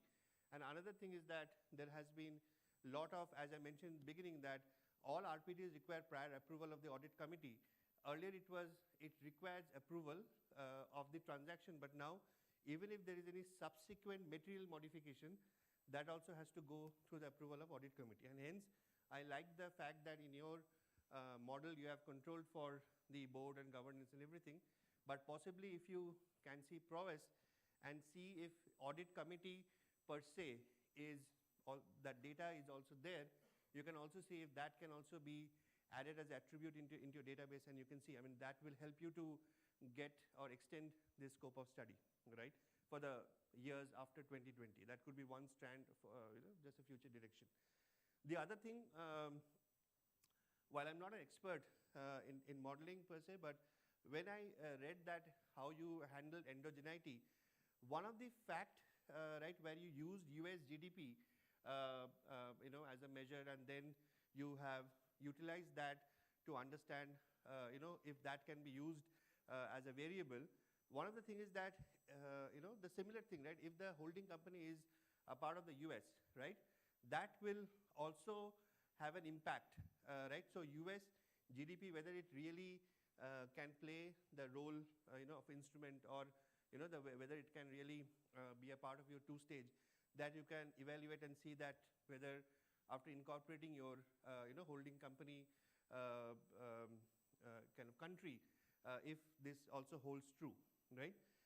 Yeah, I think this was the last, the thing which I basically wanted to mention is that you should revalidate your instruments in terms of ensuring the results stay robust. I think just to summarize over a good it's a very good paper, very detailed.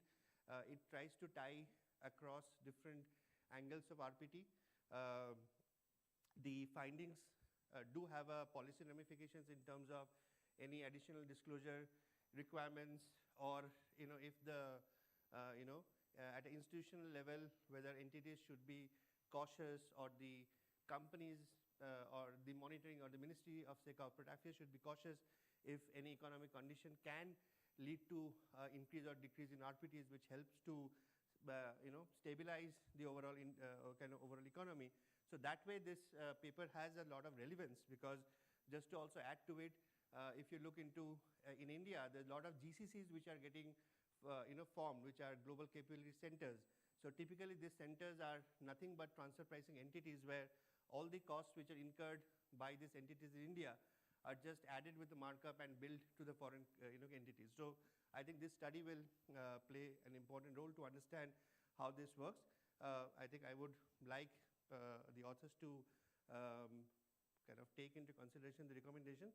One of the other point, while you are presenting, Ankit, I found that I think your mean score for the total RPTs was, I think, 0.286%, and your business RPT mean was 0.24, and your opportunity RPTs was 0.05.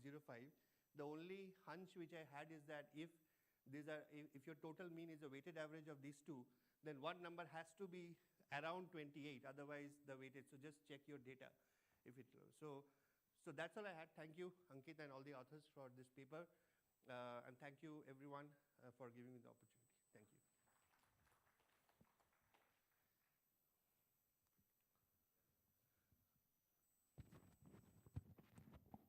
Hello. Thank you, Professor Somik, for the excellent insights. We have time to take a couple of comments or reviews. Okay. Can I go ahead? Yeah, please. Yeah. Okay. Nice paper, Ankit. Couple of points which I think is important. When you are looking for the NPTs, I think it's also depends upon the expectation of the uncertainty. So it's not that the level will work, but if, let's say, you think as a firm, and as you said, and we know that India is lot of conglomerates, and a lot of the third-party transaction, the RPTs are happening within the, and unfortunately or fortunately it's not coming there, I don't know why. So level, rather than looking into that if you take the expectation, so RT depending upon the uncertainty T-1. So that may help whether it's happening or not. This is first point. Second, I'm coming from a little finance or market side. For me, the uncertainty is not about the GDP, but about the market, right? So if you think of taking the Nifty 50 or Sensex 30, that may help. And more than that, if you take the volatility index, see, this is typically about the uncertainty.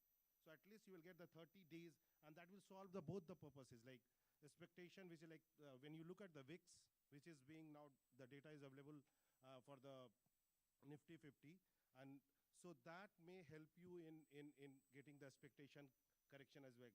So I don't know from where, I think it started 1998, but the VIX data is available from 2003. So at least for the 2003 period, two things you can do, because GDP and looking into the few, I think you either you have the quarterly data or you have the IPP, you are taking, it's a monthly data, right? So even for 10 years, 120 data, fitting a basic mean equation, the AR-T-1, and putting everything in the error term, you are unnecessarily increasing the standard deviation of the error term. You understand? And that's affecting your basic, the relationship. So fitting a right model for the GDP, and where you have a structural break as well. So you don't fit let's say, the whole structural model framework, but at least, let's say, if you are going for the GDP or IPP, fit a basic structure model. I think there is a structure break within 24 years, and then get the error, or try to prove that the uncertainty which you are going to get it through the GDP and through the VIX are correlated. So it's a proxy for this, if you want to get into that. So that will make the things much more, in my opinion. Thank you. So just a couple of points. So as far as expectation thing is concerned, the shock will take care of that. Now, as this is about VIX stock, we did that and we have results. But since the focus of the paper was on economic condition, we did not put that, because we don't want then, to look at the two different sides. We have the result with the VIX. It shows the very similar result to this as well. Now, you are right in one sense that come to mind. I may first fit a VAR model with GDP, inflation, and interest rate, and get error term of the GDP there, and then put in here. That's really thankful. That's a very nice thing. I should surely do that and see, at least in the robustness section, that should be there. Yeah, completely agree. Thank you. Yeah. Any other remark or comment?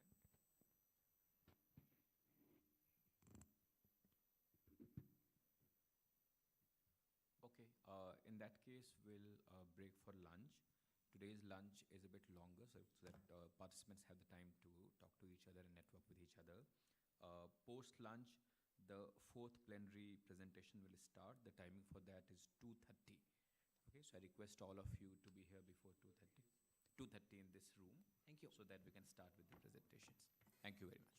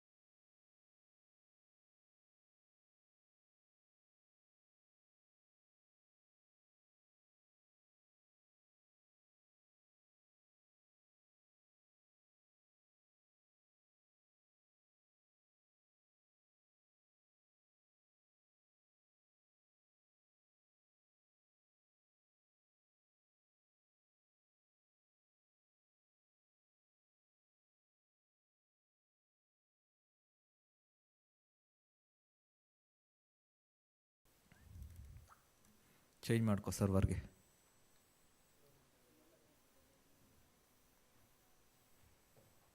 Next PPT.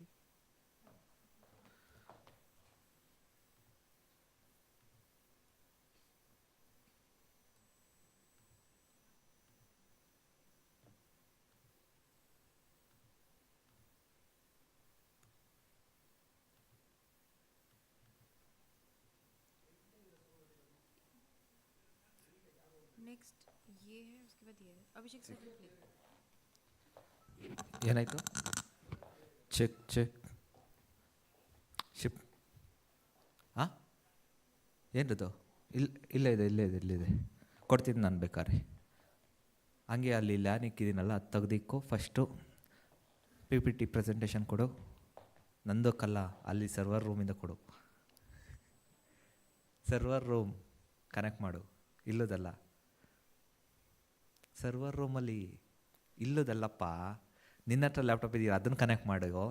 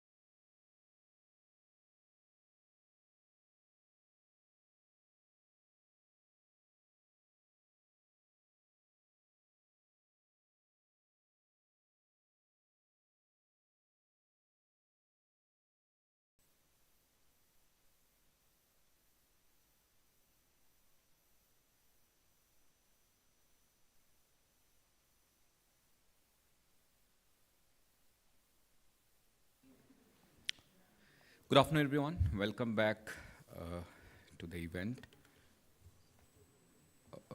In this part of the day, we will be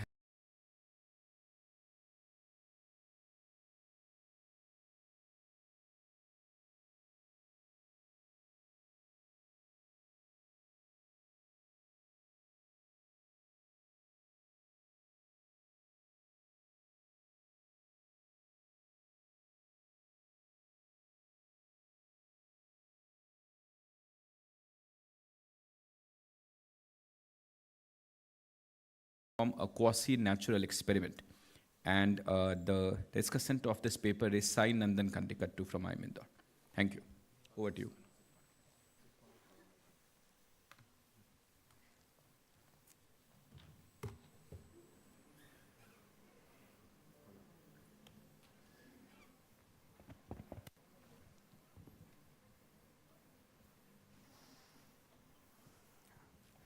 Am I audible? Yeah. So, good afternoon. I am grateful to the organizers for this opportunity. The title of the paper is Creditor Rights and Innovation, Evidence from a Quasi-Natural Experiment. This is the proposed structure of the presentation: motivation, the IBC reform of 2016, hypothesis, data, empirical strategy, baseline results, a supplementary test of cross-sectional heterogeneity, placebo test for robustness, contributions, and conclusion. Why study creditor rights and innovation? If you look at growth models such as Solo 1956 or Romer 1986, they invariably converge to a similar conclusion. That is, you cannot have sustainable growth in per capita income without technological progress. Technological progress increases the productivity of factor inputs and causes a rapid shift in the production possibility frontier, that is PPF. If the pace of technological progress is greater than the growth rate of population, then you have increased availability of output per capita, that is economic growth. How do you have technological progress? If you study endogenous growth models such as Romer 1986, the answer is straightforward: through accumulation of human capital. If people are educated, they have skills to innovate and introduce new products such as goods, services, or processes that increases the productivity of factor inputs and contributes to economic growth. Thus, education and R&D, that is research and development, are critical for a nation to benefit from economic growth or technological progress. However, there are two troublesome features of R&D. First, R&D requires significant upfront investments on a continuous basis for an extended period of time. And second, payoffs from R&D are highly uncertain. This might discourage a firm from pursuing R&D activities because though it is profitable, it is highly risky. Conversely, there are certain benefits from investing in R&D activities. For instance, you can introduce a new good, a service, or process that gives you monopoly power, which in turn allows you to earn supernormal profits and contributes to higher shareholder wealth. Thus, access to finance is a critical determinant of firms' R&D activities. If a firm is financially constrained, then it might prefer survival over investing in profitable yet risky activities such as R&D. The literature under the rubric of law and finance highlights the critical role of creditor rights in determining firms' access to credit. For instance, prior studies have documented that higher creditor rights are associated with increased supply of credit, lower cost of borrowing, larger capital markets, and sustained economic growth. Why do you observe these effects? Suppose a nation passes a creditor-friendly reform, which increases lenders' right to seize and liquidate borrowers' asset in case of default in a time-bound manner. This raises the ex-ante probability of bankruptcy for borrowers and decreases deadweight costs associated with liquidation and reorganization. These two increase the recovery rate for creditors and mitigates costs associated with adverse selection and moral hazard, which in turn increases the supply curve of credit. Suppose other factors are held constant, a rightward shift in the supply curve of credit increases the availability of credit at lower cost. Firms might leverage this increased availability of credit at lower cost to pursue risky yet profitable ventures such as R&D. Consistent with our argument, finance and growth literature documents a positive link between financial development and economic growth. For instance, Black and Strahan in 2002 note that greater access to finance is associated with not only an increase in size of existing firms, but also the number of firms that are there in an industry. Despite the theoretical and empirical importance of this link, there is a paucity of direct empirical evidence on this relationship. I therefore exploit a bankruptcy reform within India to shed light on this relationship. The bankruptcy reform that I exploit within this study is the passage of the Insolvency and Bankruptcy Code, IBC, in 2016. Why focus on the IBC reform of 2016? There are 3 good reasons. First, the IBC reform is the latest in a series of efforts by the Government of India to strengthen creditor rights within the country. Why does Government of India want to strengthen creditor rights within the country? A, to improve India's ranking in the ease of doing business, and B, to promote the flow of credit within the economy. Second reason is provisions of the IBC reform can be reasonably characterized as creditor-friendly in nature. For instance, the IBC reform not only empowers financial creditors but also operational creditors to file an insolvency petition in case of default. Second, the IBC institutes a time-bound unified framework for the resolution of corporate insolvencies. If an insolvency petition is not resolved within a stipulated time frame, it leads to automatic liquidation of firm. C, when an insolvency petition is filed with the National Company Law Tribunal, NCLT, under the IBC law, the incumbent management is suspended and firm affairs are handled by an insolvency professional. Furthermore, a committee of creditors is formed, and it is the decision of this committee on how the firm should be restructured. If, again, the restructuring doesn't take place within the stipulated time limit, there is a liquidation of the firm. Thus, provisions of the IBC reform can reasonably be characterized as creditor-friendly in nature. And the third reason is that because the IBC reform was promulgated in a near past, we have access to good quality and quantity of data. Has the IBC reform delivered on expectations? If you look at data that is available until the year 2019-2020, the answer is yes. For instance, the average resolution time in case of the IBC reform is 415 days versus 4.3 years, which was the case before the IBC reform. Second, the ex-post direct bankruptcy cost is only 1% of the liquidation value, and the recovery rate under the IBC law is 46.3% versus 17.2% under the SARFAESI Act of 2002. Given this backdrop, let's formulate the hypothesis. So the IBC reform can be reasonably characterized as creditor-friendly in nature, and stronger creditor rights lead to increased ex-ante probability of bankruptcy and decreased deadweight cost associated with liquidation and reorganization. So there is an increase in the recovery rate for creditors. Higher recovery rate for creditors mitigates costs associated with adverse selection and moral hazard, which in turn leads to a rightward shift in the supply curve of credit. If other factors are held constant, then increased supply of credit increases the availability of credit at lower cost, and firms can use this increased availability of credit at lower cost to invest in R&D activities.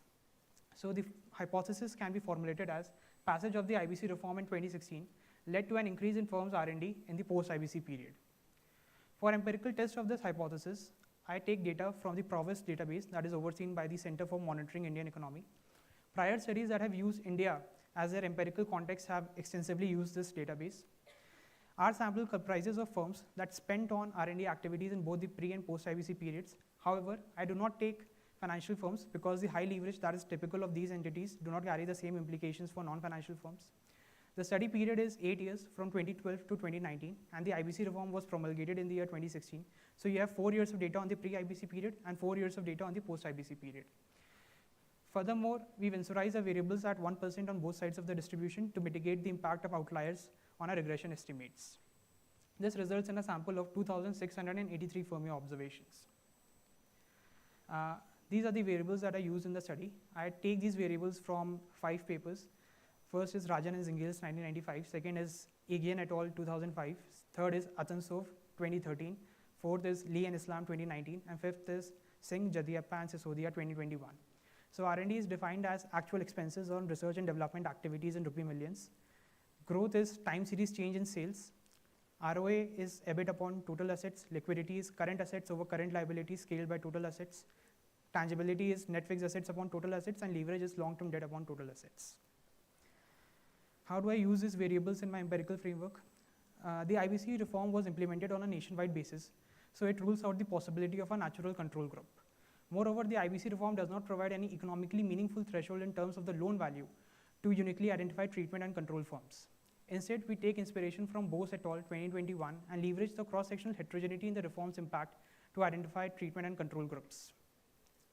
Provided that the IBC law can be characterized as creditor-friendly in nature and creditors have a concave payoff structure, I argue that access to credit in the post-IBC period increased more for financially non-distressed firms versus financially distressed firms. Why? Creditors have a concave payoff structure, so they are averse to risk of default. And firms that are at lower risk of default, that are financially non-distressed firms, would have greater access to credit than financially distressed firms. To proxy financial distress, I use firms' proportion of debt or leverage. Why do I use proportion of debt or leverage? The intuition is quite simple. Higher is the proportion of debt, higher is your interest burden, and greater is the sensitivity to cash flow volatility. Lower is the proportion of debt, lower is the interest burden, and greater is the buffer against cash flow volatility.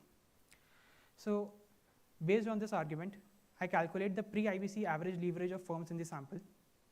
Because I use the pre-IBC data for the purpose of categorization, any forward-looking bias in our estimates is ruled out. I calculate the pre-IBC average leverage of firms in the sample and classify the sample in 3 parts. The lowest tercile is considered as treated, and the highest tercile is considered as control.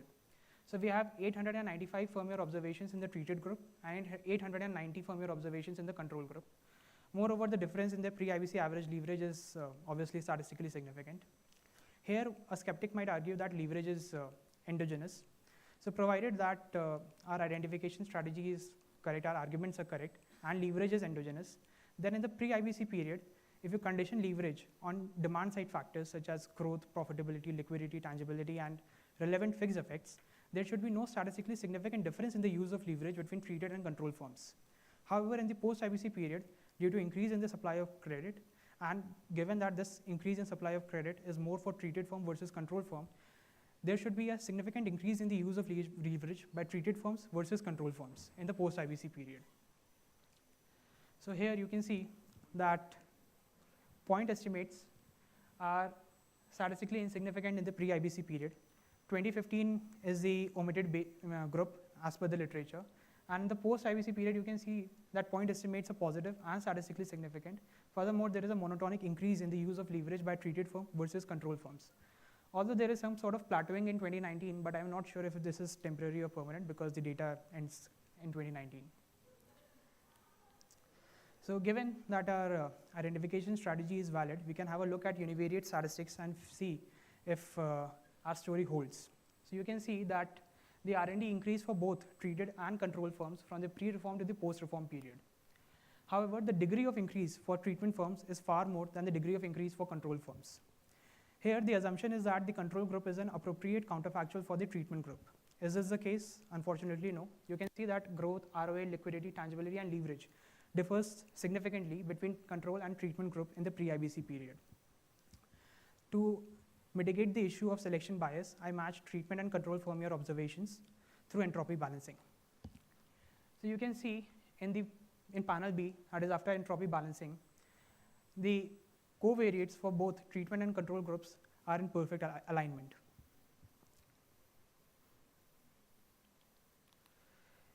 Here, one variable is left out, that is R&D, which is our dependent variable. Of course, I cannot match treatment and control firms on R&D because that is the dependent variable. We need heterogeneity in R&D between treatment and control firms. This might give rise to a concern that R&D differed between treatment and control firms in the pre-IBC period as well. Therefore, what we are detecting in the post-IBC period is simply a continuation of this pre-existing difference. To rule this out, I conduct a parallel trend assumption test as per Levin and Roberts 2010. So you can see that coefficient on the treatment variable for the pre-IBC period is positive but statistically insignificant. Furthermore, the R squared is only 0.002, that is almost 0. So this implies that the R&D variable behaved almost similarly for both treatment and control firms in the pre-IBC period. So this is a graphical description of the parallel trend assumption. You can see that in the pre-IBC period, they almost was similar for both the treatment and control firms. However, in the post-IBC period, the behavior of the R&D variable is fractured for the control firms, but there is a smooth increase in case of treatment firms. So given that the parallel trend assumptions hold and there is no selection bias in our sample, we can proceed with the DID analysis. For DID analysis, I construct 2 binary variables. First is IBC, which is 1 for the post-IBC period and 0 for the pre-IBC period, and treatment, which is 1 for treated group and 0 for control group. The interaction of these 2 variables, that is IBC times treatment, gives how the R&D variable evolved for the treated group versus control group in the post-IBC period, given that the parallel trend assumption holds for our sample data. So you can see that the coefficient on IBC times treatment is positive and statistically significant from column 1, 2, and 3. In column 1, there is no entropy balancing, no fixed effects. In column 2, I introduce fixed effects, and in column 3, the sample is matched and there are fixed effects. I do not include year fixed effects because year fixed effects are common for both treatment and control groups and get cancelled out in case of DID analysis. They get differenced out. To further validate the story, I also conduct a cross-sectional heterogeneity test. If our argument is correct that the IBC reform led to an increase in the supply of credit or availability of credit, and the increase in access to credit was more for treated group versus control group, and this enabled treatment firms to invest in R&D activities more than control firms, then within the cross-section of treatment firms, we should observe a concentration of this effect in firms that are at lower risk of default, such as firms that are more profitable or less leveraged. So you can see here the triple interaction between IBC, treatment, and ROA is positive and statistically significant, while the triple interaction term, IBC times treatment times leverage, is negative and statistically significant for in column 5. Though the statistical significance is quite weak here, but it goes well with our story. Lastly, I conduct a placebo test as robustness. So I limit the sample to the pre-IBC period. 2014 is assumed to be the placebo year. I follow the same identification strategy as before. So we have a final sample of 863 firm-year observations. I match treatment and control firm-year observations. I conduct the parallel trend assumption test, it holds. And then I again redo the DID analysis. What I find is the coefficient on IBC times treatment is positive but statistically insignificant. That is, in the pre-IBC period, I don't detect a statistically significant effect. So how does our work contribute to the literature or the practical world? So our study is largely related to 2 studies in this domain. First is by Acharya and Subramaniam 2009, and second is by Chakrabarti et al. 2024. Here Sanjay Kalapur sir is a co-author. So in the first study of Acharya and Subramaniam 2009, they do a cross-country analysis and find there is a negative correlation between creditor rights and innovation activities. They proxy innovation activities through a number of patents registered with the USPTO. The trouble is they use Jankov, McLeish, and Schleifer database of 2007 for studying whether creditor rights increase or decrease in a country. That database is country year variable, and the trouble with country year variable DID variable is that you can never be sure whether your observed effects are due to the creditor rights or some omitted variable at the country year level. Furthermore, patents are an outcome of successful R&D projects, so we cannot be sure about the absence of selection bias in the sample. Then second study is by Chakrabarti et al. 2024, and they find that higher creditor rights increase firms' innovation in the post-IBC period, and they document this increase to equity inflows. We document a separate channel, that is increase in access to credit, as a way through which IBC reform led to an increase in R&D activities. In summary, our study contributes to the literature on cost and benefits of creditor-friendly reforms. So there are papers that say higher creditor rights lead to lower innovation activities, that is Acharya and Subramaniam 2009, lower risk-taking, for instance, Acharya et al. 2011, lower utilization of collateralized debt, WIC 2013, and lower investments, that is Favara et al. 2017. On the other hand, you also have literature which says that higher creditor rights discipline firm managers, lower cost of debt, and improve investments. We contribute to this literature and say that higher creditor rights offer more advantages than drawbacks.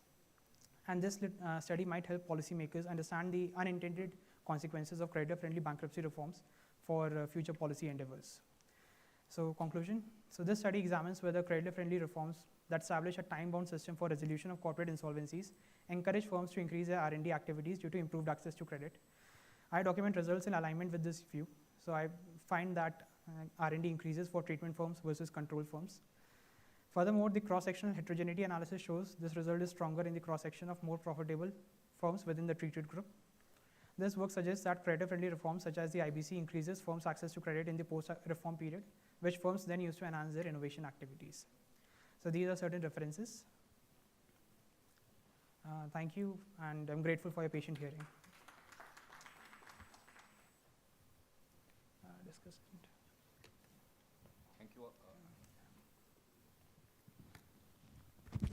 Thank you, Aradhya. I now invite Sai Nandan Kandikar to please discuss the paper.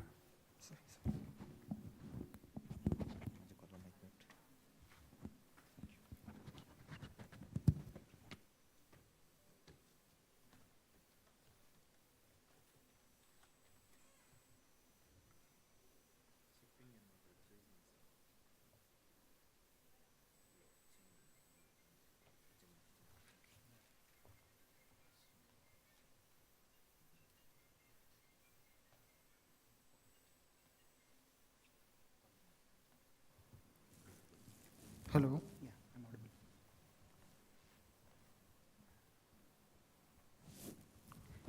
Good afternoon, everyone. So I'm Sai Nandan. I'm a fifth-year PhD scholar in IIM Indore. So coming to the paper, it tries to answer an important question, definitely, that are better creditor rights really leading to, let's say, reduction of selection problem or agency problem that exists between the creditor and debtor. So going forward,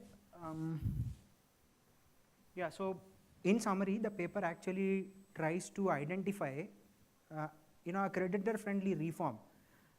Did it actually lead to better credit availability in the economy, leading to better innovation at an aggregate level? Though it is done at a firm level, at aggregate level, this is what it would actually imply. So one sanity check that I really expected in the paper was, so the author is saying that now the lending norms are pretty creditor friendly, so creditors are willing to, let's say, supply more credit in the economy post this particular structural break reform.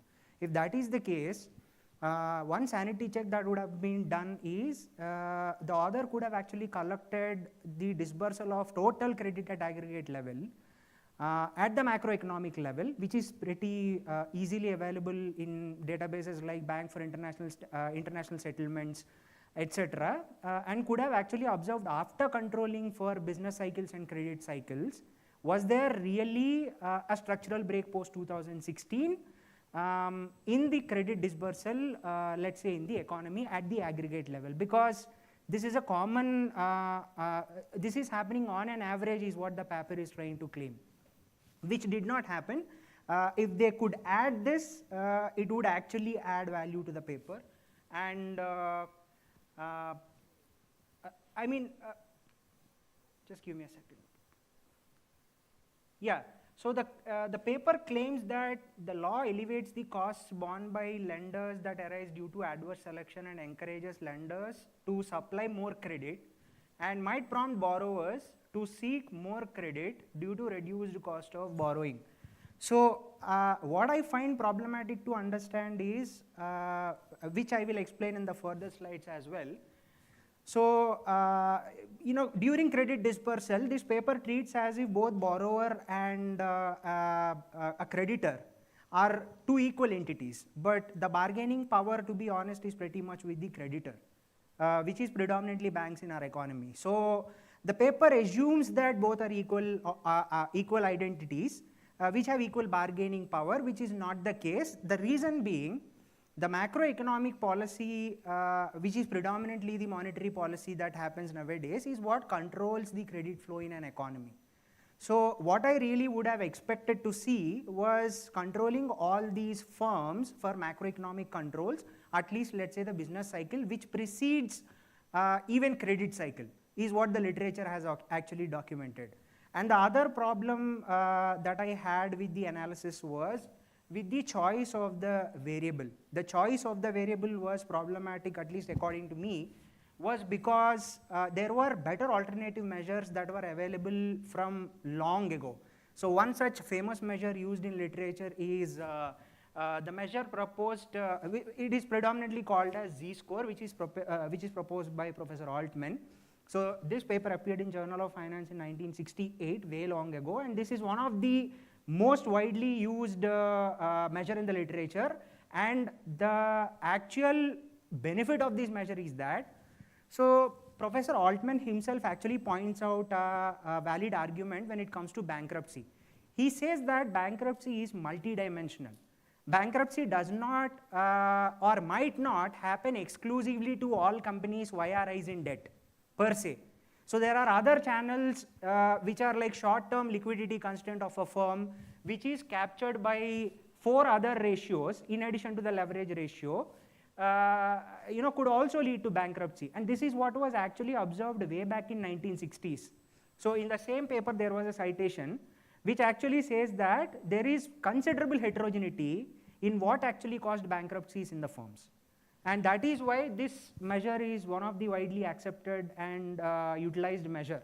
And the other problem with leverage ratio in this paper, the way it is considered in this paper is, the sample actually had both listed and unlisted firms. So I could not understand why is it that they were not separated. Because the way they finance, the whole argument is that the financing is bound to change, right? And the financing will change differently for both listed as well as unlisted firms. So, you know, the role of equity is actually being underplayed in the paper is what I felt when I read. And coming to the next criticism, the most widely used matching algorithm that actually separates your target and control group is propensity score matching. So I have searched the literature and I have found out that in certain instances propensity score matching does well, and in certain instances you know, this technique entropy balancing does well. So I mean, there is no hard and fast rule. So how come the author actually decided on entropy balancing specifically to this particular context was not really clear in the paper.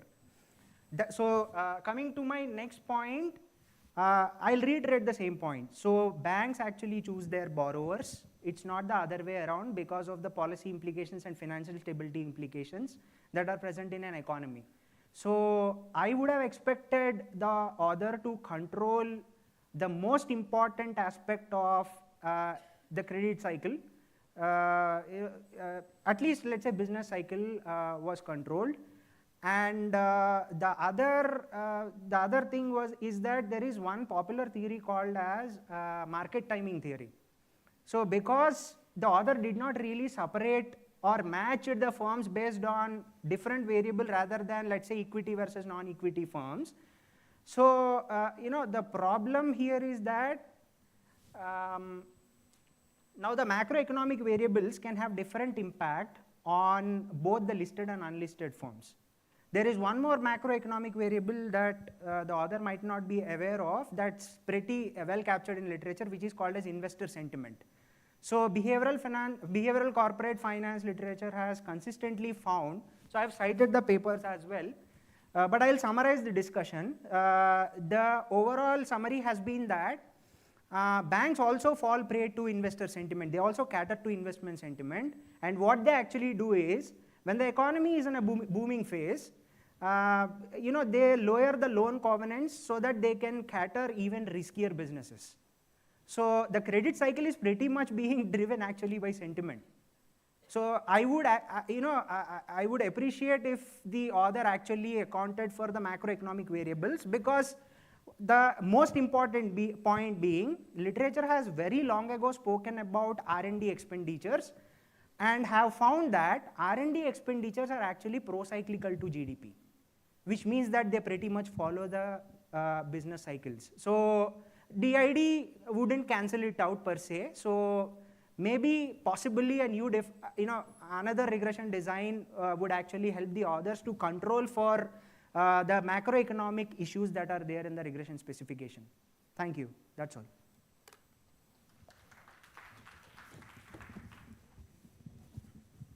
Thank you, Sai Nandan. If the audience has some comments or questions, they may please ask.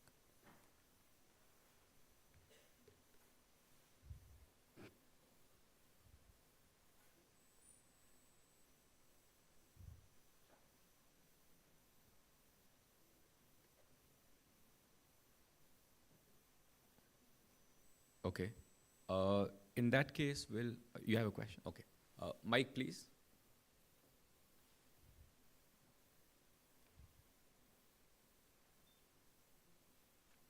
Here.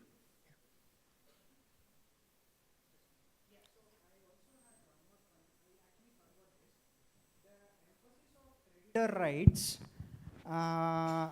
you know, there is mixed evidence when behavioral corporate finance researchers studied it. So there is one study that I cited here.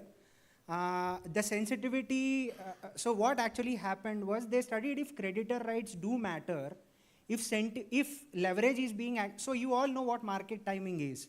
So firms do time their leverage so that they can raise or let's say buy back equity issues. So the main reason, though Baker and Vogler did not cite in the paper, but intrinsically it is sentiment. So what happened was, this 2023 paper actually studied if creditor rights actually impede the ability of sentiment to impact leverage, and it didn't. It was only marginally reduced, but the effect was still negative, which means that sentiment is a systemic factor which could not be removed per se, even if you control for, let's say, macroeconomic variables. So that's why my point was also that sentiment is equally systemic, with respect to comparison with other macroeconomic variables. That was my point. Thank you. Yeah, Prof.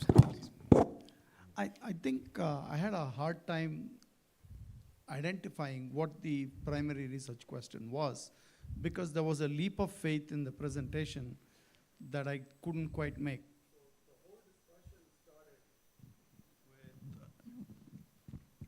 Mike. Is it working? Yep. No, it's not. So the whole discussion was focused on credit availability and credit usage.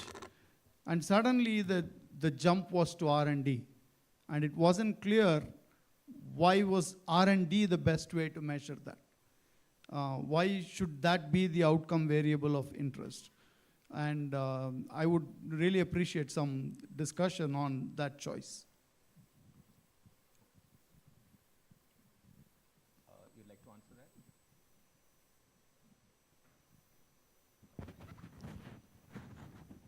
So the broad idea is that if there is increased availability of credit per se, then firms might use this increased availability of credit to invest in innovation activities, of which R&D is used as a proxy.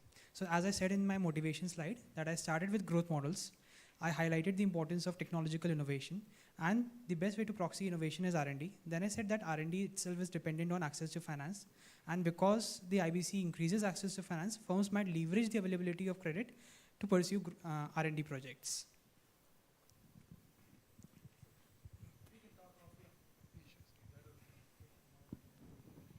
I think Professor Catherine seems that she has a point to make. Okay.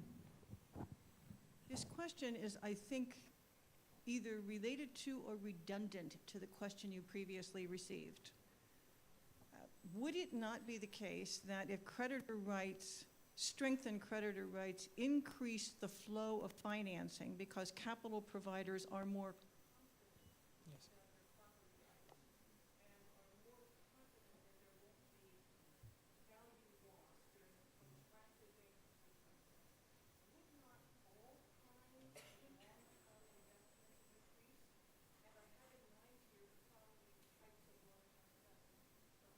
measure that you use, capital expenditures, and acquisitions? Yes, ma'am. So is there something special about R&D that caused you to select R&D, or is that the variable that wasn't studied by others? Because to be honest, I would think that the results, forgive me for saying this, it's not intended as a criticism. The results should be obvious. If you strengthen property rights of financial capital providers, they'll provide more capital. Unless managers are incompetent or dishonest, you'll get more investment. All right. So again, it's the same question. And I'm repeating what Professor Venkatraman said because I didn't understand your answer. All right, ma'am. So thank you for the question. So the idea is that first, again, there is a paucity of direct empirical evidence on this particular variable. So that's one. And second is that the studies that have investigated the impact of creditor rights on R&D or innovation per se are conflicted. For instance, as I pointed out, Achar and Subramaniam 2009 say that higher creditor rights lead to lower innovation efforts.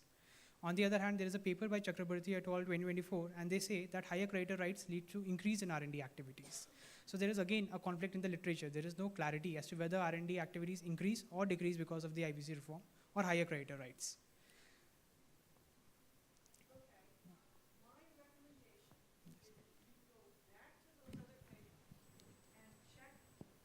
Check to see why the results look so different and see whether there is some theory that predicts the kind of friction you're talking about. Because in order to get the outcome that you say these other papers documented, the setting is odd, the data are odd, the tests are odd, or there's some kind of friction operating. It's just an observation. Yeah. So I'm going to be quiet now because I don't know the Indian institutional setting the way others do. So I think broadly what people are concerned about, in particular myself, is it's one thing to say paper 1 finds something, paper 2 finds something different. And so I run this analysis and I find results that are somewhat similar to paper 1 or paper 2 or slightly different. How does that resolve the controversy in the literature? You have to first say, I find paper 1's result in this setting. I apply an additional filter or do something that now gives me this result. This filter is sensible. This way of doing it is sensible. And therefore, I'm able to say that in circumstance A, paper 1 holds. In circumstance B, paper 2 holds. And therefore, I reconcile the results. Because what we generally find is there is a conflict in the literature. Here is some more conflict. And so that does not seem to be too helpful. I think that is the sense in terms of what does someone who is in the industry walk away with this. That is the sense in which I think we ask these questions. I know it might seem unfair that we put all of this burden on the one who comes later, but the idea is that that's what we want to see in the literature, I guess, is what we are saying. So again, to shed light on that issue, as I said towards the last, the trouble with the HR and Subramaniam 2009 study was that their DID variable was country year variable. And the trouble with country year variable is that you cannot use country year fixed effects. You're never sure it is because of the DID variable or some other factor is causing the results. There is also a problem of selection bias in their particular study because their dependent variable itself is trademarks, which is an outcome of successful R&D projects. Conversely, Chakrabarti et al. 2024 document that IBC reform led to an increase in equity capital of firms. And I'm not very sure of how they attribute the increase in R&D activities to higher equity capital because I don't find their regression quite convincing. I don't find their analysis quite convincing. So here what I did is I studied it in a within country context where the omitted variable problem is taken care of. And therefore, then all the other issues that do come with the DID analysis, I also take care of those issues. And then I say that yes, there is an increased availability of credit, and that is what has led to higher credit, greater R&D investments. So that is the link I'm missing, because I don't see any analysis in your paper that shows there is increased availability of credit, at least in what you presented here. What I see is there is a relaxation in the credit setting, and therefore there must be increase in credit, but I'm going to infer that from increase in R&D. No, sir. If you go to the first graph that I showed, what I showed is that leverage is endogenous. If you condition leverage on firm level variables such as growth, ROA, liquidity, tangibility, and fixed effects, what I find is in the pre-IBC period, there is no statistically significant difference in the use of leverage between treated and control firms. However, in the post-IBC period, the point estimates are positive and statistically significant. And these are firm level observations, right? So the test I would expect to see is that this leverage is what is correlated with the increased R&D. Not just that there is increased R&D with the standard, it is this increased leverage that is correlated with increased R&D. To answer that particular question, this increased leverage is then used as the treatment variable itself. So that is what I have used. So that the problem is you're sorting on the outcome. If your outcome is increased leverage and you're sorting on the outcome, you're saying if I have increased leverage, I will have increased R&D. That's effectively what you're saying. But what you really want to say is this causes increased leverage and this increased leverage causes increased R&D. So it's a sequential chain that you have to link the causal chain one with the other and not just dichotomize the sample based on that. Okay? So I think that would be an enhancement of your paper. It is not a question of, all of our papers are not the last word on anything. Yes. Right? We are just trying to make progress, trying to learn a little bit. I think there is more you can do with your data than what you have done. That's not to say what you have done is not good. That is just to say that you have a rich data set. And your discussant also gave you some really good comments. And this is not just your paper. A lot of papers that look at debt ignore equity. We know from looking at broad data that firms with high R&D tend to have more equity financing than debt financing. Yes. So ignoring equity kind of becomes a problem.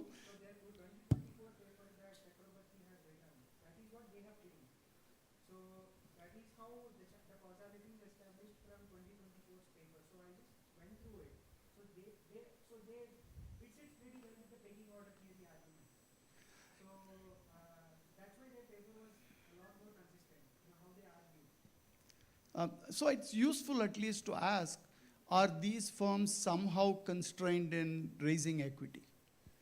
Right? So for instance, if you have unlisted firms, this is not a familiar thing for those of us who use US data because we don't get data for unlisted firms. Right? So you have data for unlisted firms, and if that's included here, Yes, sir. for them, accessing equity is costly.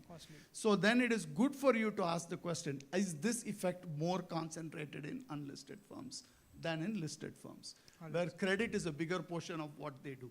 So those are, I think, valuable suggestions that the discussion brought up. I think it was a good thing for you to think about those things. Sure. Okay, so it's not just as criticism, it's more as a ways to kind of get your paper to have bigger impact and be able to, be a standout paper in the literature. Okay? Thank you, sir. Thank you. Thank you, Aradhya, and thank you, the reviewer and our guests who have given such interesting insights. So we now, with this, we come to an end to the 4 plenary presentations that we had. Now, since we have, as I said, that removed the last concurrent presentation, what we'll do is that we'll start with the concurrent presentations now. So we'll do one concurrent, then a tea break, and then the second concurrent. Okay. So for concurrent presentations, let me just read out a few rules with respect to timeline. So the presenter gets 20 minutes for the presentation, followed by 10 minutes for the discussant, and 5 minutes for Q&A. Okay. So the first concurrent presentation is in the area of corporate governance and financial performance. And the topic for this is business groups and CEO pay ratio. The presenter for this is Vijay Shukla, IIM Calcutta, and the paper will be discussed by Professor Pratibha Kumari, TAPMI, Bangalore. Vijay Shukla, please.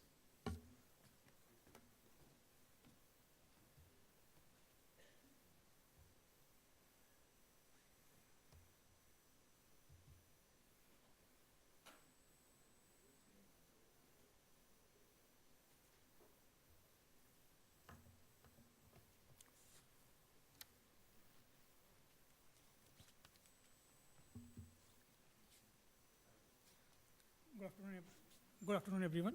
Thank you for providing this opportunity to me to present my work here.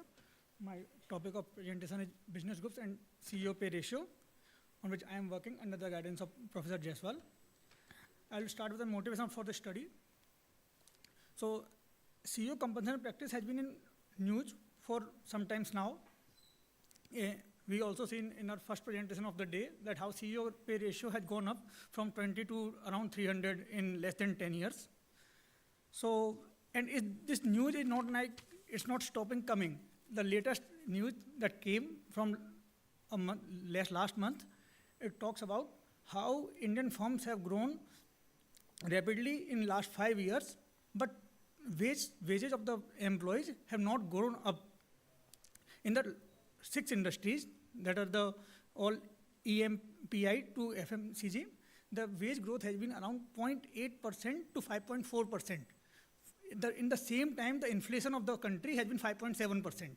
So the wage growth is not even compensating for the inflation of the country. On the other hand, the CEO compensation has gone up by more than 40% for the period of 2020 to 2023. So these things are also increasing this gap between the CEO pay and the employee pay. So to curb these kind of issues, this Companies Act 2013 made it mandatory for all the listed firms in India to display the ratio of CEO pay to median employee pay. So that is a CEO pay ratio. And India was one of the first country which made it mandatory, like even before the US and the UK. And why we are looking about India? Because again, like we are the 5th largest economy, one of the fastest growing economy in the world. And hopefully by 2027, we'll be the third largest economy in the world. And why I came to business groups? Because when we talk about India, the paper of Khanna India Office just showed around 33% of Indian firms, they are affiliated to business groups. And when you're talking about this economy, around 1/3 of the firms are from the business groups, it becomes important to show, is there any difference between the CEO pay ratio of the business group firm and the non-business group firms? Is these firms treating their employee and the CEO in a different way or not? So my research question is, how does the business group affiliation of the firm impact the CEO pay ratio in Indian firms?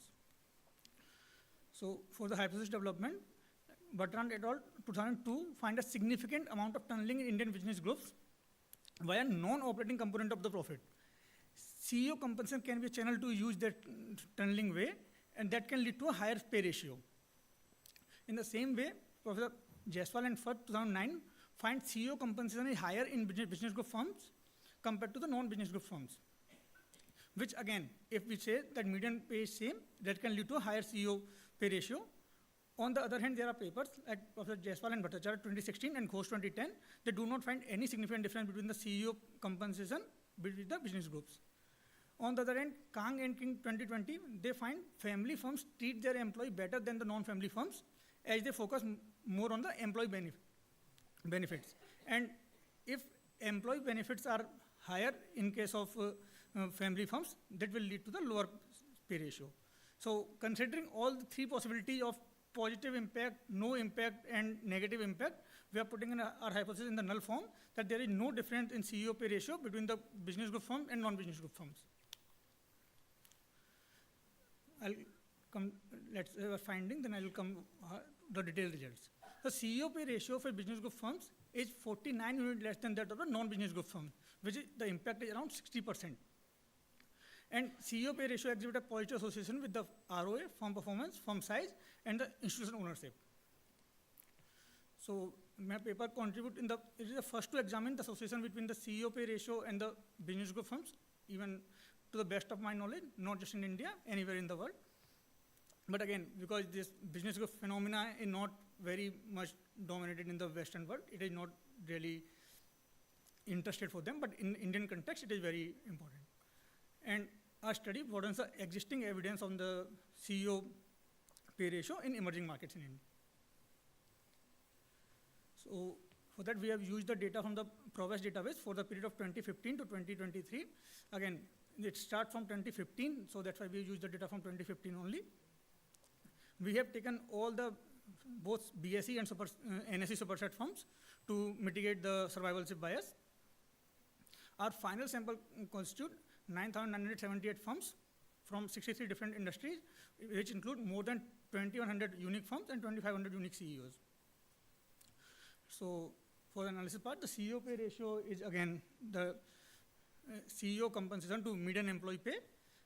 The BGA is a dummy variable that it take value 1 for the business group firm, 0 for non-BGA firms. ROA and sales growth are two firms performance variable, which we have taken in the same year. Then there are firm characteristics like size, firm age, market to book value of equity, and the standard deviation of return. That is a risk factor for the firm. We have taken it as a lag variable as per the previous literature. And then the next two variables, CEO tenure and CEO chair, it comes as a CEO power, because again, like CEO, which I had the chairmanship, or the CEO which are for more period of time in the firm, they are more powerful CEOs. Then we have taken the board characteristics like board size, board meetings, and the non-BG independent directors percentage. And lastly, we have the ownership variables, institutional percentage, and the promoters ownership percentage. We have used year, industry, and CEO fixed effect for.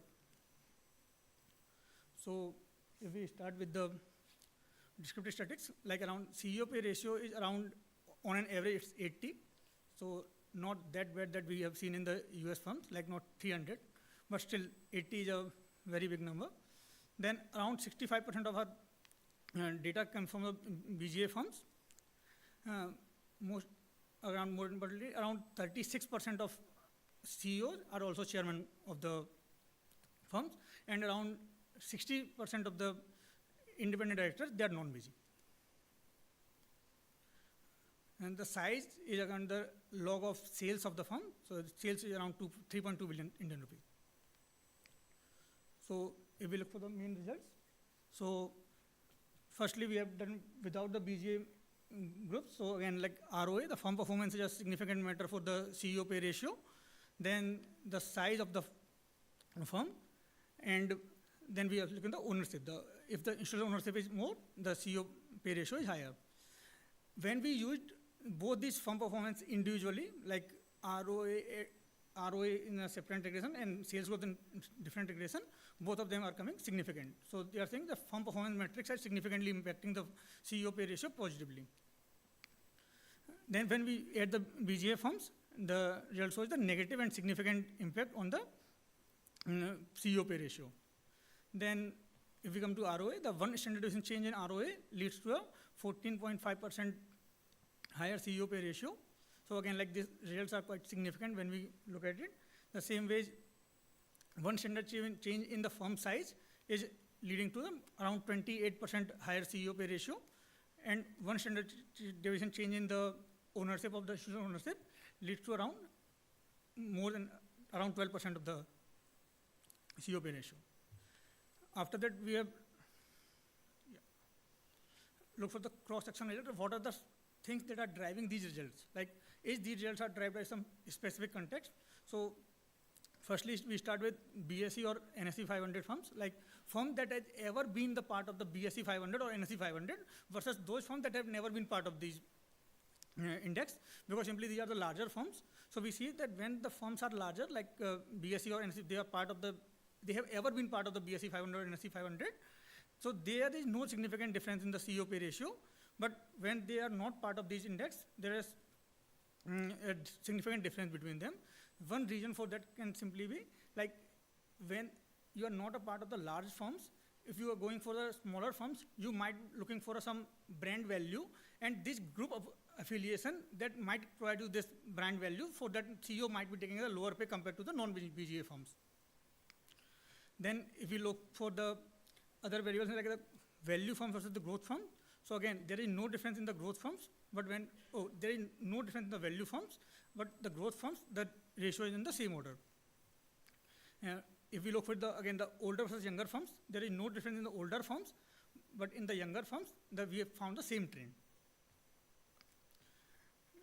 Then we look for the divided risk on the risk profile.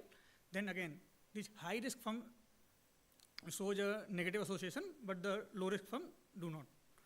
And lastly, we have done on the basis of high asset versus low assets. So we have done all these classifications based on the above median and the below median of the values.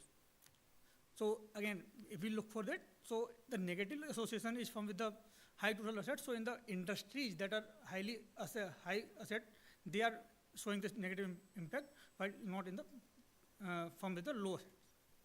I think that will be all my time. I think in the conclusion, I can simply say that CEO pay ratio is lower for the business group firms, and there are certain factors like firm performance, ROA, size, and the institutional ownership that is have the positive list.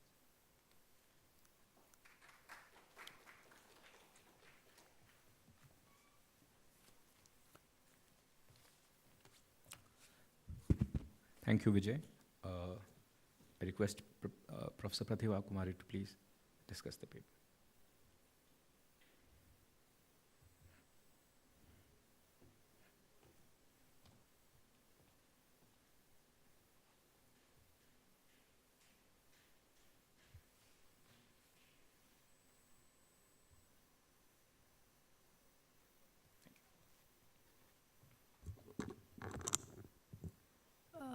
Good afternoon, everyone.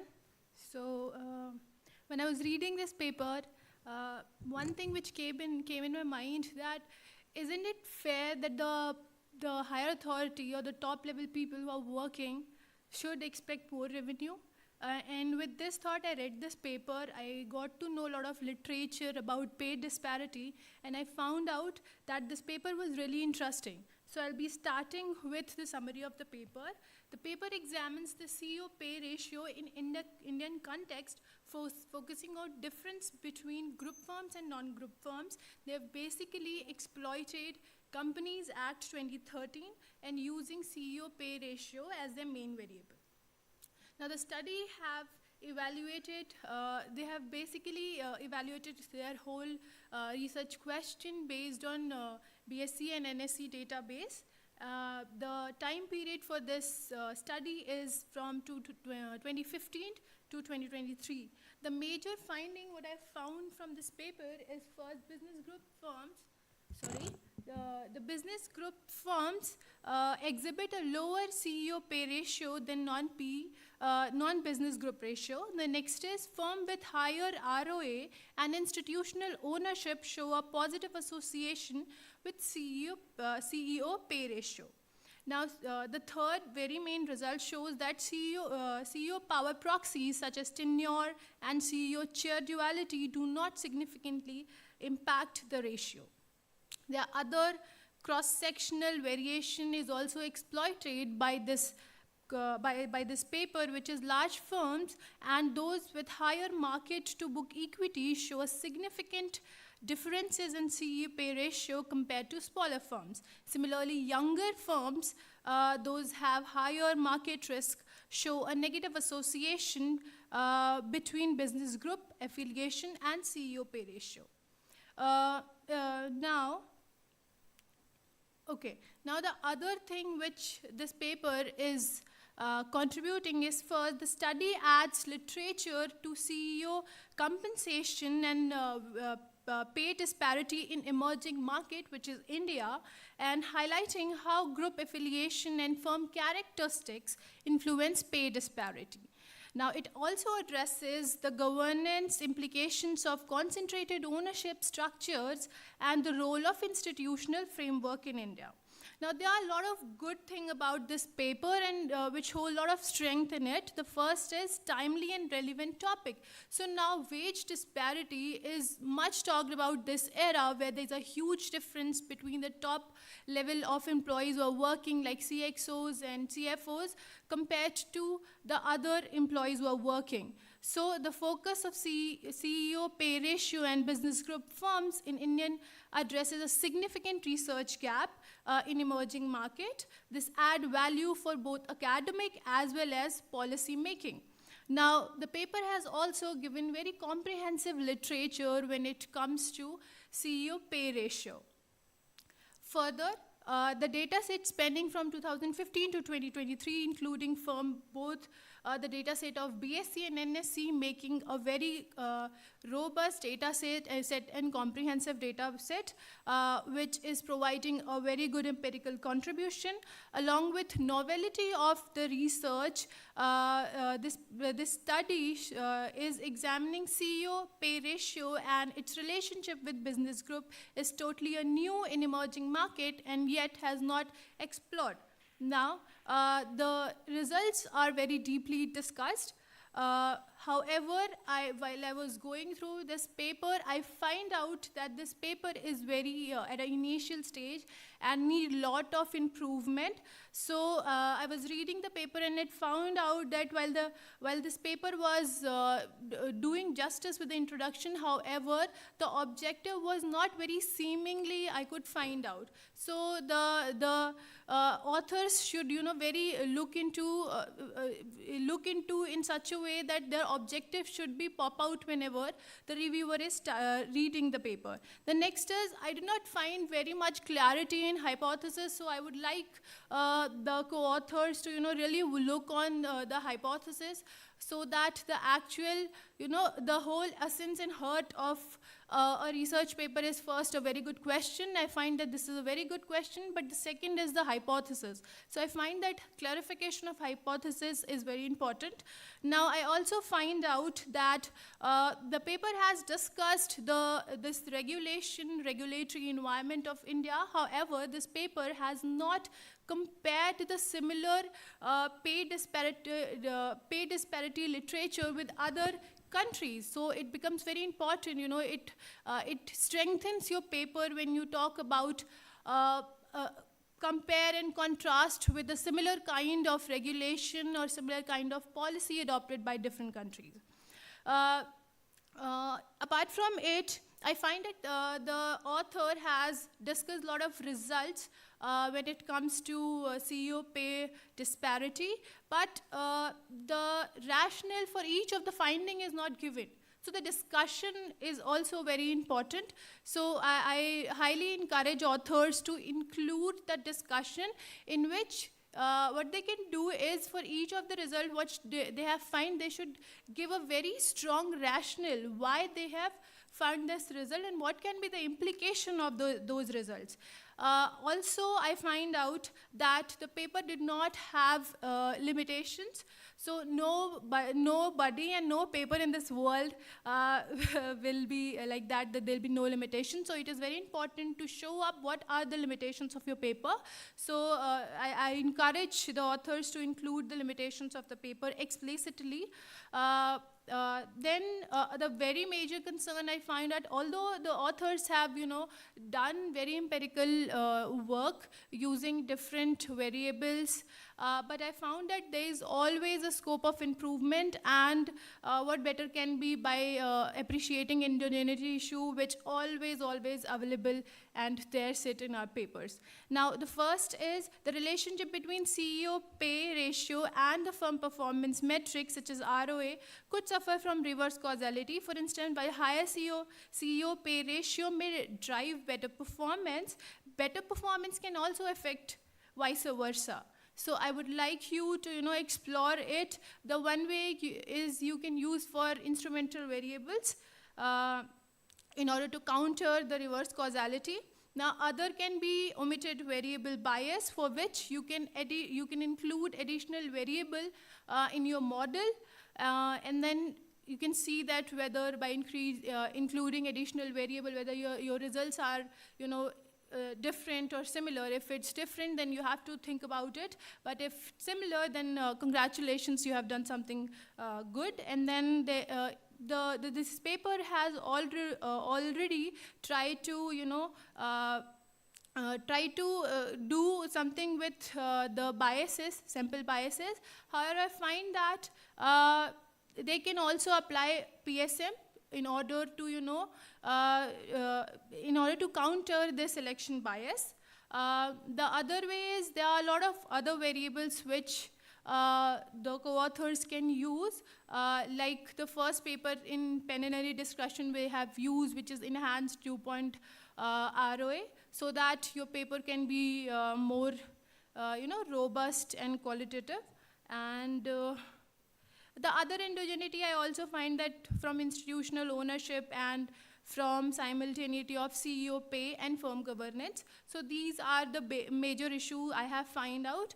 So I wish both the authors very best that they can crack some very good journals. Thank you.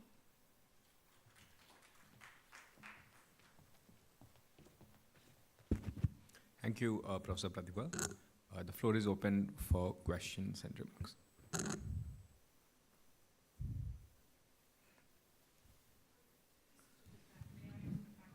Okay. What is the definition of a business group? I just used my phone to look up business group in India Companies Act. What's the definition? How would you know? It looked to me like it's any entity that is organized in the form of a parent and subsidiaries. Yeah. Am I right about that? Yes, ma'am. So have you divided then your sample into firms that are the parent holding company, that's what you're studying, versus firms that have no subsidiaries? Or is there a secret list that everyone who works in India accounting research has that you have that separates the firms? No, ma'am. Actually, it's simply that those firms that are working in a group, they're like a part of a parental group, and their subsidiaries, they are a part of a group, or those are usually working individually, so they are private Indian firms. That is simply that you can.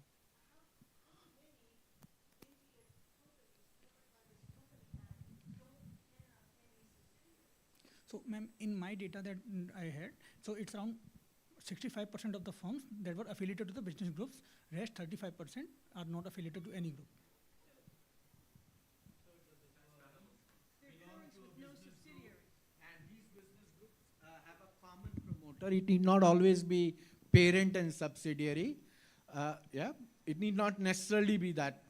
Like for example, if you think of Tata Sons, yeah, it has several of the companies that are controlled by Tata Sons, and all of them may not be literally subsidiaries per se, because Tata Sons holds less than 50% of the shares. They're majority owned, but not 100%. Yes.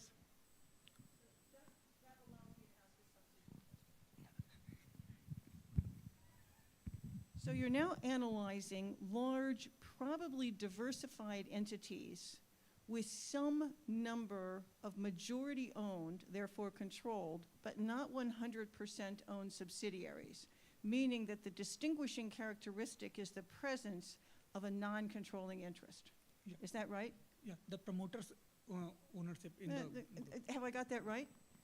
Yes. And then what you're looking at is the person at the very top of this organization, and you find out that that person is, when you cut the sample different ways, may or may not have a higher pay ratio. I have no idea how to interpret that. If you follow me, because what we have is a complicated business operation here, and it's got to deal with non-controlling interest shareholders. Depending on how much they own, they could be problematic. If we're talking about groups like Reliance and Tata, those are widely diversified entities. They're hard to manage.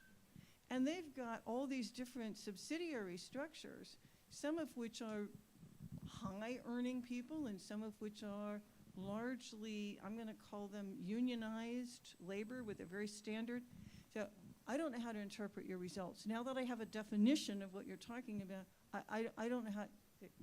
Were I the discussant, I would have said, what should I do now that I know this? I know that's not a fair question, but we're all close to the end of the day, and I was feeling curious.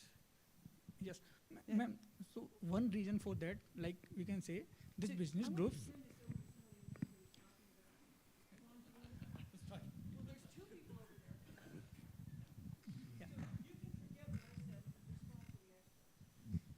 I don't know about experts. So one way to kind of think about your result, which is that CEOs of group companies that are part of business groups have lower pay ratios. Is it just because you're part of a business group? You may be a CEO because this particular business you're managing is organized as a separate company. Where it organized as a division, you'd just be a division head and you're reporting to like the group CSO, or you're reporting to a lower entity in the group. And you're really not a CEO. You're actually reporting to someone who's higher up in the chain. Have you kind of looked at something like that which causes this? So for instance, at one point I went and looked it up. The president of GM China reports to a vice president in Detroit. Right, so.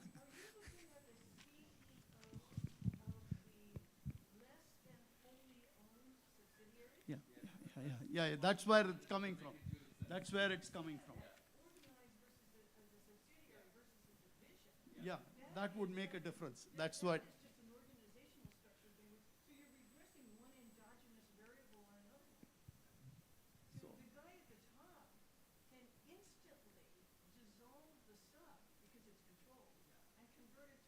Division, and then you wouldn't have this problem. But if problem, yeah. So, but it's very hard to interpret across these business groups. What is the real status of the CEO of these subs, for want of a better word, right? Because it's just an organizational choice. That's what I was kind of trying to think through what was happening here. Another, yeah.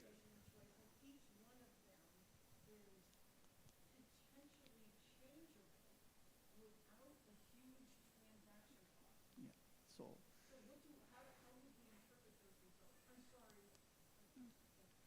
No, that's why we are all kind of struggling with this, because this is not unique to, if you think about business groups, yes, because in the US we look at the consolidated operations as a whole, and we look at the CEO at that level, so this causes a dissonance there. But it's very common for instance, the subsidiaries of US companies in other countries to have CEOs who report not even to the C-suite, they report to the vice presidents of the vice president in charge of foreign production or something like that, instead of even reporting to the C-suite. So in that case, you would find that their to their median employee ratio should be lower, because the median employee's pay is not affected by how you have structured their, and they're getting paid for what they're doing, and that's determined by the labor market. Whereas this is determined by how I cut the line. And so that's why you find this result. I'm not saying that makes the result uninteresting, but I think that context should be provided in how we interpret that result. And maybe, find a few examples to see where they do those things and kind of add that to the paper. I think it will be very useful to provide that context, saying, hey, if you're analyzing Indian companies, it is important to look at whether your company is part of a group or not, because the CEO is not really a CEO in some sense. The CEO is a mid-level executive reporting to another higher level executive. Sir, actually in that case, these firms are marked as a private foreign. And these No, I'm not talking about just the foreign example. I'm just saying that same thing can happen within the entity as well. Right? I'm just giving you the foreign as an example. So, so it doesn't have to be that this is private for a foreign company. I'm saying it can happen here, where I have a subsidiary which has a CEO, and that CEO might be reporting to some lower level executive in my overall company. And so forth, it can be structured any which way. Like you can see Sanmar Group in Chennai, I've worked with them in the past. And you can see there also, you will have CEOs of some of their subsidiary companies who are reporting to VPs of Sanmar or the AVPs of Sanmar, right? And so that's the same issue. It's just foreign thing. It's more transparent because it's stark, that's all. But I think explaining that would mean that people say, yeah, now I can see why the result works that way. And if I'm using CEO pay ratios from India, I should be very careful to consider this information in doing my analysis. Okay. Thank you, sir.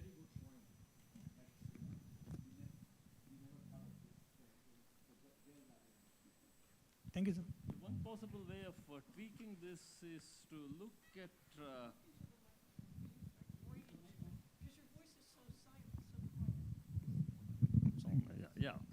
Okay. One way to tweak this is to look at a business group, the people who you call CEOs, divisional heads, and then see which ones are professionally managed and which ones are family managed, because most of the business groups are family managed. So in some of those things, there are family CEOs, and some of them have professional CEOs who do not belong to the family. And so you can see if there is any difference between those two. So with the same data that you have, you can very easily do that. And that might be of some interest. That stacks another endogenous variable. Right, so which ones do get professional and which one do get, yeah. There's endogeneity. I haven't thought through the whole thing, but there might be issues, but it might make it more interesting, is what I feel.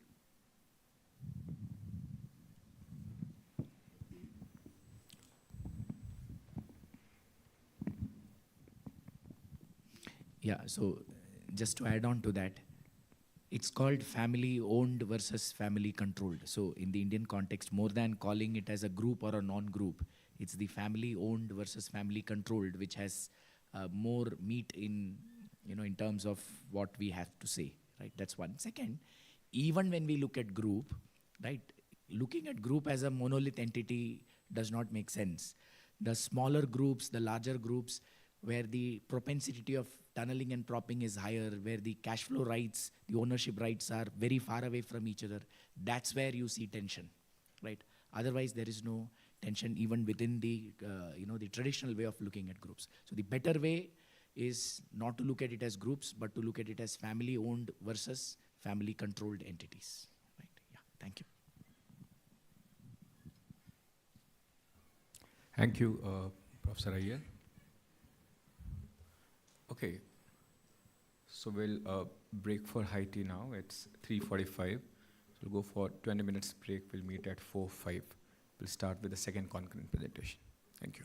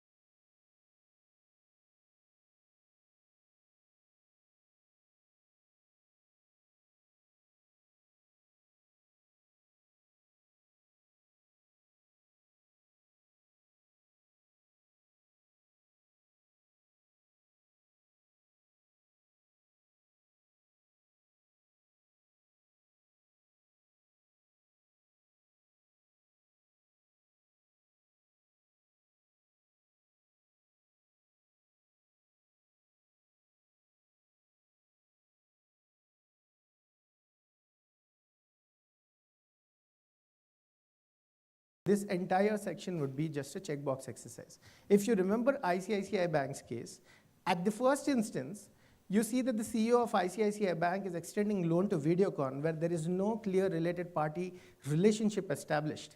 But over a period of time, you understand there is a very convoluted web of these transactions, that a related party of the CEO and the CEO of Videocon are somewhere related in some other company. But that for that one particular transaction, it might evade the market scrutiny, which is not correct. So if that is the case, that this exercise becomes difficult. I mean, it would not yield greater results. Third, it imposes legal penalties. So if there are legal penalties, it's likely that boards would restrict from approving any related party transaction and will try to be very conservative. In an attempt to do that, they would also shun away from efficient contracting RPTs, which is not in the best interest of the firm. In that regard, the results can be other way right. So that's why my main hypothesis, I state in null form, that enhanced board oversight on RPTs will not affect the firm's yield spread. That is, it is not going to affect the risk perception associated with these related party transactions. Now, what is the research design? I employ difference in differences specification because expecting a counterfactual is extremely difficult in this case. And related party and difference in difference design helps me over here. Like what I'm trying to say is getting to know what would firms do in the presence of mandatory board oversight vis-a-vis presence of mandatory board oversight and how you would observe the effects of bondholders' response on the boards. It's very difficult. It is very unobservable. But difference in difference helps us doing that. So yield spread is my outcome variable, which I have discussed. And treatment firms are the firms which engage in at least one material RPT transaction in the pre-treatment period, because these are the firms who are likely to be more affected because of this regulation, because they'll have board meetings resolution required to approve these RPTs. And then and the others are the control firms where you don't have a material RPT transaction. Post is post the implementation of the law. First, all the bond issuances issued after 1st April 2014 would be my post-period sample. And I have firm-specific determinants of RPTs and bond-specific factors as my controls. And I use firm and year fixed effects to control for unobserved factors, and standard errors are clustered at the industry level, which is a very, very standard practice, and my estimates are not they're not biased in a way, that's all. So this is my sample criterion. I am not using any grade filters over here. What I do is wherever I don't find observations which I require, wherever all the variables which I require are not present, I drop only those observations. These are the data sources which I use. For bonds data, I use SDC Platinum database. Financials, I use Provis database. Board biographies I get from Prime database. I'll tell you why I use this board biographies, because it gives me good, nice, interesting cross-sectional tests. And benchmark yields I get from CEIC database. Final sample consists of 194 unique firms, which have 4,952 firm instrument year observations. So this is the summary statistics. Very briefly, the yield spread on an average is 134 basis points for the firms. If you can see, the ratings are around 17.82. For many, it would feel, okay, ratings are not numerics, but I've used Bagay and Becker's method used in JFE paper, where I've converted the alphanumeric ratings into numerals. So 19 is AAA rated bond and 0 is the default. And treatment firms are 56.5% of my sample, which means that my treatment and control are uniformly, more or less uniformly distributed. So this is pre-treatment mean comparison in the pre-treatment period. So the purpose is if you see the control firms, the yield spread is around 105 basis points, 106 basis points, and for control firms, it's closer to 200 basis points. So I'm not making a lot out of this, but then it's a blanket perception that related party transactions are risky. So the treatment firms are considered to be risky in the pre-treatment period even. And this is a univariate DID, just means, and no regression involved here. So if you see in the pre-treatment, for the treatment firms, the reduction is 68 basis points. And for control firms, it's 34 basis points. So interpretation of that 34, different F34 would be for the treatment firms, post-regulation, there is reduction in yield spread by 34 basis points. So prima facie, it appears that the act seems to be effective. and the bondholders find it useful. So if you see the main results, so the controls are in place. So I have a bigger table so that the numbers are legible. So if you see the treatment coefficient, on an average, for the treatment firms, the yield spread is higher than the control firms. That means it's perceived that the related party transactions are risky, but the effect is toned down post. So the coefficient there would mean that for the treatment firms, post-regulation, there is reduction in 33.5 basis points in comparison to the control firms. And this number is economically significant because there is average reduction of 25% in comparison to the descriptive statistics.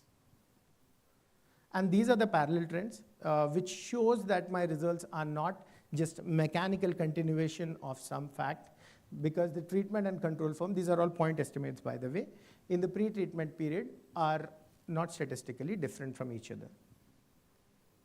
So some cross-sectional test, what I do is if, okay, I'll quickly wrap up. So if board oversight is something that is yielding to results, then stronger board quality would have more pronounced effect.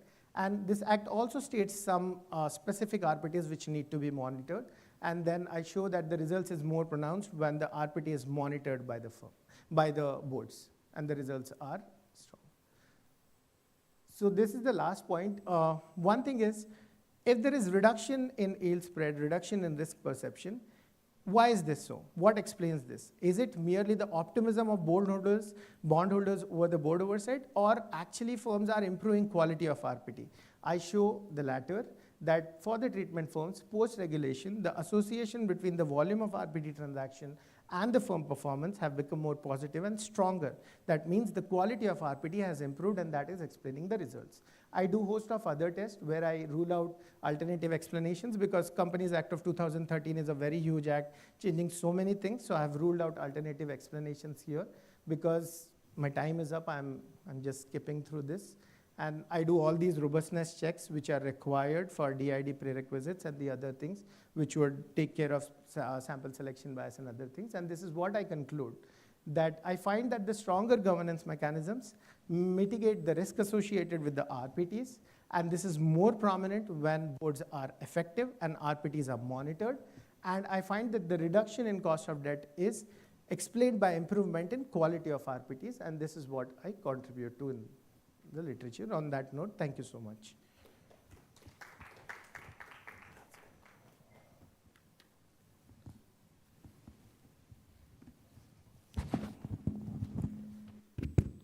Thank you, Sumit. For the discussion of this paper, I now invite Professor Pradipta Shetty.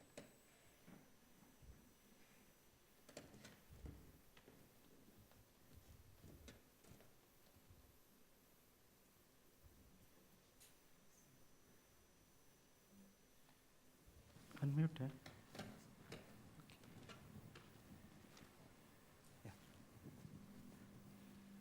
Good afternoon, everyone.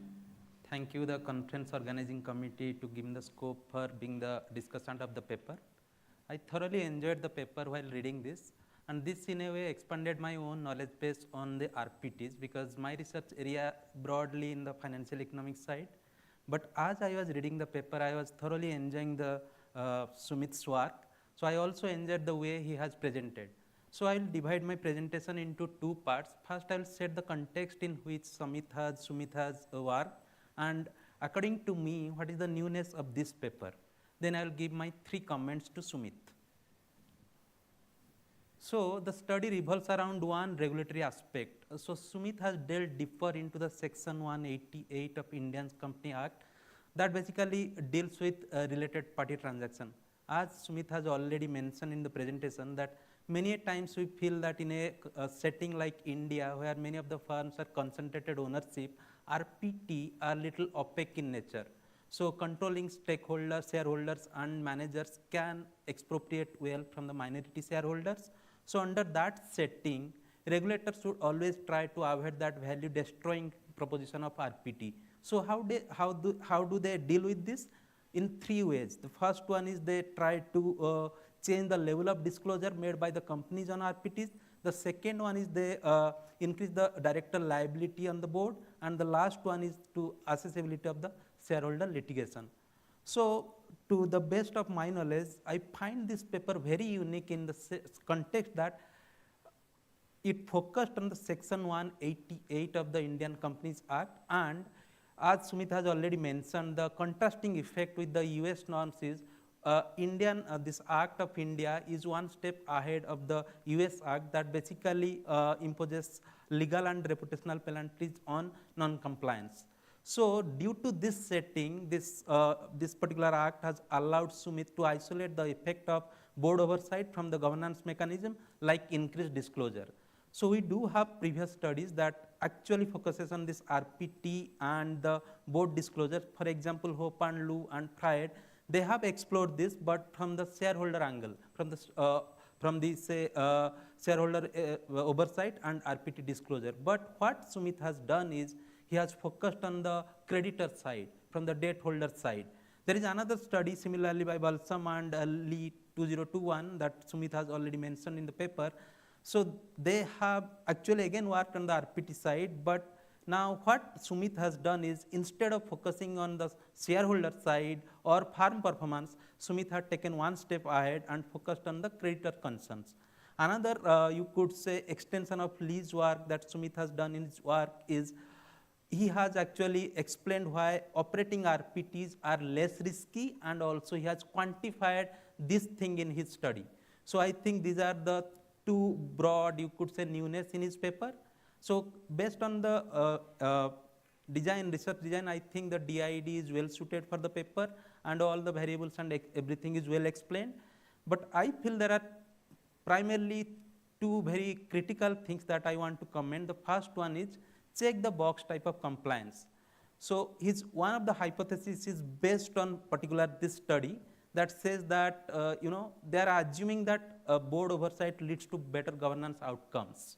So I feel this view is not universally supported, and if you look at the literature, specifically Dachin and et al. Says that the boards may generally may become overly conservative under stringent oversight, rejecting both opportunistic and value enhancing RPTs. What I mean by that is, so I could not find any evidence how the board will differentiate between say opportunistic and value enhancing RPTs. So is there a mechanism that is available to the board so that they can evaluate? So what is opportunistic and value enhancing? I understand that the mandate right now says that it has to go to the board, but how the board evaluates? So that's the first comment. So I could not find any aspect of this addressed in your paper. The second one is closely related to this, that is more to the compliance side. So if you see that, again, this is another thing that it has mentioned in this paper, but it has not been detailed. So Bebchuk paper says that board monitoring effectiveness is contingent on institutional and market conditions. So given that we are in an emerging setting, so the enforcement mechanism in general is weaker. So what I mean to say that your sample period is from 2010 to 2019, and this act was in 2014. So is there any cases where they have selected a RPT that is value destroying and enforcement has happened? So that aspect was also not there in the paper.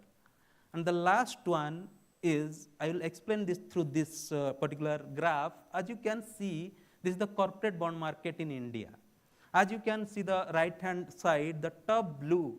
So corporate bond in the total bond universe is only max 20%. If you look at the percentage of GDP, this is also very minimal. So when you take the yield spread in a country where the bond market is not developed, then obviously you are entering into selection bias. That you have also acknowledged in your paper. So what I can suggest is to look for other measures. I can cite one paper, Bhandari et al., JCAE paper, very recent paper. So instead of taking the yield spread, you can actually look at external debt financing. So what will happen is it will actually circumvent the problem of selection bias and in a way give you more robust measures. So these are my 3 comments, and thank you and all the best for your paper. Thank you. Yeah. Thank you for your comment. You are 100% right. I relate to that. Okay, Thank you so much. All of your 3 points are extremely valuable to me.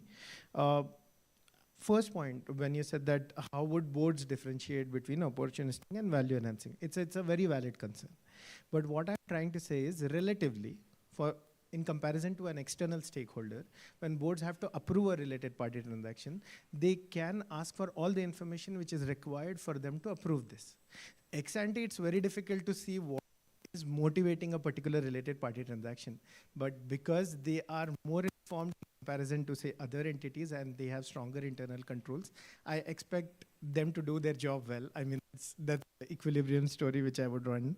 The other thing is what aspects leaded to this. So 2009, there was Satyam scam. And then LODR changed, LODR came up with clause 49, which is very close to Sarbanes-Oxley of US, so which is applicable to listed companies. So the motivation started from there. So I didn't want to include 2009 because, I mean, it was still in the process and that would have clouded my analysis. So that is the reason. And third point, that's a very valid point, why bonds. So I don't have the table in here where I use Vikrant Vig's JF papers measure for interest expense as a major measure and show the results. The results still hold. But the problem there for me is I'm looking at board monitoring. If I look at interest expense, it would include all the debt market participants, including the banks.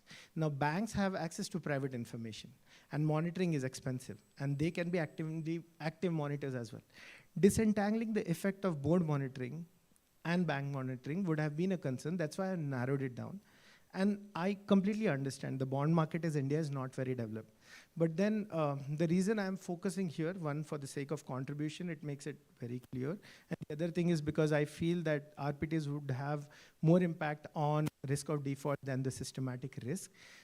But when I see the economic magnitude relatively, constantly the regulators like SEBI's chairman or RBI has focused on expanding the bond market. And during my sample period, there was around 18% CAGR growth in the corporate bonds issued.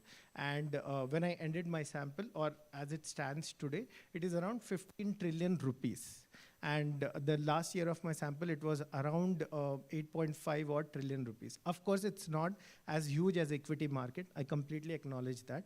But these were some of the reasons which prompted me to choose bondholders. Yes. Yes. Yes. Yes. Yes. But then the sample is uniformly distributed. So what I'm trying to say is the issuers have not changed. The volume of transaction has changed. So around, if you look at the exact issuers, since 2010 to 2019, if I remember it correctly, there were 320 odd issuers in 2010 and around 367 issuers in 2019. Issuers in the sense the companies which came up with bond offerings. The volume of transaction has increased. So, I mean, there's no systematic difference between the pre and post period. And I keep one restriction that I use only those firms which are present at least once in the pre and post treatment period so that I get so that I don't run into other econometric issues. So, yeah. Explained in detail. Okay. Bond yield reduction can also happen due to bond optimism by the investor. Yes. So I could not find. No. It's my bad. Maybe I have not written it clearly. I'm telling that there can be two sides to the story. One, there can be a real impact by the firms that they would go on and reduce the. Like they can go on improve the quality of RPTs, or this effect can be explained by mere optimism of bondholders that, okay, boards might be doing their job well. So what is driving the results, I question. And then I answer showing that it is more due to improvement in quality of RPTs and optimism. So that is fine. Yeah.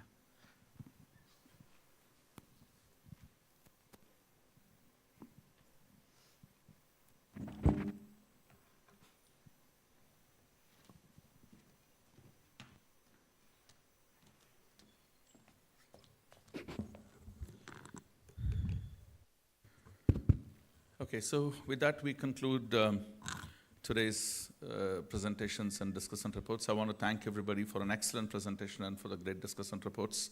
Hope these are very useful. For this evening, we have dinner at Clark's Exotica. There's a bus that will leave the campus from gate 3 at 6:30. Those of you staying at Clark's, that's Professor Shipper and Ram and others who are staying at Clark's, the venue is Lotus Hall inside Clark's Exotica. You should be there by 7 o'clock. The bus for the students and others who want to take the campus bus, please go to gate 3 at 6:30. The bus will take you to Clark's, and after dinner, I'll drop you back at the campus. I request that you don't miss it. The simple reason being, this is a sort of a formal setup where you have limited conversations, discussions have 5 minutes, you have 20 minutes to talk, you probably haven't had a chance to respond either to Catherine's comments or to Ram's comments or Bin's comments. But at dinner, when a couple of drinks are down, I think it's probably easier to have good conversations. So I hope to see all of you there. Please don't miss the opportunity, particularly scholars. You will never get a chance to meet people like them in your lifetime. You really have to make an effort to do it. So you've done the hard work of coming here. I think you can have those of you presented are pretty relaxed because your job is done. You can have a nice dinner, a nice chat, and I look forward to seeing all of you at Clark's Exotica. Thanks very much. The event starts at 7 o'clock. Bus leaves at 6:30. The bus will drop you back at the campus post. Thank you and see you all there. Bye.